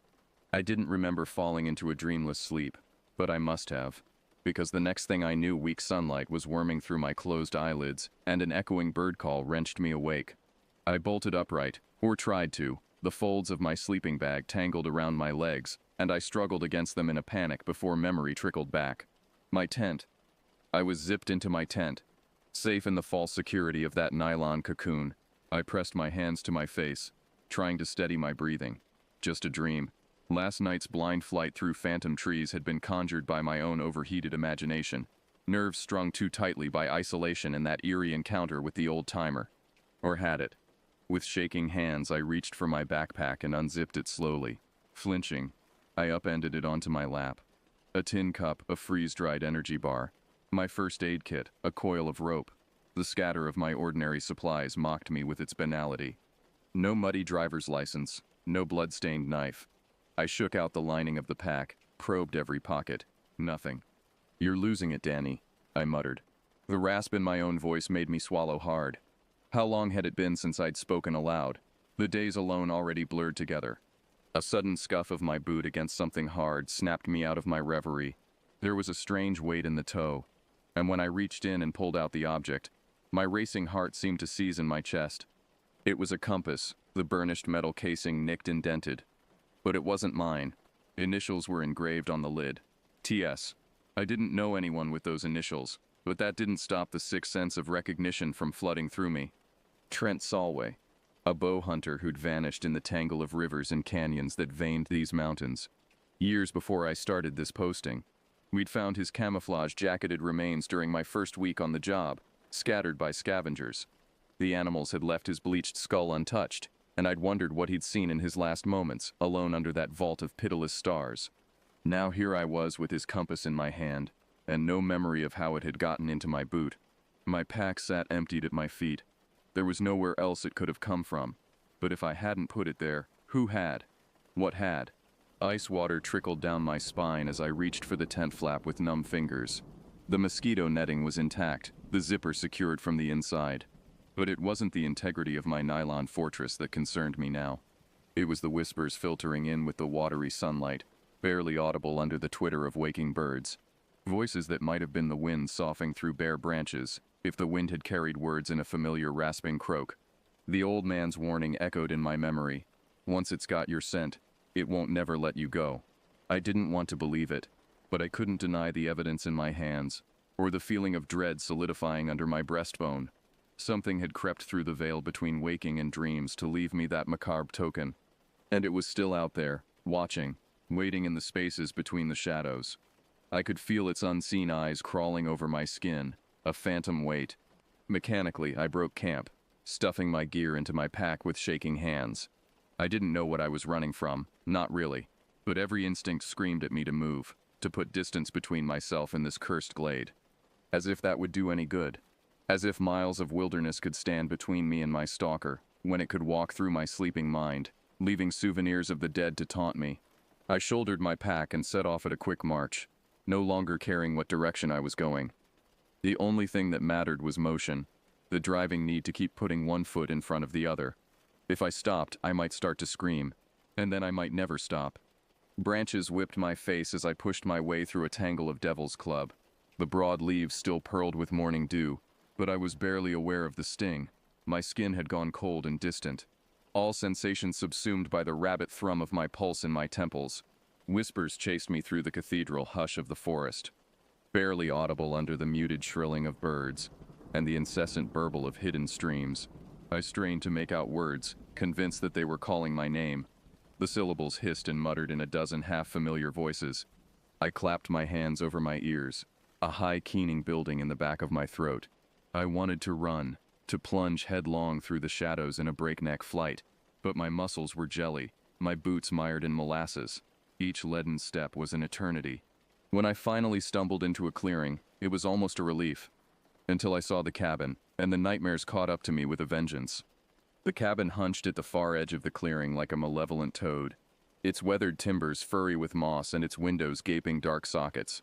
A narrow door yawned crookedly on rusted hinges, and something about that hungry void sent a bolt of primitive terror straight down my spine. But it was too late to run. The heavy ache in my legs told me I'd pushed myself past the limit of my endurance. If I didn't rest soon, I'd collapse. The cabin, for all its dilapidated menace, offered shelter, a chance to get my bearings, maybe even find a map or a radio inside. Hating the defeated slump of my shoulders, I slogged across the clearing, waist-high grass susurrated against my legs, heavy with dew. By the time I reached the weathered stoop, my jeans were soaked through and my boots squished with each step. The door resisted my first tug, the warped wood groaning in its frame. For a second I thought it was locked, that I'd have to bust a window to gain entry, but as I threw my weight against it with mounting desperation, something gave with a screech of rusted metal and the door shuddered open.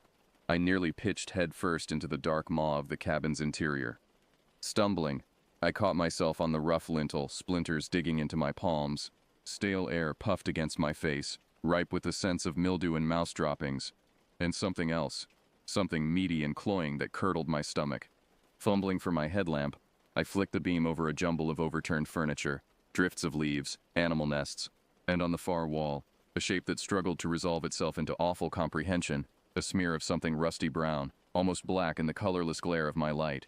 It forked into the crude outline of a body spread-eagled across the buckled floorboards. A sob hitched in my throat as I swept the beam lower.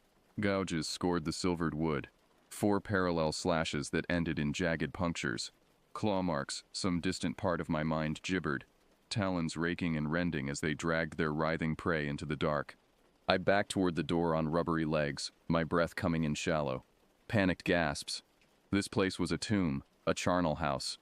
The scene of some untold atrocity, the splatters too aged to be from an animal attack. As I scrabbled for the threshold, my foot struck something soft and yielding. I looked down in sudden, superstitious dread, my stomach a hard, cold knot against my spine. It was a backpack, the straps frayed as if chewed by rodents. The canvas was almost black with old bloodstains. Bile scalded the back of my throat, a scream building in my lungs. But before it could tear loose, a flicker of movement in my peripheral vision froze me in place. Slowly, I raised my head.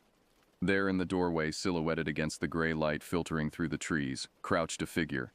Its form seemed to ripple and contort, muscles sliding liquidly beneath hairless skin, the ashen color of a bloodless corpse. As I watched in mute horror, unable to so much as draw breath to scream, the thing unfolded from its crouch and rose to a towering height. Stick-thin arms dangled at its sides, too many elbows bending at obscene angles. Its head tilted slowly, bird-like, as if considering me. A featureless oval dominated by a lipless mouth and a pair of glinting reptilian eyes. I fumbled for my bear spray, an old lecture on wildlife safety flitting inanely through my head. Make yourself big. Shout. Stand your ground. But some deep wailing terror in my lizard hindbrain howled that this thing would devour me without ever touching me, that no weapon forged by human hands could save me. It paced across the threshold, its elongated legs bending in ways that curdled my sanity. The door creaked shut behind it, and suddenly I knew with sinking certainty that I'd been herded here. This was where it fed, where it played with its food.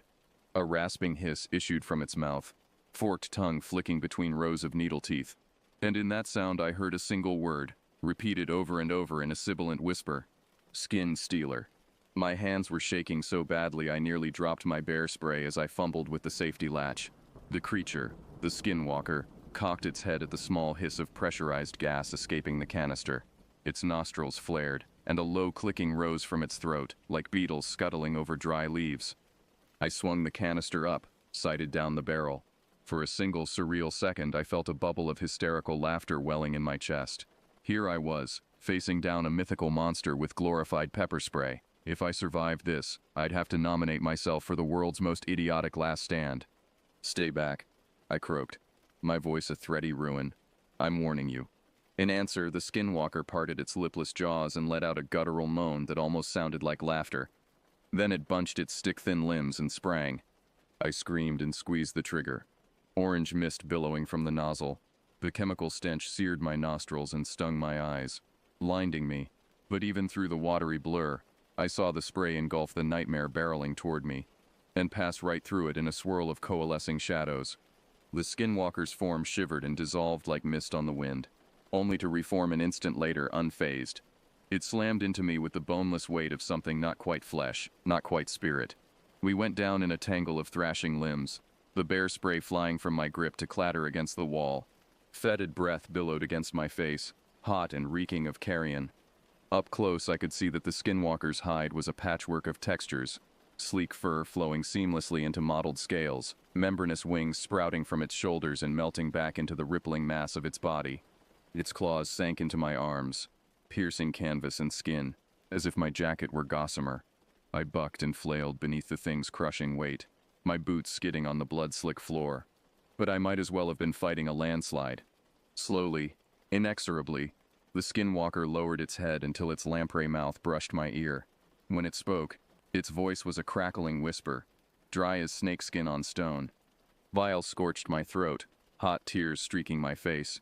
I threw every ounce of my failing strength into one last desperate heave, and by some miracle I managed to twist free just enough to spot my salvation, my fallen canister of bear spray, lying in arm's reach against the blood-stained wall.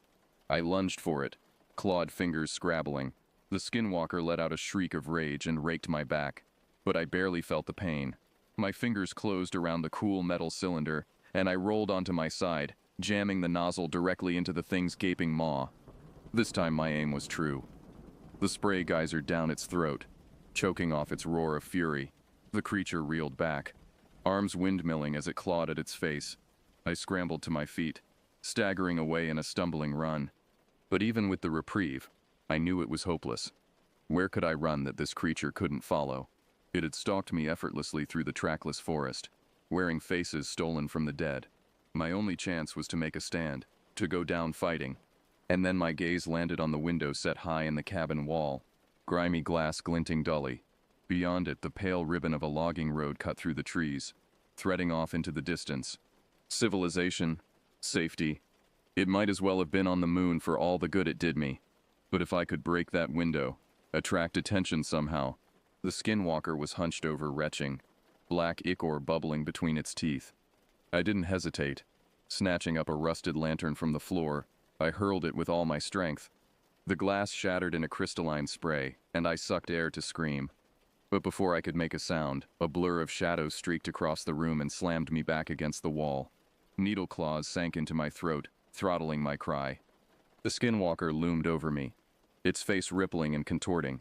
For a heart-stopping moment, its features resolved into a grotesque collage, the leathery brow of the old man from the stream, Jenna's hazed eyes, the rictus of Trent Solway's skull, all the stolen skins it had ever worn, melting and flowing together in an obscene masquerade. No escape, it rasped, tightening its stranglehold. Only the forever darkness. The edges of my vision crumbled into static as I sagged in its unbreakable grip. The last thing I saw before the void rose up to take me was the skinwalker's mouth gaping wide, its jaws unhinging like a snake's to swallow my final breath. And then the world went black, and I knew nothing at all. Consciousness returned in throbbing fragments, pain splintering through my skull with every sluggish beat of my heart. I was lying on something cold and hard, rough wood digging into my back.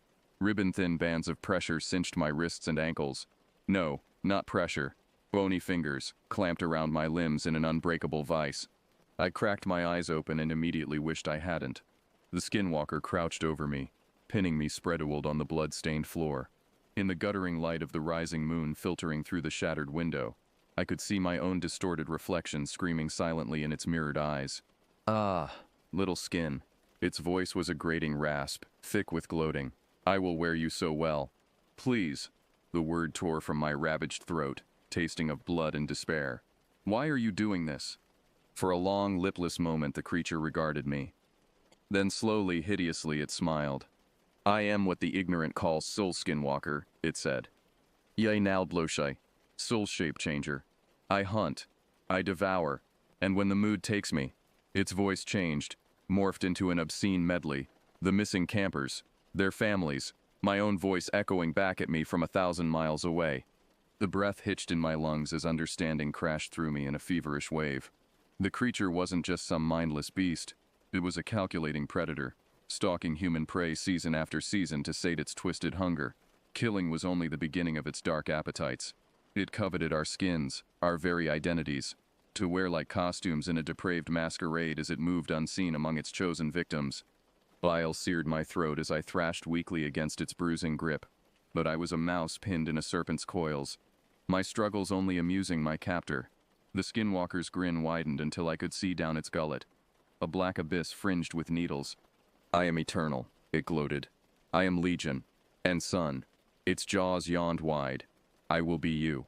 In that moment of blank, howling horror, my paralyzed mind seized on the only possible defense, pitiful and futile as it was. My name, the core of myself, that small, inviolate part no monster could ever steal. I clung to it like a talisman, screaming it over and over inside my head as the creature's maw descended. And then, impossibly, the skinwalker froze. Its head whipped toward the window, the plates of its face rippling with sudden terrible rage. Through the roaring static filling my head, I dimly registered a sound intruding from outside. An engine's growl, tires crunching over gravel. Someone was coming. The skinwalker moved in a lightning blur, flowing to its feet and rebounding off the wall to crouch in the shadow of the door. Its cloak of illusion shivered and thinned until I could see the warped timbers straight through the smoke of its body. I was too weakened by shock and blood loss to scream. All I could do was sag against my bonds and pray to every god that might be listening, that whoever had driven up that abandoned logging road wasn't about to become the skinwalker's next meal. A clunk of a car door slamming, the crunch of boots across gravel. My heart hammered in my throat as I strained my eyes toward the door, willing it to burst open. But the footsteps stopped on the threshold, and a gruff male voice called out, making me jerk against my restraints. "This is Ranger Gunderson with the Park Service. Anybody in there? We got a report of screams coming from this location." My cracked lips worked soundlessly, helpless terror and desperate hope warring in my mangled throat. I had to warn him, had to make him understand the danger. But before I could unstick my tongue from the roof of my mouth, a soft sibilant hiss froze my breath in my lungs. The skinwalker's form pulsed and thickened, shadows slithering together like oil until its gaunt frame solidified into sickening familiarity. The battered hat of the old man from the stream, Jenna's dead eyes in a grinning rictus, a grotesque mummer's motley of its stolen faces. "No trouble, Ranger." Its voice was a perfect mimic of the old man's gravelly rasp. Just a little misunderstanding with an unwanted guest. It glided to my side and curved a proprietary hand around my throat, claws dimpling the skin. I saw my own bulging eyes reflected in its glassy gaze, my mouth stretched in a rictus of mute horror. The ranger's hesitation was palpable, his unease a nearly tangible force. When he spoke again, there was a new wariness in his tone. "I'm going to need you to step out here where I can see you. Keep your hands where I can see them." The skinwalker's grin sharpened, needle teeth glinting in the shadows. But of course, no need for hostilities. It began to glide toward the door, its form rippling and contorting. I saw Jenna's face melt and run like wax, replaced by eyes that glinted with sly reptilian hunger. In seconds it would cross the threshold into the unsuspecting ranger, wearing a mask of innocence, and then the screaming would start. Desperation exploded through me, terror and fury fusing into a white-hot star. I wrenched against my bonds, tendons straining until I felt my wrists start to slicken with blood. The skinwalker hissed a warning and tightened its claws around my throat, but I barely felt the sting. "Run!" I screamed, my voice a ravaged croak. "It's not human! It's going to kill!" The strangling pressure cut off my cries, but it was too late. I heard the ranger's startled oath, the ring of a rifle chambering around. The skinwalker whirled in a blur of motion, just as the door crashed open and the searing beam of a floodlight speared the darkness. "Freeze!" Get on the ground, hands behind your head. The ranger had taken one look at the scene and drawn the only conclusion he could. A young woman bound and bleeding, a wild-eyed man looming over her, but he couldn't see what crouched behind that mask, the horror contorting and billowing as it prepared to spring. No, shoot it, shoot it. I barely recognized my own voice, shrill with hysteria. The skinwalker let out a hissing shriek of rage and frustration. Its form shivered and blurred, caught between its mime of humanity and its true shape, unable to disappear fully beneath the stark floodlight. I saw the whites of the ranger's eyes as his brain grappled with the impossible, the stuff of nightmares boiling up before him. His finger tightened on the trigger, and the rifle roared, painfully loud in the close confines. The bullet passed straight through the skinwalker's chest, exiting in a spray of black mist. For a single terrible moment, the creature's form seemed to buckle and deflate, before it surged upright with a bone-shaking howl. I screamed as the ranger backpedaled, already scrabbling for another cartridge. But the skinwalker was on him faster than thought, a whirlwind of flashing talons and snapping teeth. The ranger's scream cut off in a wet, choking gurgle as the creature's jaws clamped around his throat, worrying him like a dog with a bone. Blood splattered the walls in a fine mist as the skinwalker reared back, still hissing its fury. The ranger's corpse toppled to the floor in a boneless sprawl, flooding the warped boards with crimson. Transfixed by horror, I couldn't look away as the creature crouched over its kill and sank its claws into the gaping ruin of the man's face. Skin and muscle sloughed away in glistening strips as it peeled back his features like a gruesome mask. Oh God. It was harvesting, adding the ranger's face to its grisly wardrobe. I must have made some tiny noise, a whimper or a sob. The skinwalker's head snapped up, torn mouth gaping in a blood-slick grin as it pinned me with its bottomless gaze. And now, little skin, it hissed. Where were we? It prowled toward me, trailing loops of the ranger's intestines. My mind went blank with gibbering panic as I thrashed against my bonds, reopening the clotted wounds at my wrists. The skinwalker loomed over me, its jaws yawning impossibly wide, and froze as a blinding glare flooded the cabin. Headlights, twin suns blazing through the broken window. An amplified voice crackled over a loudspeaker. "This is the police. Come out with your hands up!" The skinwalker shrieked its rage to the rafters, caught between its two halves as the stark beams pinned it in place. I could see the police taking positions outside, silhouettes behind the painful dazzle. Someone must have heard the shot, called 911. I lurched forward with the last of my strength and sank my teeth into the skinwalker's arm. It reared back with a spitting cry, talons ripping free of my flesh. I hit the floor hard, black stars swimming across my vision. Then all hell broke loose as the police stormed the cabin. The skinwalker howled and spun, a dervish of shadows and slashing claws. Gunfire boomed in the close quarters as it fell on the officers in a whirlwind of gore, bullets pocking its mist flesh. I belly crawled across the blood-slick floor, pulse of staccato thunder in my ears. My numb fingers fumbled over the ranger's belt until they closed around the hilt of his survival knife. I gripped it like a talisman as I sawed through my bonds, teeth bared against the searing pain. The skinwalker was an avatar of destruction, unhindered by wounds that would have felled any mortal thing. But even it couldn't stand against the onslaught forever. I saw it stagger beneath the hail of gunfire, its form shivering and thinning, more mist than flesh now as bullets tore through it in sprays of shadowy ichor. It screamed its hate and defiance as it fell back, clawing for the window.